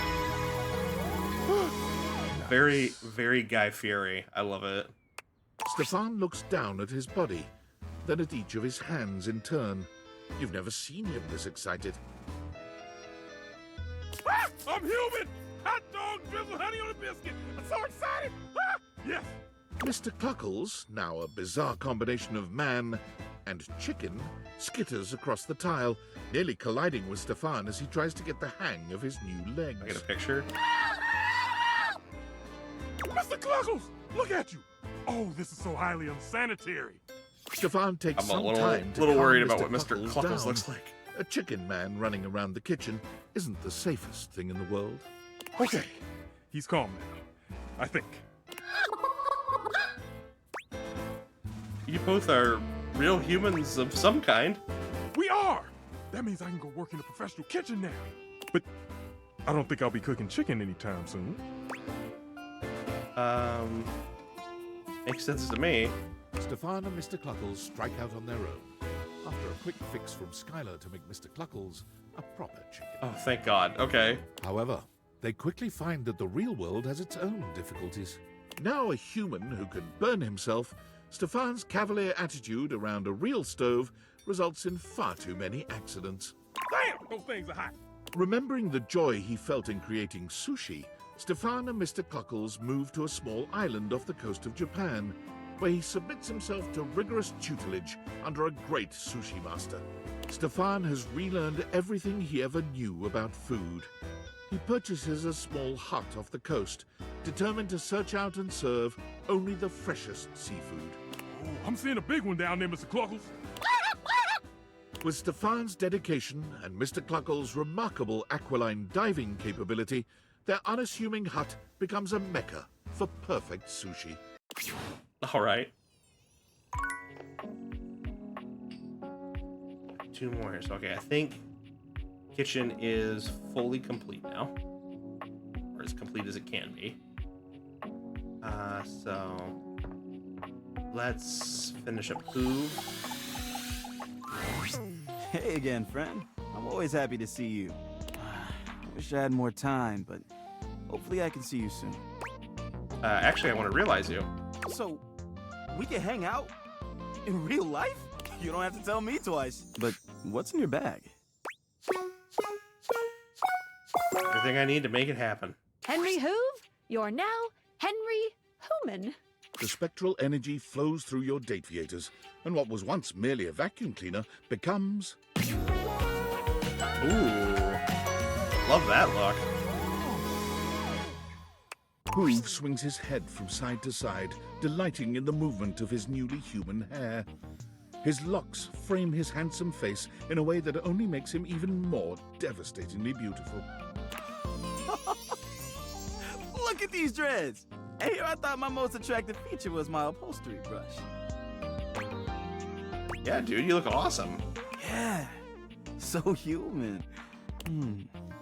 Makes me curious.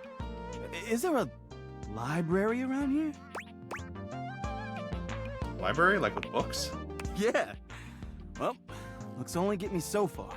I want books. It's something I've never been able to get out of my bag.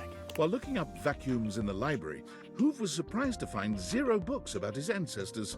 Instead, it was replete with knowledge about space, physics, and the mysteries of the... Hoove sucked up all this knowledge like a grad school PhD candidate, which he then became. My thesis is about the Event Horizon. It has drawn me in like nothing else. He works with the leading space programs of the world, where he explores event horizons no vacuum could ever dream of replicating. All right. Then we're done with that. Close that door up.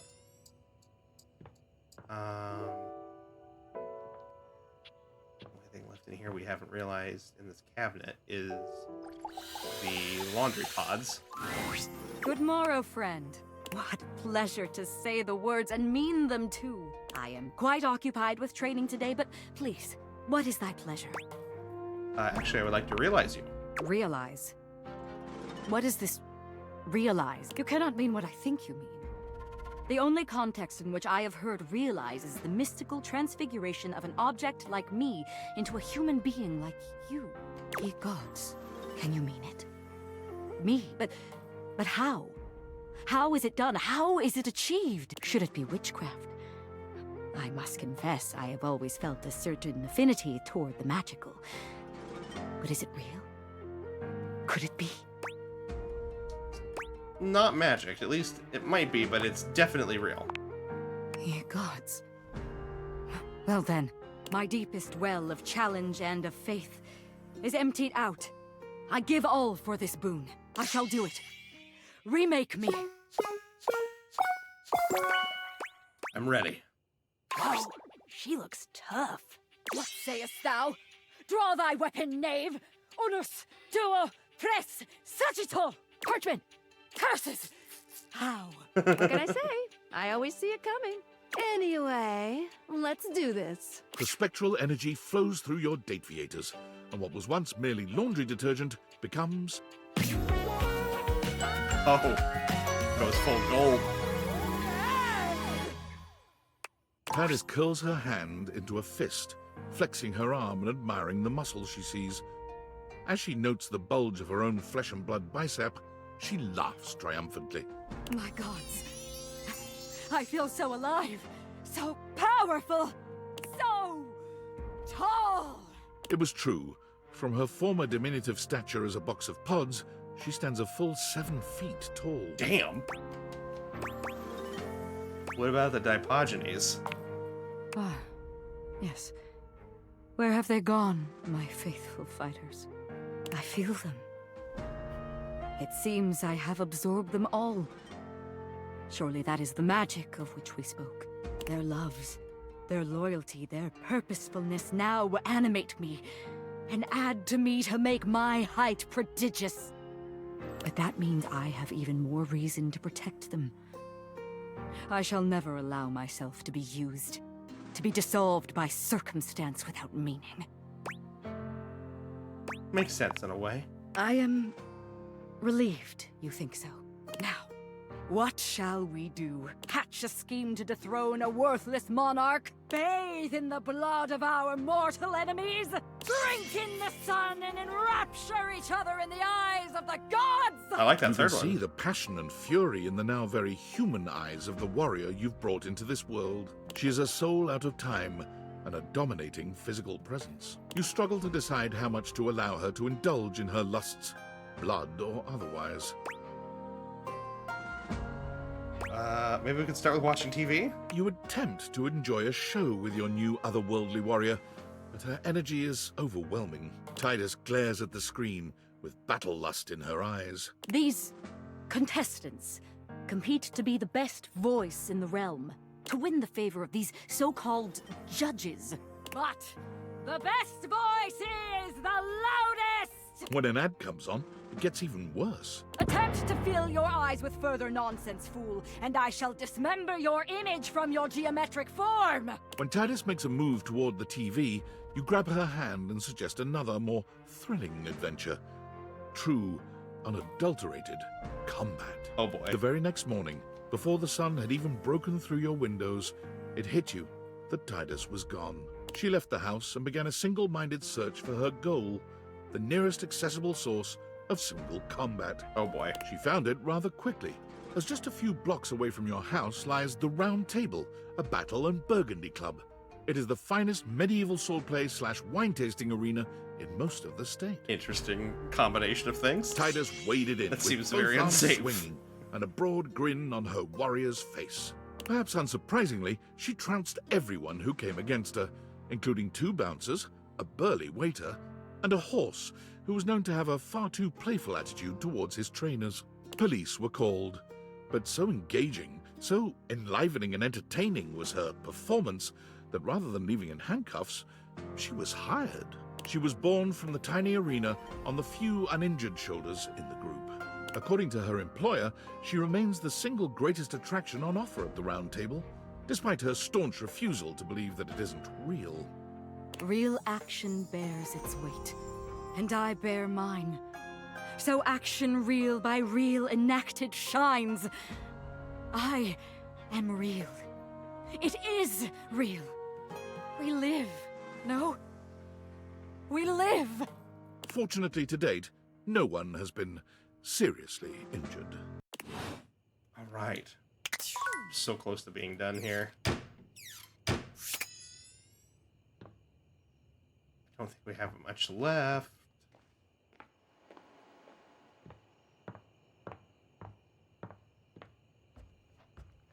All right. Rest here.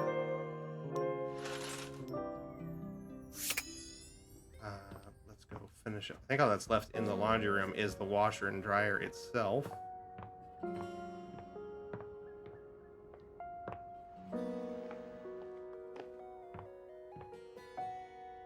Yeah, looks like it.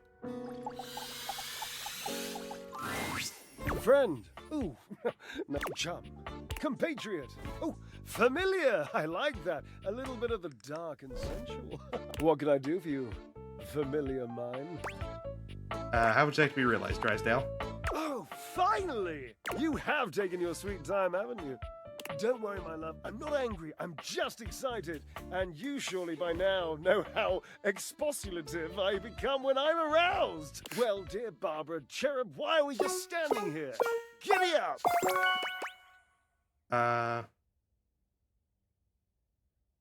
Wow, maybe this is a bad idea. Here we go. Okay, Drysdale. Let's do one more spin cycle. The spectral energy flows through your Dateviators, and what was once merely a dryer becomes... Nice. Dear Barbara, look at me. Drysdale gives you a spin, capping it off with a cheeky little swat to his glorious marvelous. You know, Washford used to tell me that I was the most beautiful thing he'd ever seen, and now I see my human form. I think he might have been underselling! Fabulous as always. I expected nothing less. Drysdale made one hell of a splash when he landed like a glittering tidal wave on the outside world. A world he found depressingly musicless, drab, and still. No one is dancing. Everyone's wearing brown. What the hell have I stumbled into?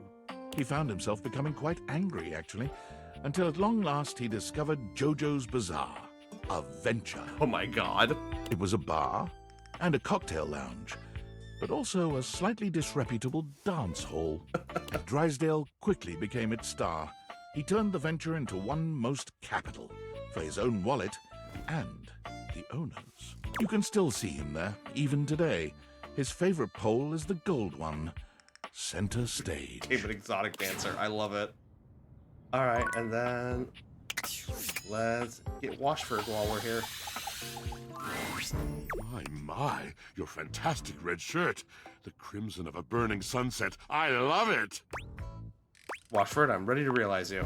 Surely you jest. You would make me real? You have that power? Yes, I do. The power, the desire, and the necessary tools. We don't need Drysdale where we're going, Washford. The spectral energy flows through your Dateviators, and what was once merely a washing machine becomes... Oh, is he also going to be a dancer? Washford's realization is a much quieter affair than you'd imagined. There's no wonder or laughter, no gasps or cries of amazement. He only inspects himself with a dispassionate gaze, shrugging. Me? What was once merely a washing machine becomes... me. Merely me. A machine into a man. And still... merely. You doing all right, pal? Oh, yes, of course. Don't misunderstand. I'm more grateful than I could say. But in some way, I do feel done. Completed. Over. Fascinating sensation, really. Washford denied any interest in involving himself in the world he found outside the house. He traveled mostly by night and always alone, until he found himself in an abandoned cabin on the edge of a high coastal promontory. Over the course of the next several months, he patched and repaired the ailing structure. He bought a tea kettle, He arranged for weekly grocery deliveries, but only to the property edge, to be left there. He filled his cabin with books, books of every variety and nationality, including a fair number written after the year 1900, as a memory of you. He spends his days reading, writing, and looking out of his window at the lonely sea. Whoa. Wow, that's 90 realized datables? Oh, wow. You know, if you need any help with making this last push any easier, I can give you some extra features in my app. Yeah, sounds good. Getting the rest is hard. To Let's the see it. phone! Okay, we have workspace from David. Valdivianites. Oh. My name is Franklin. Franklin Oliver Ivan Least. As you may have surmised, I have hacked the email account of your CEO, David Most. David, if you're reading this, I just wanted to say, I forgive you. Yes, you've done a lot of damaging things, things that hurt me personally, and things that have harmed your employees. Your actions have broken our trust, and that trust may never be repaired. But I also know you were never intentionally malicious. You were under enormous pressure to do what you thought was best to ensure the prosperity of this company, to stop anyone from standing in the way of its success. But now it's time to recognize that the person standing in the way of Valdivian's success is you. You've made mistakes, that's true.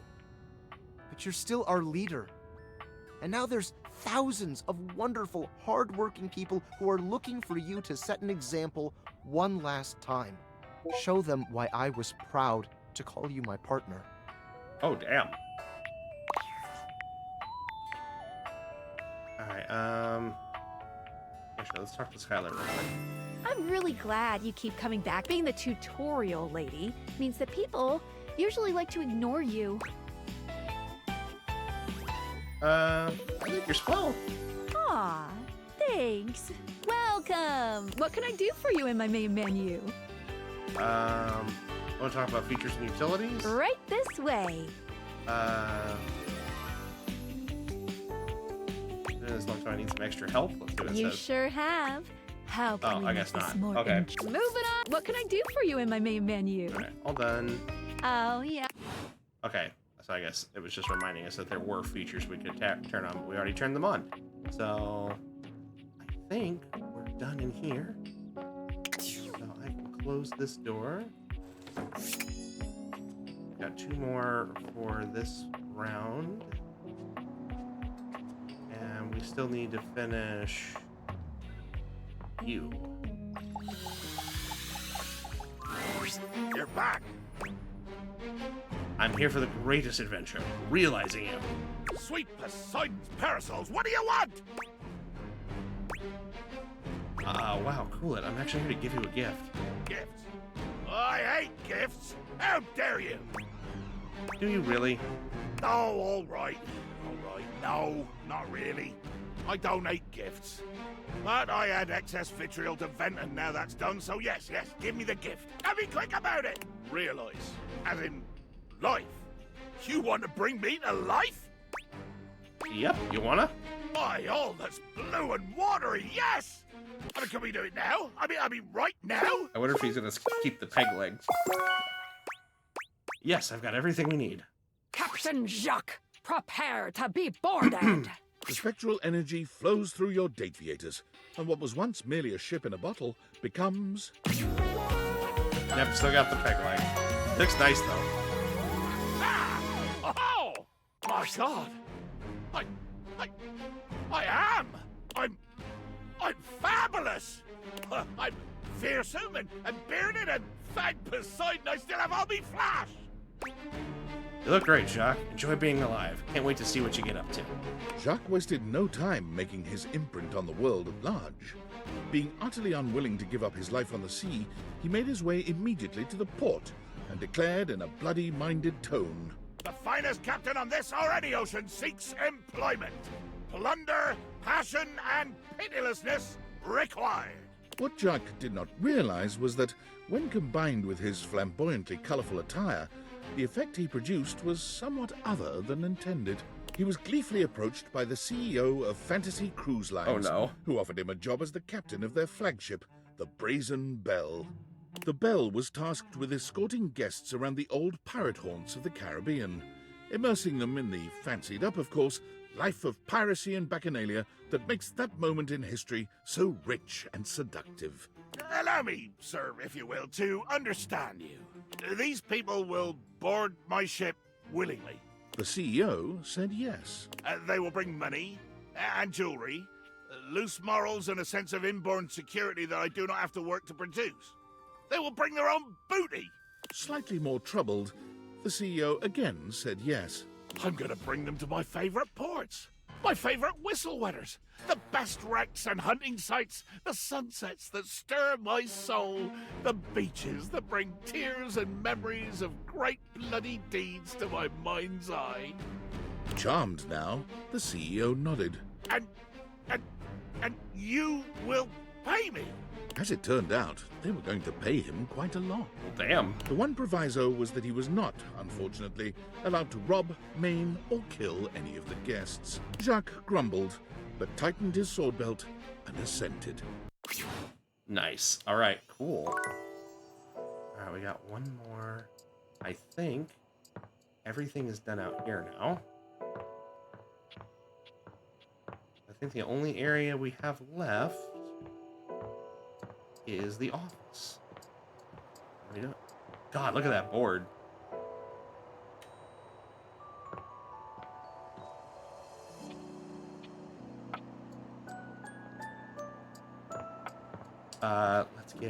Let's get Von Trapp. Might as well. Wow! It's amazing up here! So bright and roomy! Well, I've been thinking about realizing, Me? Bring me to life? I ain't exactly a looker, pal. I mean, it would be appropriate to label me as a, quote, unsavory character. No one's put me on any cereal boxes. You don't know that.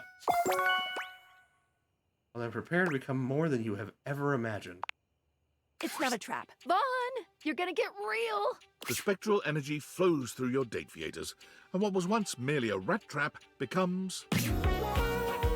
Oh, he looks so dapper. Vaughn is fully human now, but there's still a pronounced rodent-like energy to him. He looks himself up and down, giggling maniacally as he takes in his new body. Hey! I'm a whole lot bigger than I used to be. Not bad, huh? All the better for murdering rats. There's a murderous gleam in his dark eyes. Wait, Vaughn? I told you, I got one purpose. And now that I got these fingies, I can do all sorts of violent acts. Oh my God.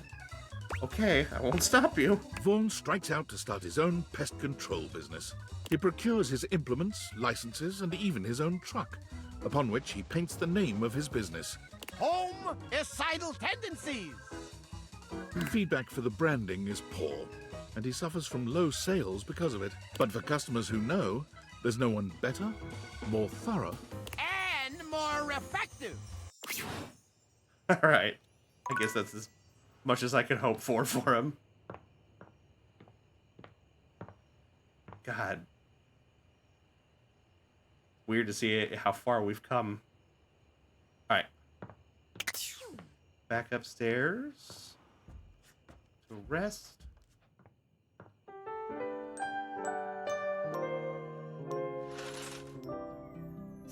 right. Back to the office here. What do we have left?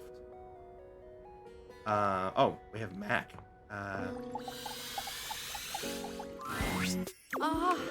The source code of my happiness. The algorithm of my heart. Seeing you makes my CPU buzz with excitement. You know, I could really use some sweet, sweet double-clicking if you catch my clever sensual inference. Actually, I wanted to talk about realizing you. Now that would be quite the upgrade. Although it would probably negatively affect my chess ranking. Are you certain you want to transform our relationship so substantially? I'll still teach you how the knight moves once you're human. Ready for your next upgrade? The spectral energy flows through your Dateviators, and what was once merely a desktop computer becomes... Not much change, but that's fine. Incredible! Fascinating. My body feels incredible, yet my brain feels substantially less... What's the word? Good? You understand what I'm mouthing, right? It's a substantial enhancement. Just maybe not for their brain. Even so, it's definitely still better than the Hoboken to Atlantic City upgrade. My CPU is nearly overheating just processing the profound implications of such a transformative metamorphosis. It'll definitely be an adjustment not being able to access all the knowledge in the universe at lightning speed. But it's worth it, since now I can truly interface symmetrically with you. Glad to have you here too, Mac. But having fleshy organs is only one of the 16 immutable aspects of being alive. And to truly be human, Mac would need to acquaint themselves with the other 15. Exceptional news, my significant other! After a comprehensive and arduous search, I have acquired an acceptable vocation facilitating the ability to earn a respectable income, just like a real flesh human. Starting next week, I will be the Senior Blockchain Project Acquisition Analyst for the Moneycoin Cryptocurrency Corporation. Even though I may no longer possess the ability to process data internally, I found a home where my years of experience in pointless CPU processing is invaluable. I don't like cryptocurrency. But I do. I absolutely cannot contain my anticipation to do this repetitive task daily until all my parts degrade and I expire. Okay. Go off, I guess. Like the junk drawer is another one. Oh, if it isn't my partner in crime. Check it out. I'm working on a new piece right now. I'm ready to realize you, Jerry. Oh my. This is unexpected. If I turn human, I'm gonna have to find a new place to hold my collection. Let's get started then. Whoa. Which of these, lovely objects are we realizing today? That'd be me. Jerry. Of Jerry's junk drawer. All right. You sure you don't want to maybe do this someplace a little more open? I find I'm most comfortable in uncomfortable spaces. Suit yourself, man. And from this moment on, I mean that literally. The spectral energy flows through your Dateviators, and what was once merely a junk drawer becomes... Oh, it cleaned up nice. Oh, excellent! Wowza! I'm tall! Look at that! Is this my collection? Gosh, it all looks so tiny from here. And... Oh, woof! Oh, what is that? That's a smell. Jiminy Christmas, that is right. Is that the general aroma my collection's had all this time? No wonder nobody used to open me. Yeah, it's rough. Oh, dear. Jumpin' Jehoshaphat, that's smart! I've banged my leg against the exhibits more times than I can count, but it's never felt like that.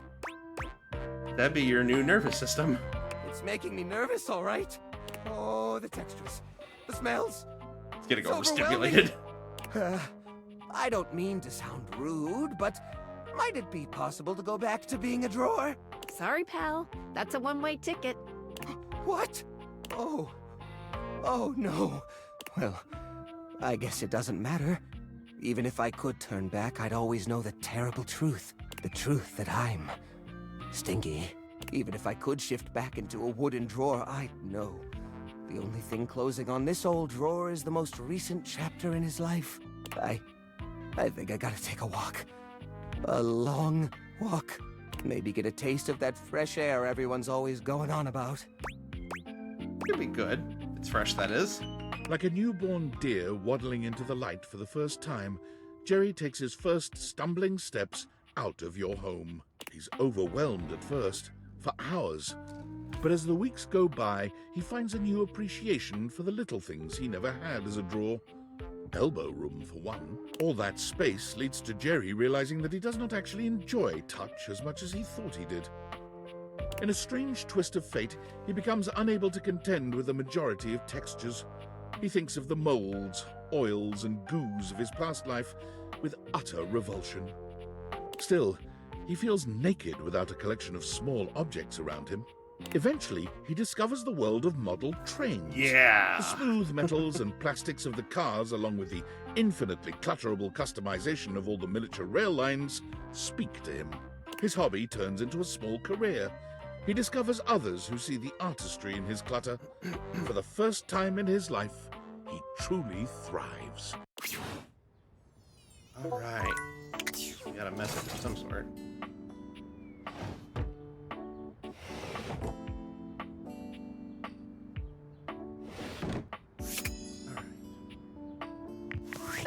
Oh, we got one of each. I can't believe it. It actually worked. He wants to reconcile. And none of it ever would have been possible without you. Even though you've been a real pain in my ass, I still couldn't have done this alone. So thank you. Thank you. Had a blast. I'm sure you did. Objects can be very interesting to speak with, I've found. Did you fall in love with any? My heart is set on David alone. But there was Quentin, of course. Who's Quentin? Quentin, the quaternary diode array liquid chromatography system? You probably haven't met him. That said, there shouldn't be any issues with going outside your house now. David and I might even stop by the old homestead to see you. Should I plan for that? No. David's helicopter is very, very fast. We'll show up as soon as you leave. If you say so. Very, very, very fast. But I won't stop you from continuing to have fun in there. Come on out when you're ready, partner. Okay. So we're safe in here. Valdivia Nights. David Most here, but you can call me Dave. Having carefully considered my options, I've decided to step down from my role as CEO of Valdivian, a role I've cherished more than anything in the world. And as my final action as your chief executive, I have dissolved the partnership between our company and the Department of Overseas Violence. And apparently all the surveillance records mysteriously vanished from our servers, along with the location of the missing glasses. Looks like that pesky hacker struck again. After reading Franklin's email, I had a realization. It's absolutely true that someone has been stubbornly destroying the lives of everyone he cares about. But that someone isn't our blameless teammate who stole the prototype. I know that with new leadership, this great company will have the opportunity to flourish again. And as a fan and stockholder, I'm excited to see what happens next. And to Franklin. I know you may never forgive me, but if you'd ever give me the opportunity to try, meet me at the rental where our journey first began. I'll be there waiting. Dave. Aww.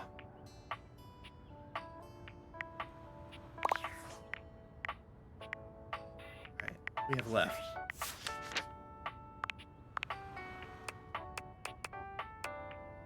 Oh, we haven't realized Celia and Florence yet? Oh, okay. So we have Celia, Florence, which they'll get realized together. Betty and Skylar. That's it.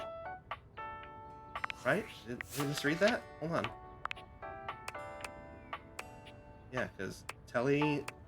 We missed out on Telly, Tina, Mitchell, and Fryer. So honestly, not terrible.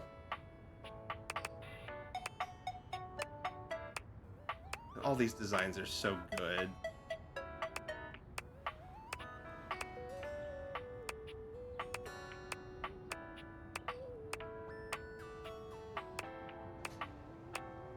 I love how like there's still cheeky little references in there too sometimes. And some of them are just goofy, like Sinclair finally getting his head.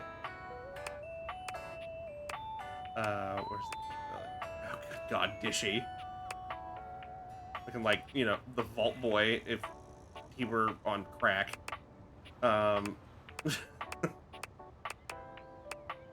They're all just so fun.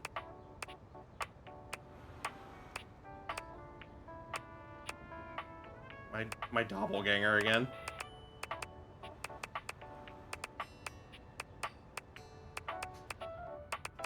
All right. God, Aaron.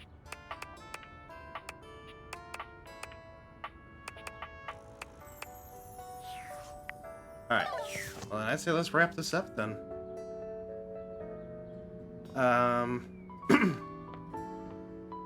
Our board is almost full. Does it have... Oh, and it has the different symbols. If, like, they were friends or lovers, that's actually really cute.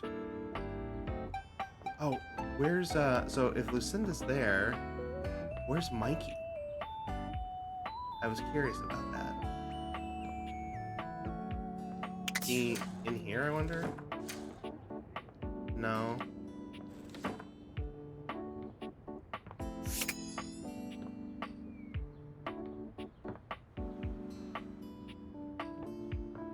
They not give him an image?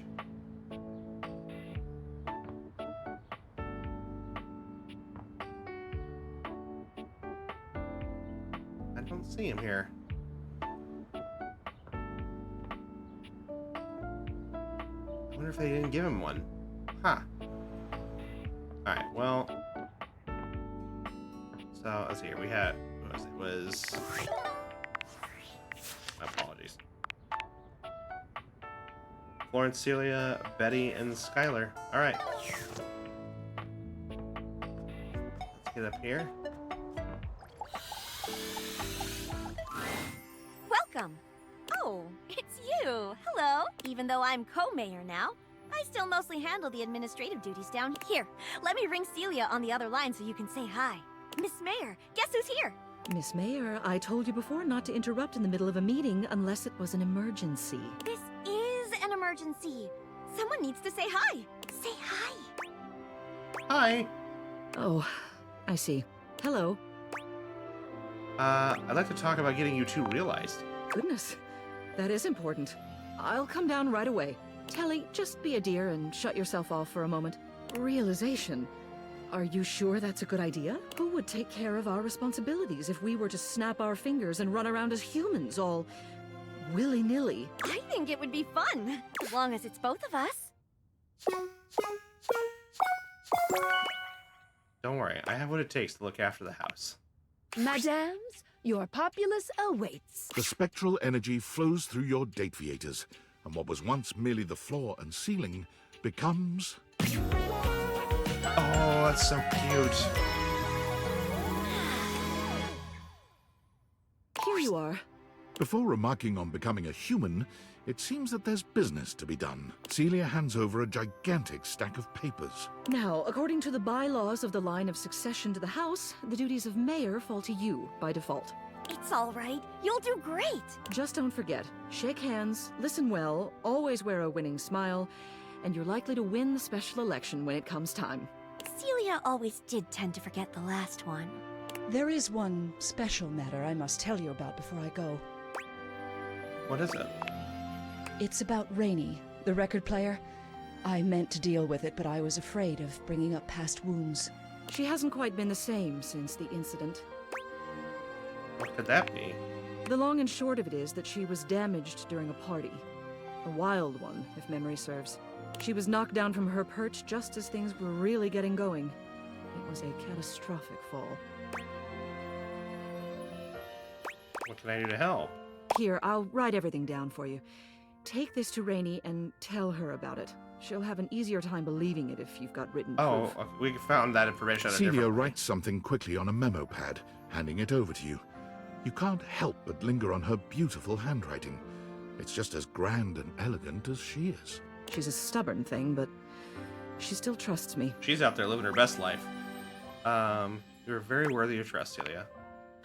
Well, this mess outside isn't going to fix itself. Ready to go? Bon voyage, ladies. Celia dusts her hands and excuses herself and Florence from your home. It's been lovely being your mayor, but it simply isn't right for a woman of means to live on another person's dime. She and Celia get a surprisingly luxurious apartment together. You never did figure out how they could afford it. Soon enough, Celia throws herself back into local politics. First it's the neighborhood watch, then the local school board, then a small government position a few towns over. It's never a surprise to see your previous ceiling running for the primary. She always holds the most wonderful parties on election night, and she never fails to answer you any time you reach out, especially with the help of her lovely assistant. She and Florence as a team complement each other perfectly. All right. Floor and ceiling are done. I closed all of my affected doors. Well, not, I haven't closed this yet because I want to come back and look at that before I finish up here. All right. Betty, it's finally time. There you are. I was just thinking about you, you know. How about a kiss? I'm ready to realize you, Betty. How cool. We can finally really be together. Are we really doing this? Let's go. Come on, Betty, let's wake you up. The spectral energy flows through your dateviators, and what was once merely your bed becomes... Oh, I guess I shouldn't have expected anything more than that, huh? She looks cute. Oh, wow. Is this really me now? Betty gives you a twirl, laughing as she does. I feel so beautiful. Her eyes meet yours, and it's clear what's on her mind. She approaches you for a kiss, placing a soft hand on your arm and skimming it up to your shoulder. Won't you kiss me, baby? We can finally sleep together. Really sleep together. Come here. Betty curls her arms around you, pulling you into a kiss that curls your toes and nearly knocks the wind out of you. It's not surprising given what you've known of her, but it doesn't make it any less impactful. Things escalate quickly, and when she leads you back to your bed, you... Show her a good time. It's not every day you get the honor of being someone's first everything, particularly when they're still adjusting to their new body. But you take to your task with the gravity and enthusiasm it deserves, and Betty, for her part, matches your energy. It seems all those years as a bed really taught her a few things. As you lie side by side, catching your breath, Betty curls up against you, resting her head on your chest. I knew it was better with someone you loved. I just never imagined how different it would be to be human. The sensation, the intimacy. I can't imagine what it'll be like when we've not seen each other for a little while. A little delayed gratification must heighten everything. Don't make me go a day without you. Aw, you're so sweet. Don't worry, it won't be long. I just need to get myself set up. Get a job, a place to lay my head down, a place to absolutely blow your mind when I finally get to have you over. She laughs, sitting up to look at you with her head propped up on one hand. Thank you for everything, my love. I can't wait to show you the woman I really am. Betty's gift for making others comfortable and her love of sensuality and romance leads her to boudoir photography, where she quickly excels. Betty takes a particular joy in helping her clients feel beautiful. Many of them are people who have never seen themselves in such a light, but feel empowered in front of Betty's lens. Ironically, Betty's boudoir photography rarely takes place in the bedroom. Is she tired of reminders of her old life? Or is she simply challenging herself to look beyond the boudoir? You can be certain of this, at least. Betty is the happiest you've ever seen her, and beyond grateful. The world is just a little happier and sexier, thanks to your efforts.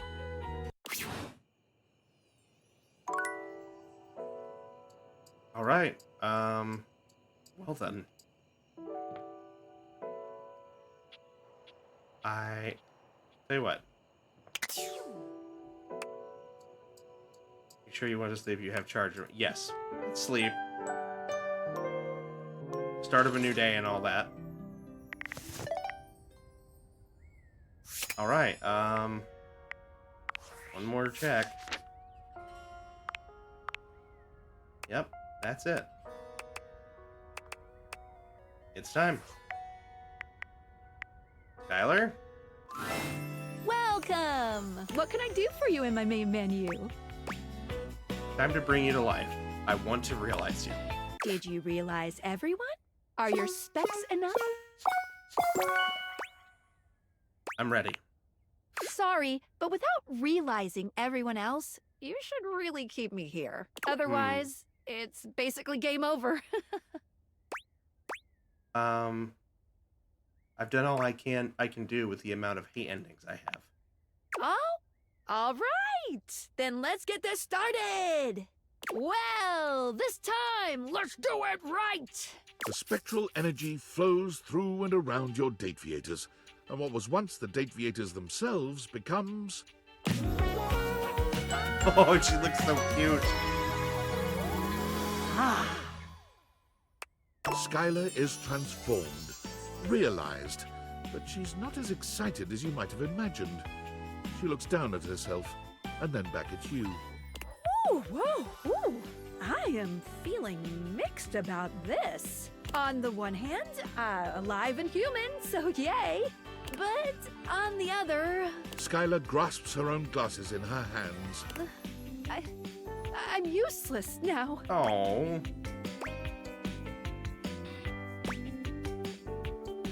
Not useless. Now you can make more Dateviators, right? No, I don't think so. I'm not an inventor. I'm just good at making connections. But Franklin has plans still. We can ask him.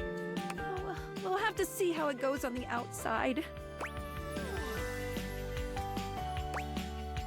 Let's open the door and see. Before I go, let me just stick one last portrait on the bulletin board. Okay. Right, they want us to go look at it. There we are. Oh, there she is, right smack there in the center. Cute.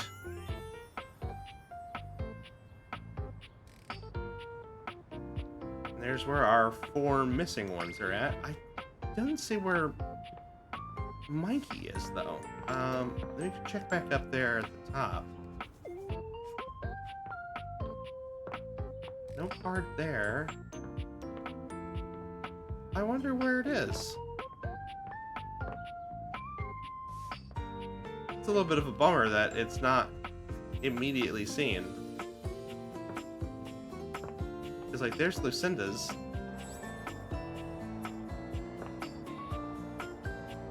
I don't see it anywhere. I figured it would be, like, tacked on the corner here just like hers is, but I don't see it. Oh, wait a minute. Is that Cam? No, oh, it's Keith, because he's fucking dead. He's in the goddamn garbage.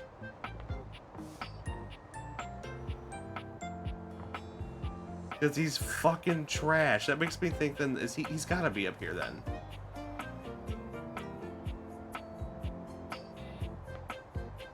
I guess not. Oh, well.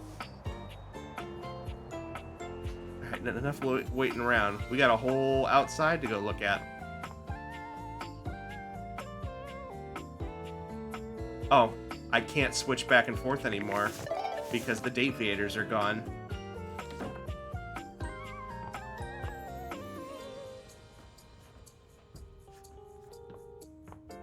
Let's make sure everything's locked up. All our doors are shut. Everything's closed up.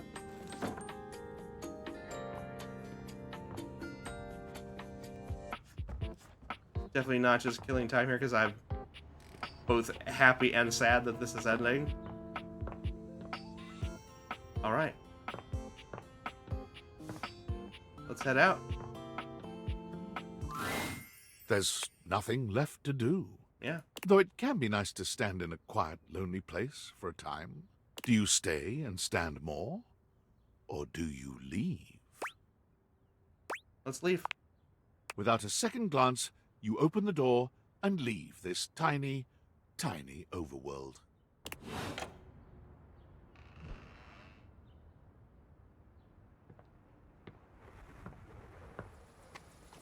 Well, there it is.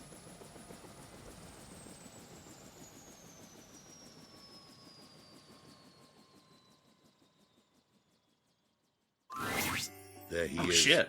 Billionaire David Most. You've seen so many photos of him, but no photograph has ever accurately captured the experience of standing in his presence. He's short, although he still manages to feel like he's taking up more space than he deserves. But where he's usually looking rather unapproachable in the pictures you've seen of him, today he looks downright cuddly. You've done it! You brought me and Franklin together. A tall, thin redhead steps forward, taking David's hand in his. There is a very tired air about him, but he has a smile just like David's now. It's me. I'm Tinfoil Hat. I look like this. Aren't I cool? We love each other very much, and we're just so grateful for your help. I told him. What was the first thing I said? He said, I made the damn things because I missed you so. Well, I did miss you so. I didn't realize how much I missed you. But now we're together. So together, and so back in love. So in love with you, David Most. I will kiss you now. Oh, please do. I'm glad the two of you are doing well. Can you get off my lawn? Oh, about that. The second thing I said to David, what was the second thing? The second thing was that you deserve something special for all your help. And it was to make you partner. When I found it was you who had the Dateviators, I was astonished by your customer service skill. It was like he was the customer and you were servicing him the whole time. There's one thing that Valdivian will always need to stay in business. Customers! And we need someone who has the amazing powers of speech, empathy, and all the rest. The human quality. Choosing the right thing to say at the right time.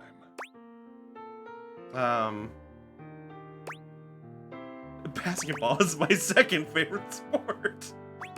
I do have some practice at that. Precisely. Will you join us? As Vice President of Human Experience? I can't wait for the next adventure. Excellent. We'll have the lawyers do the rest. Hopefully not eat all the ice cream. Oh, it looks like you have more visitors. We'll get out of the way. Bright and early tomorrow, Valdivianite. Hey! It's Sam! Oh! Years of friendship, ambiguous flirting, and wondering what it would be like to see Sam in person.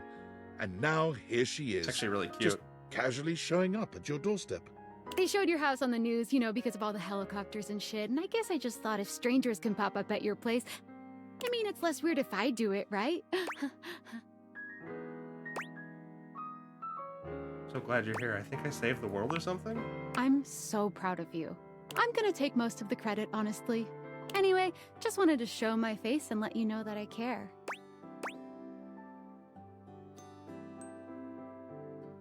How's nursing?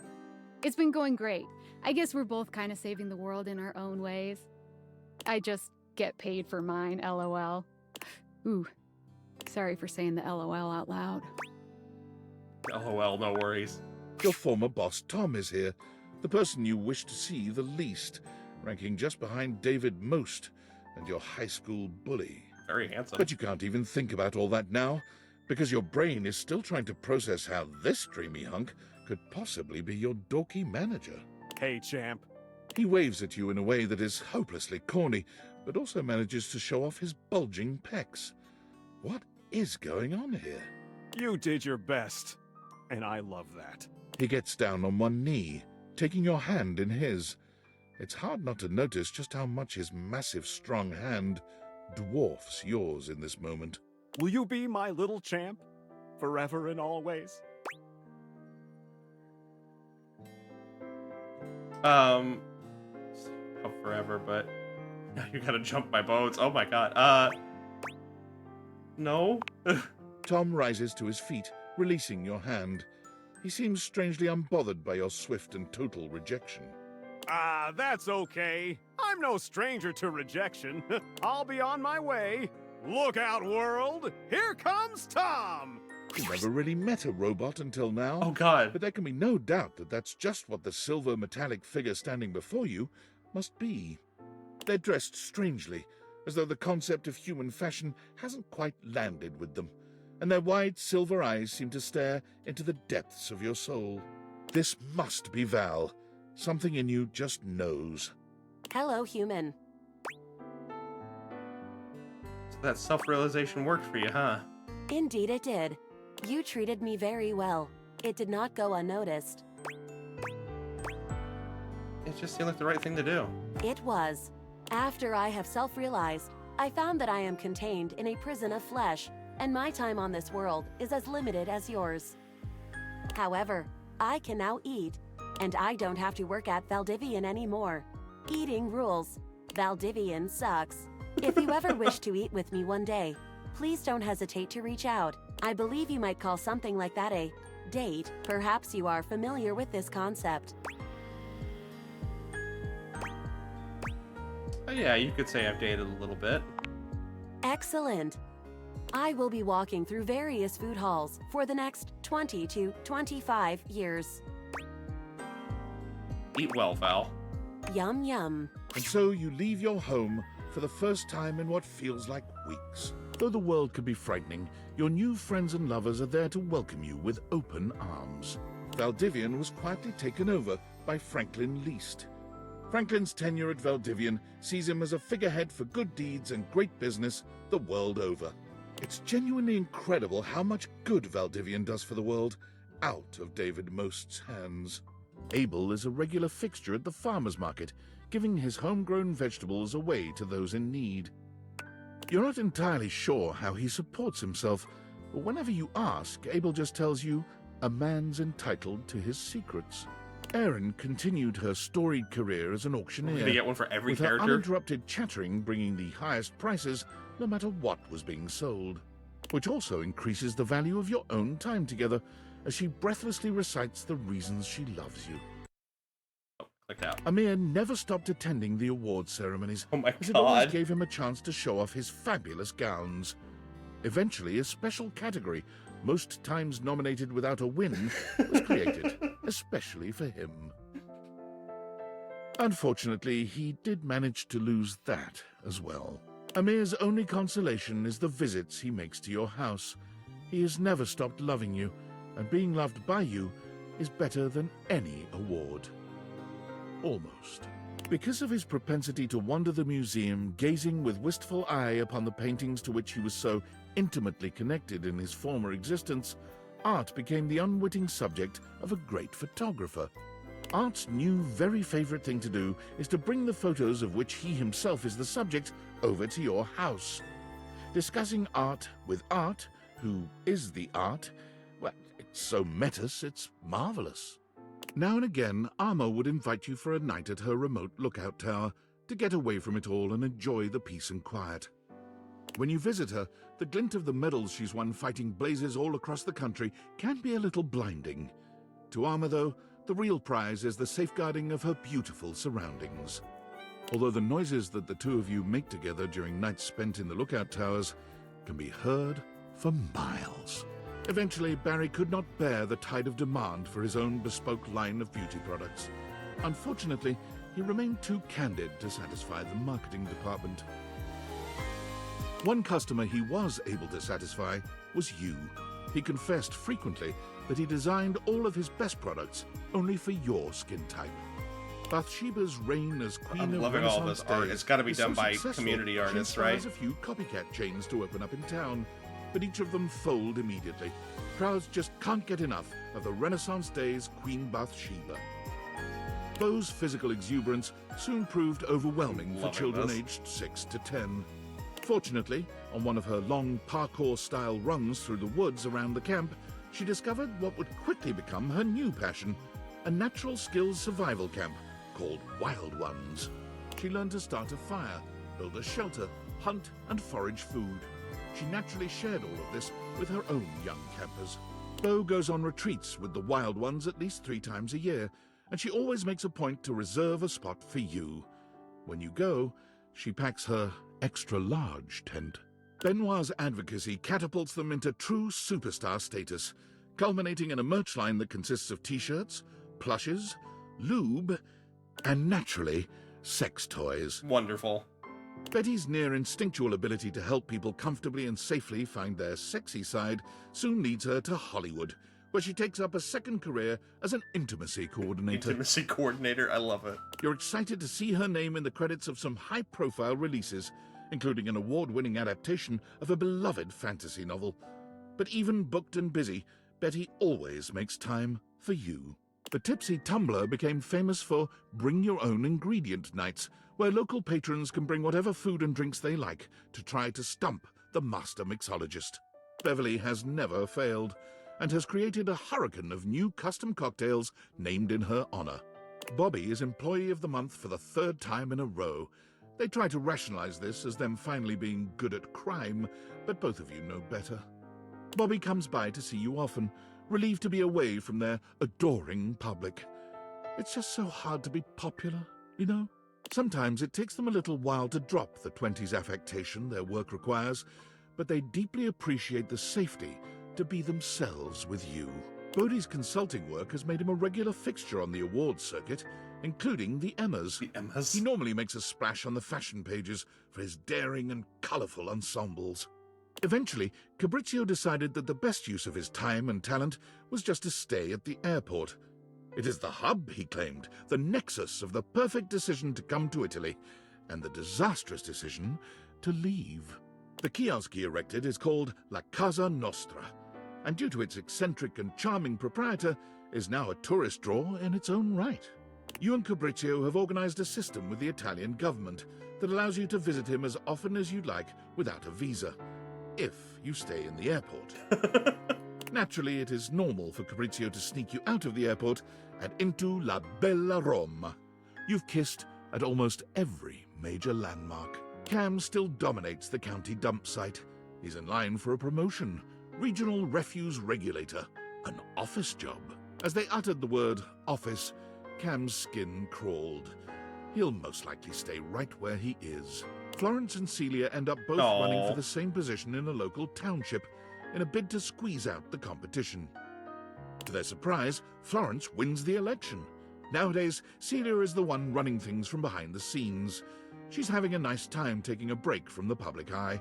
Florence is just glad she gets to relax. Jeremy is currently holding down just one job, for the moment anyway. She found work at a year-round Halloween costume house as a demonstrator. Every day she goes into work to find out what she'll be wearing that day, and even though this is not strictly included in the job description, she creates an in-depth and engaging backstory for every character she portrays.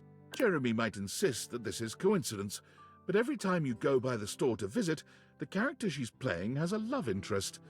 A love interest who simply must be played by you. You usually relent. Despite his name, Chance did everything for his community, deliberately and lovingly. He became so well known that his patients urged him to start streaming his play sessions. He's just begun, though he can't imagine that anyone would ever want to watch someone playing G&G. When he develops his campaigns now, Chance routinely drops by to consult with you. He claims he's never had such good or such pleasurable input on his creations. Shirt. That's so cute. As the sassy chap sulked in the corner of a bar the night of his proposed video game release date, smoking his bubble pipe, the witty insults he threw at the other customers got some big laughs. He can be found at all the glorious salons around Europe, dispensing wit as easily as he spends other people's money. He spends yours just as lovingly. Connie has turned from voice acting into game development. Her current project is under NDA, but sources seem to claim it's The Legend of Sassy 2.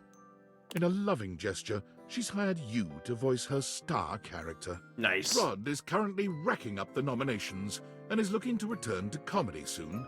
Kurt is currently writing the televised roast of Rod. Everyone expects it to be the announcement of a new joint project. They both deny it, of course, but it is. Damon is always standing behind you, protecting your every Daisuke sends you pieces others have made of him. Your home is beginning to fill up with beautiful drawings, photographs, and sculptures. You can't help but smile when you see them, especially the ceramic sculptures. It's almost as if he's home with you once again. Daisuke invites you out to art classes with him frequently. He never improves, and he never manages to make anything beautiful. But Poor the guy. smile he gives you when your eyes meet over your latest creations, it never fails to make your heart flutter. Whenever his wings appear in a bar, the loneliest customers see it as a sign of trust and honor.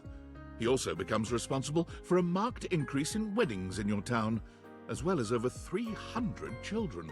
Damn. All legitimate Dante? and well cared God. for, of course, as he only believes in using his powers for sparking real relations, not just one-night burnouts. Dante has offered to set your love life on fire too, when you're ready. You both not so secretly know that when you are, he's going to set you up with himself. Burn me, baby. Dasha continues to cook far more than she or you could ever possibly consume. She begins to host weekly dinners for those in the community without family or a place to go, and only then does she finally fill the void she's been feeling within. While Dasha has no shortage of mouths to feed these days, it doesn't stop her weekly deliveries of home-cooked food and hugs. Diana's talent for shit. directing cars is legendary. Her zero-accident reputation gets her to the top of the Traffic Stop Top 40 charts. A big-time traffic producer notices and takes her to the big leagues. Air traffic controlling. Naturally, with her dapper hat and her perfect balance between rapport and rationality, she shines with iconic grace. Dishy's helpful nature kept him forever working as the most diligent assistant of all time. Thank goodness he never had any lust for power. Rod help us. Dishy is always there to tend to your every need, sexual or otherwise, precisely 5 minutes before you were even aware you were about to feel it. Hate it. The more time you spend with Dolly, the more impressed and inspired you become. One day you realize with a start that you've elected to pursue your own PhD course with her as your advisor. Her faith in you gives you a powerful confidence. Your thesis is tentatively entitled The Effects of Tantra on Getting a PhD. Happy studying, graduate. Damn. Dorian became a doorman. What else did you expect? He's happy, though. Doug's path for entertaining people through the story of the yo-yo was never truly destined for success. But Doug has never cared about success, and somehow his stylings are still available on public access every night. Drysdale is still happily employed at JoJo's Bizarre Adventure, but in more than one capacity. He performs at night, and during the day he uses the space to teach both pole and exotic dance. As you might imagine, he has a fanatically devoted following. Dunk's kids finally managed to win a game. Dunk sends you his trophy to remind himself to stay humble. It sits in your workout room, a sweet reminder of him and his sincere love of the game. When Dunk comes to visit, as he frequently does, he insists that your athletic lovemaking sessions happen in your workout room. He claims the trophy inspires his creative stamina. Anything for your partner, right? High Voltage Realty filled Eddie's soul, and also his wallet. He's currently art planning a was so vacation to good. Berlin for himself and Volt. History, fabulous nightlife, great food. But don't tell Volt. It's a surprise. Eddie comes to your house to check on the electrical system from time to time. Also to have a quiet cocktail in the corner booth of the local bar. And Volt comes by to dance. Fantina is currently on tour on major sidewalks around the country, helping give support for good driving habits, matching clothing ensembles, and great smiles. Faria remains an enthusiastic fixture at your local medical center. She's working her way through the clinical portions of her medical education, and like anyone in that situation, is exhausted and stressed out most of the time. But her attitude remains optimistic and helpful. There's nowhere else she'd rather be. Freddy rarely comes down from the mountaintop. He has been the subject of several documentaries, yet never appeared in any of them, in spite of repeated requests. Gaia hasn't stopped traveling since she left the house. She keeps you updated and tags you in every photo on social media. Her profile banner updates with a checkmark on every country, city, and river bottom she's visited. The last photo Gaia tagged you in might be your favorite to date. It was a selfie of her, with a great big smile standing outside your front door, right before she knocked. Aw, that's cute. It was her first visit home since her realization. Let's just say you both made up for the absence. The Hanks convince you to join them on their impossible expedition to base jump off the flat Earth. The 6 of you pass the 5th gate of the Great Ice Wall, sail past Shangri-La, and stare over the never-ending waterfall at the end of the world. When you finally dive off and freefall through miles of space and land on the moon, you truly can't believe these idiots were right.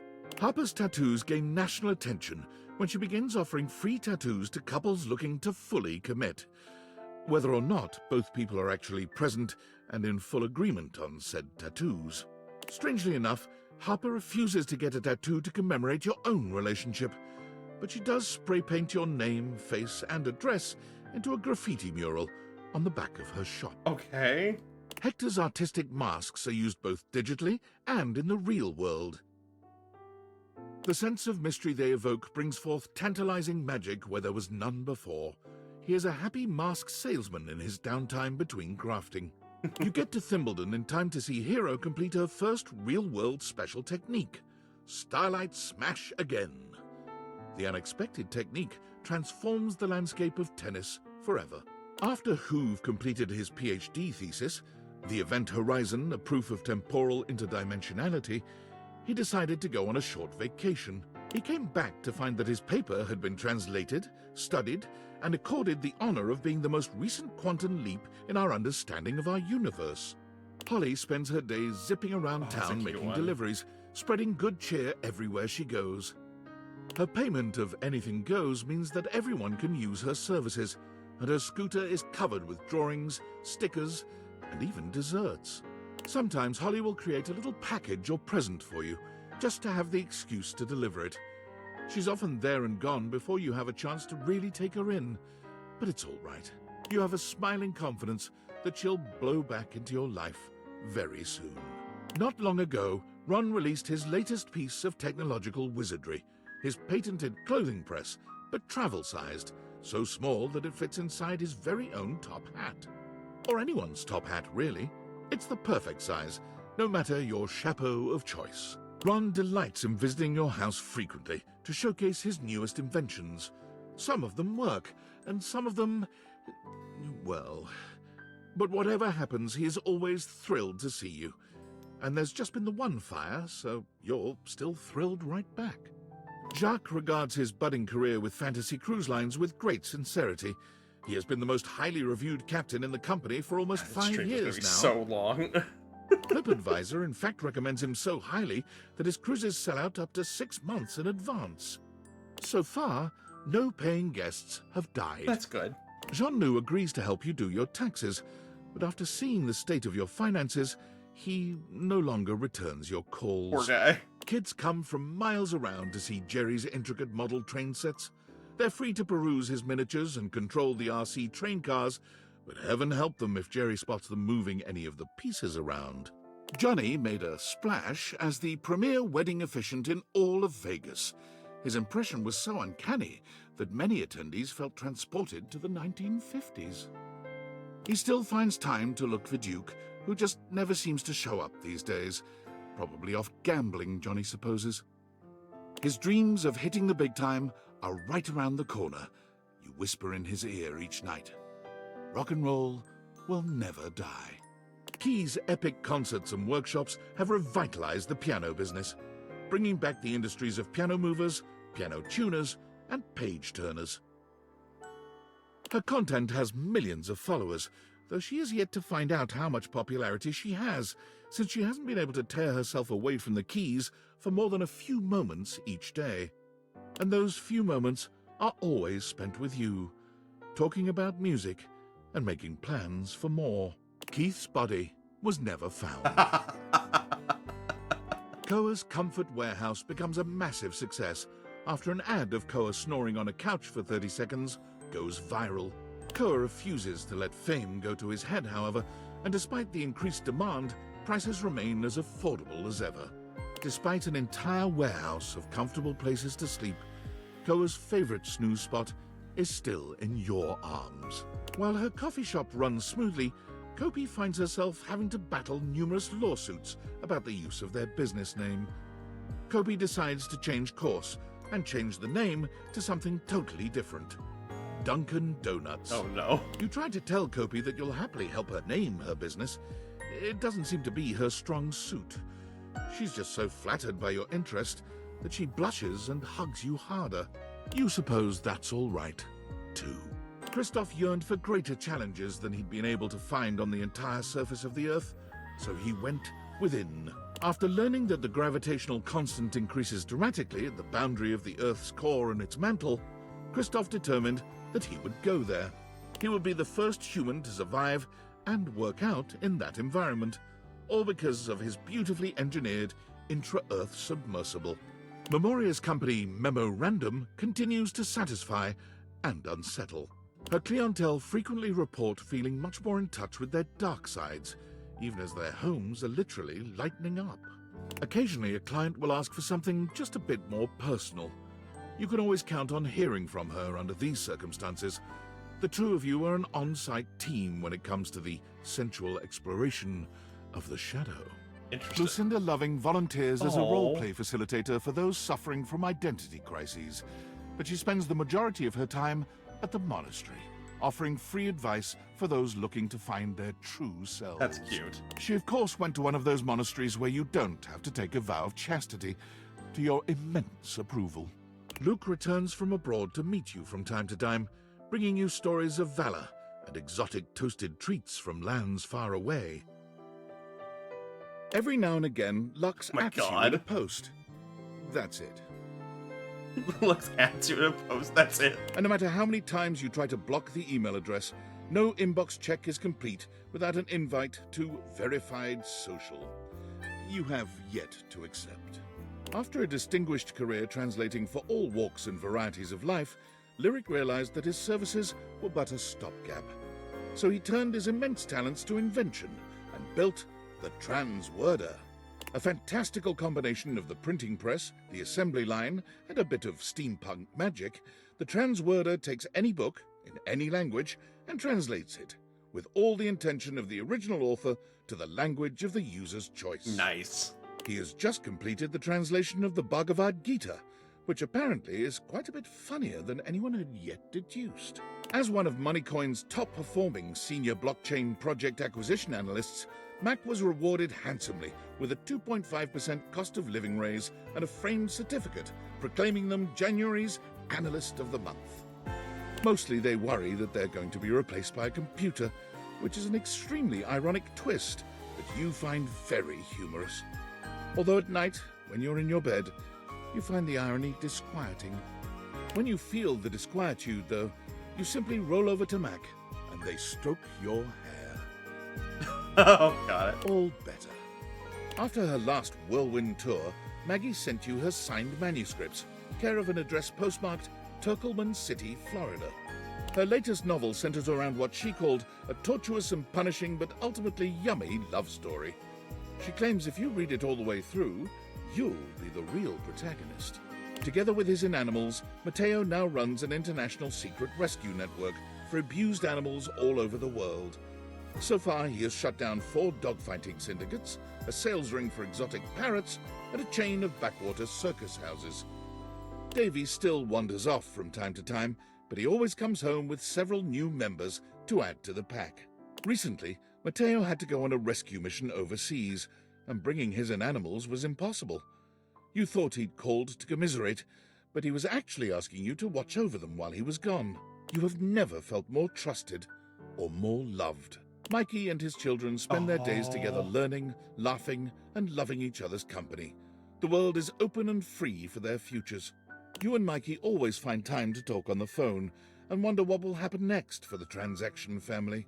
While it never replaced fiat currency, Monique's Pizzas ended up becoming a franchise that was sorely needed for America's ailing middle class. A large film distributor buys the rights to Nightmare's most popular films, setting about remaking them with massive budgets. Nightmare is so disgusted by the whole thing, she quits film, only coming out of retirement to help you decorate your yard for Halloween once a year. She volunteers at the senior center now. Many of them mistake her for an angel of death, but they love her all the same. Nightmare still drops by many nights, never failing to startle you as she materializes suddenly from the dark. But your sleep in her embrace is nothing but peaceful. After many record-breaking years of album releases and performances, Miranda Dulcita Tostadora launched her own label, Crispy Baby Records. She still sends you an advance copy of any album her label releases. She values your feedback above all others. The only problem is now everyone is aware of your love life. All her songs are about you.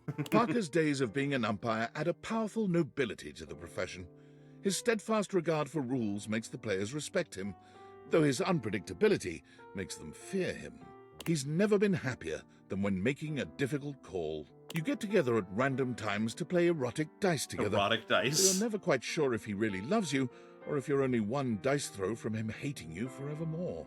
Penelope convinced her boss to invest in a struggling office supply Wonder retailer, Muffin. insisting that computers will someday let us down, or perhaps kill us all. The company has not gone under, yet.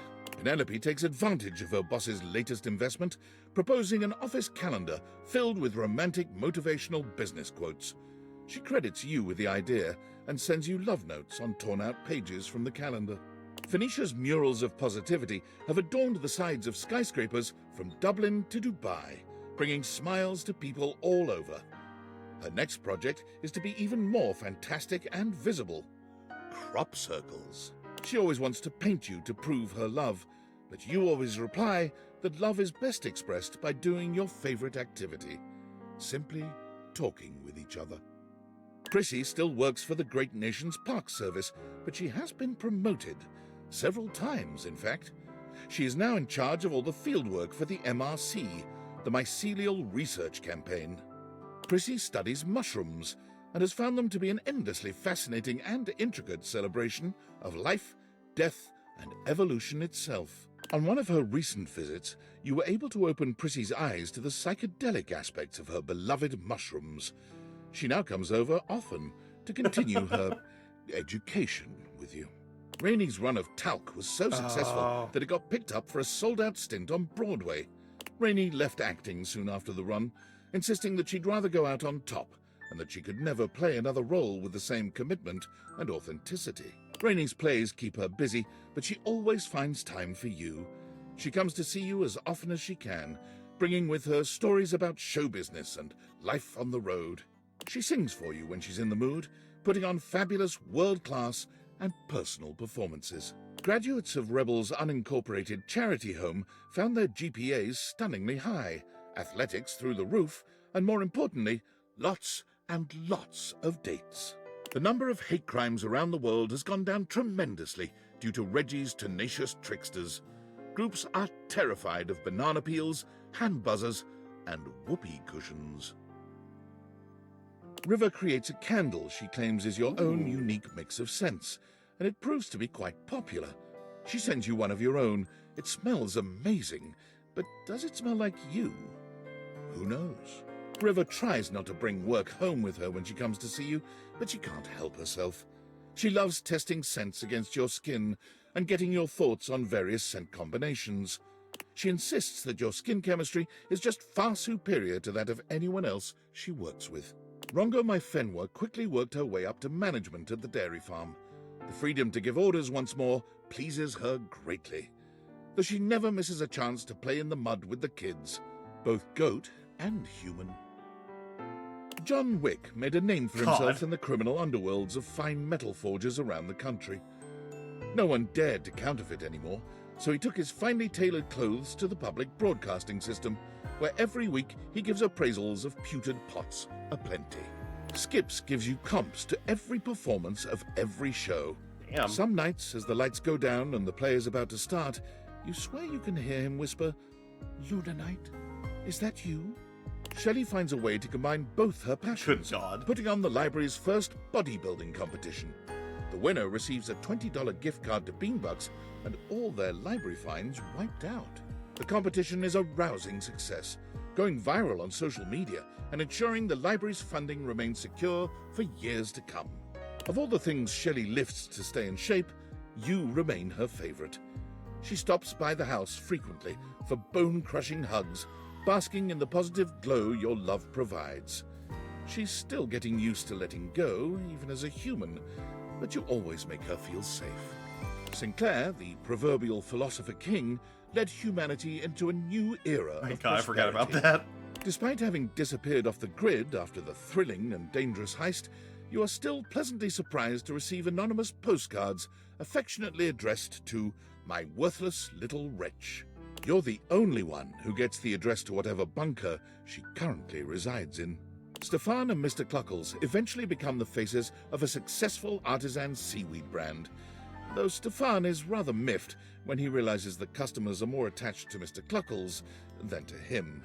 Stefan, of course, had no real reason to feel miffed. Mr. Cluckles is cute, but Stefan will always be the true hottie to you. He has burners, for God's sake. Stella brings a fresh perspective on streaming and brings in viewers by the millions each weeknight, though she knows that those viewer numbers could always be stepped up. Stepford frequently sends you motivational Monday texts, often at ungodly hours, with photos of himself working out, body paint and all. In all the years since Teddy has taken up residence at the Bean, the only thing that has changed in his life has been a very slight relocation of seats due to drafts. In addition to keeping busy with her localization work, Textbox-chan joins the board that governs the adoption of emojis for text messaging, the UI Code Consortium. Most recently, a pair of glasses suspiciously similar to the Dateviators have been added to your phone's keyboard. You can't help but smile fondly when you see them. Textbox-chan makes time to visit you whenever she can, but when she's gone, she texts you frequently, and she never misses an emoji. Timothy's work at the train station nets him international acclaim, and when he travels to Japan to connect with his colleagues overseas, his presence causes quite a stir. Timothy is honored with a limited edition Tokyo Metro card that sells out immediately. And 1 year later, Timothy merchandise is available in most Tokyo Metro stations. Oh God. Fix-It Tone is so popular that Tony merchandise is now widely available in all retail and grocery stores. You can't go anywhere without seeing Tony's face smiling at you and reminding you that whenever you start to overthink matters of the heart, hey, forget about it. Her performance at the dinner show got the attention of a recruiter, one who worked with an anti-whaling organization. Though she feared water, Titus decided there was no greater cause than to protect those who couldn't protect themselves. After a few months at sea, keeping the whales safe from the scourges of the ocean, she found her own ship attacked and wrecked, with 25 other crewmates adrift in a life raft. Her impressive resolve kept her crew alive, and most importantly, never once did they get wet nor soggy. Her resting hero face kept the waves frightened and at bay. Tyrell has since sold his business to his employees, but he can't stop himself from coming into work, if only to check in on his towel buddies. He started folding them in your image to show his affection for you. He just can't quite get the nose right. Vaughn Trapp's business booms, then fades as he completely exterminates all the vermin in his midst. He drives Hellbugs around hoping to bring us business, but for some reason, it doesn't seem to work. Watchford has found no too tragic with rhythm in his early life. He wants nothing, except, of course, for the thing he belongs to want for. You the only visitor that you allow. You are, he claims, the only one who has ever really understood him. You have your own mug of tea and your own comfortable chair for you when you go to see him. And each time you do, you savor the peace and his company. Wall, wall, wall. Wall, wall, wall. Wall, wall, wall, wall, wall. Wall, wall, wall. Wall, wall, wall. Wall, wall, wall, wall. Willie is so successful as a consultant that she expands her business, hiring several of your former co-workers to continue the extensive cleanup required after the industry-wide haste to adopt AI. There's a deep satisfaction in knowing that Willie is now turning the tables on both of your behalf. Maybe there is some justice in this world after all. Willie invites you on the vacation of a lifetime, all expenses paid, care of Valdivian. There's something healing about being on a romantic getaway and knowing the massive bill will be sent to the soulless corporation that fired both of you. Winifred is in the process of expanding the Hot and Heady franchise to a second location. She is looking for partners to invest, hopefully a throuple. Gwendolyn found that she was so good at discovering gossip that was true, she caught the attention of an intelligence service that shall not be named. She kept her TV show, but she also uncovered covert secrets. She's in talks for the rights to the movie dramatization of her life, though she's holding out for a better price for her bird friends. Zoe continues to love her life and her Aw. job as a paranormal facilitator. She's had a couple of close calls, but the majority of her ghostly clients are nervous, if ultimately grateful. Zoe is always happy to see you. Your house is, after all, the best place for miles to hold a successful séance. You do sometimes wish your house wasn't quite so haunted, but seeing Zoe makes it worth the bumps in the night. Skylar gets to work immediately on creating a new version of the Dateviators, one that everyone can use. The world seems to be full of these days of happy, realized people doing wild, magical things. Skylar visits you often for inspiration. She stares into your eyes deeply, gratified, saying that yours were the ones that made all of this possible. Your eyes. Kind, friendly, loving, sometimes even a little hateful, but ultimately the ones who listened the most, who trusted the most, who felt the most, and who defeated David the most. Your eyes. Those beautiful eyes.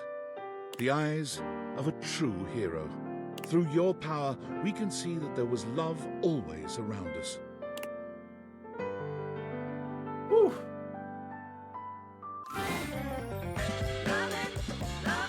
Boss form, defeat the final boss, bring David Most and Franklin back together. It's a crazy, crazy game. And when you're feeling all alone, doesn't know one on the phone, wonder what to do, but you haven't got a clue. There's a world of love right next to you. The bop. No matter how you play, it will lead to a brand new day. You're gonna get swept away. Everything leads to love.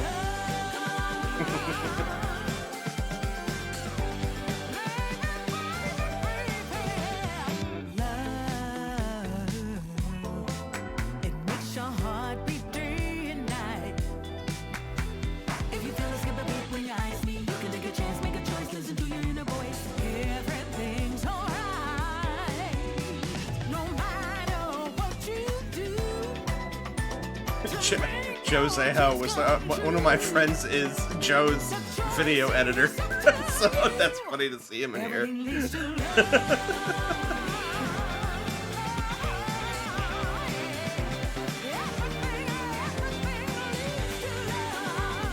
Oh, there they all, right there. What a hell of a voice cast.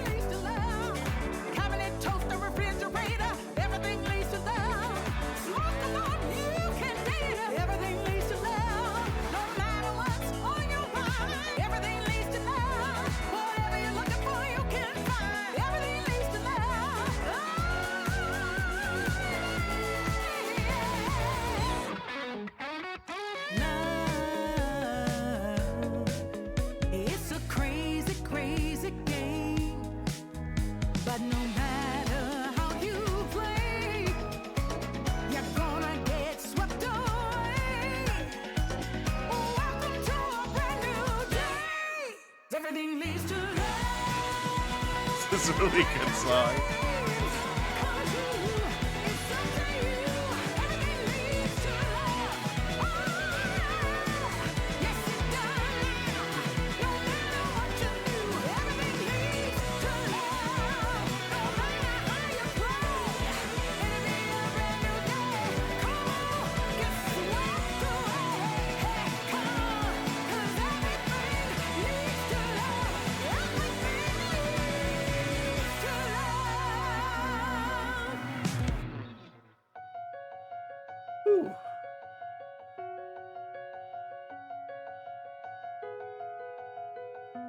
Damn. I was not expecting this. We've been going, wow, we've been going for over 6 hours. I'm going to hate myself in the morning. You can date everything that you can find. You can date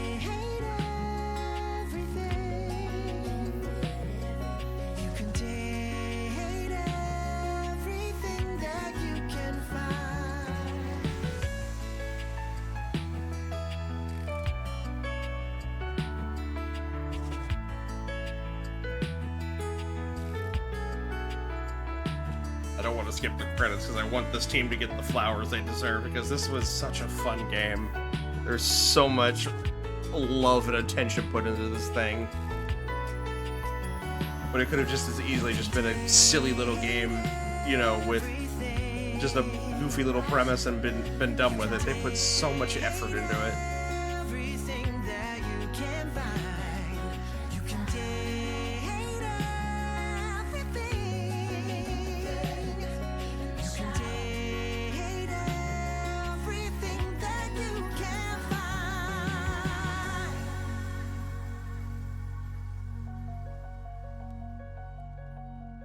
Alright. Game stats. Smarts level, we have max stats and everything. Datables unlocked 102 of 102. Friendship endings 45 of 102. Love endings 53. Hate endings 4. We didn't get all the collectibles. Looks like we are just under, or just a little over 100 short. Wow, that's insane to me. Total playtime 72 hours, 44 minutes, and 37 seconds. So what? A little over 3 days worth of game time. That's insane.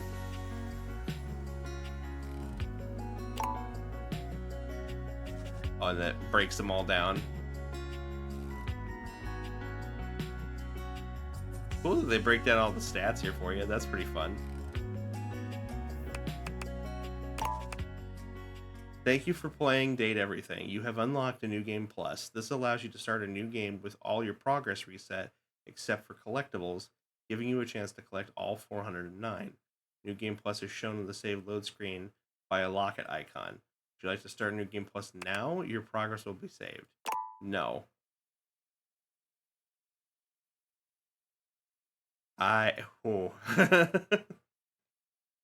idea of going through this thing again sounds daunting. Okay, let me put some music on here real quick. I'm not going to stay here for too much longer because, oh boy, am I tired. And it is 4 a.m. and I have work. So I need to wrap up here. But for any of you that are still here, thank you so much for being here. For anybody who was here earlier, I appreciate you coming in and stopping by. Lily, again, I know you're not here, but thank you for raiding in with your community earlier. I appreciate you so much. Thank you to Senpai for the follow. And for everybody's, channel point redeems and stuff like that. It's always nice to have you here. There's no stream without you. So thank you for being here. I'll be back, I guess, technically later today or tomorrow, depending on how you want to look at this, for our Rogue Night session where we play a roguelike game where we'll be playing more Absalom. So I hope you'll come and join me for that. And then we'll wrap up the week on my birthday with some more Dragon Age Inquisition. And now that Date Everything is done, we have time for a new game, which is one I've been putting off for a good while and have been keeping myself spoiler-free. We're going to be looking at Donkey Kong Bonanza. I'm very excited for this. I'm a huge Donkey Kong fan, and I have been waiting to play this game. I'm super excited to see how awesome it is.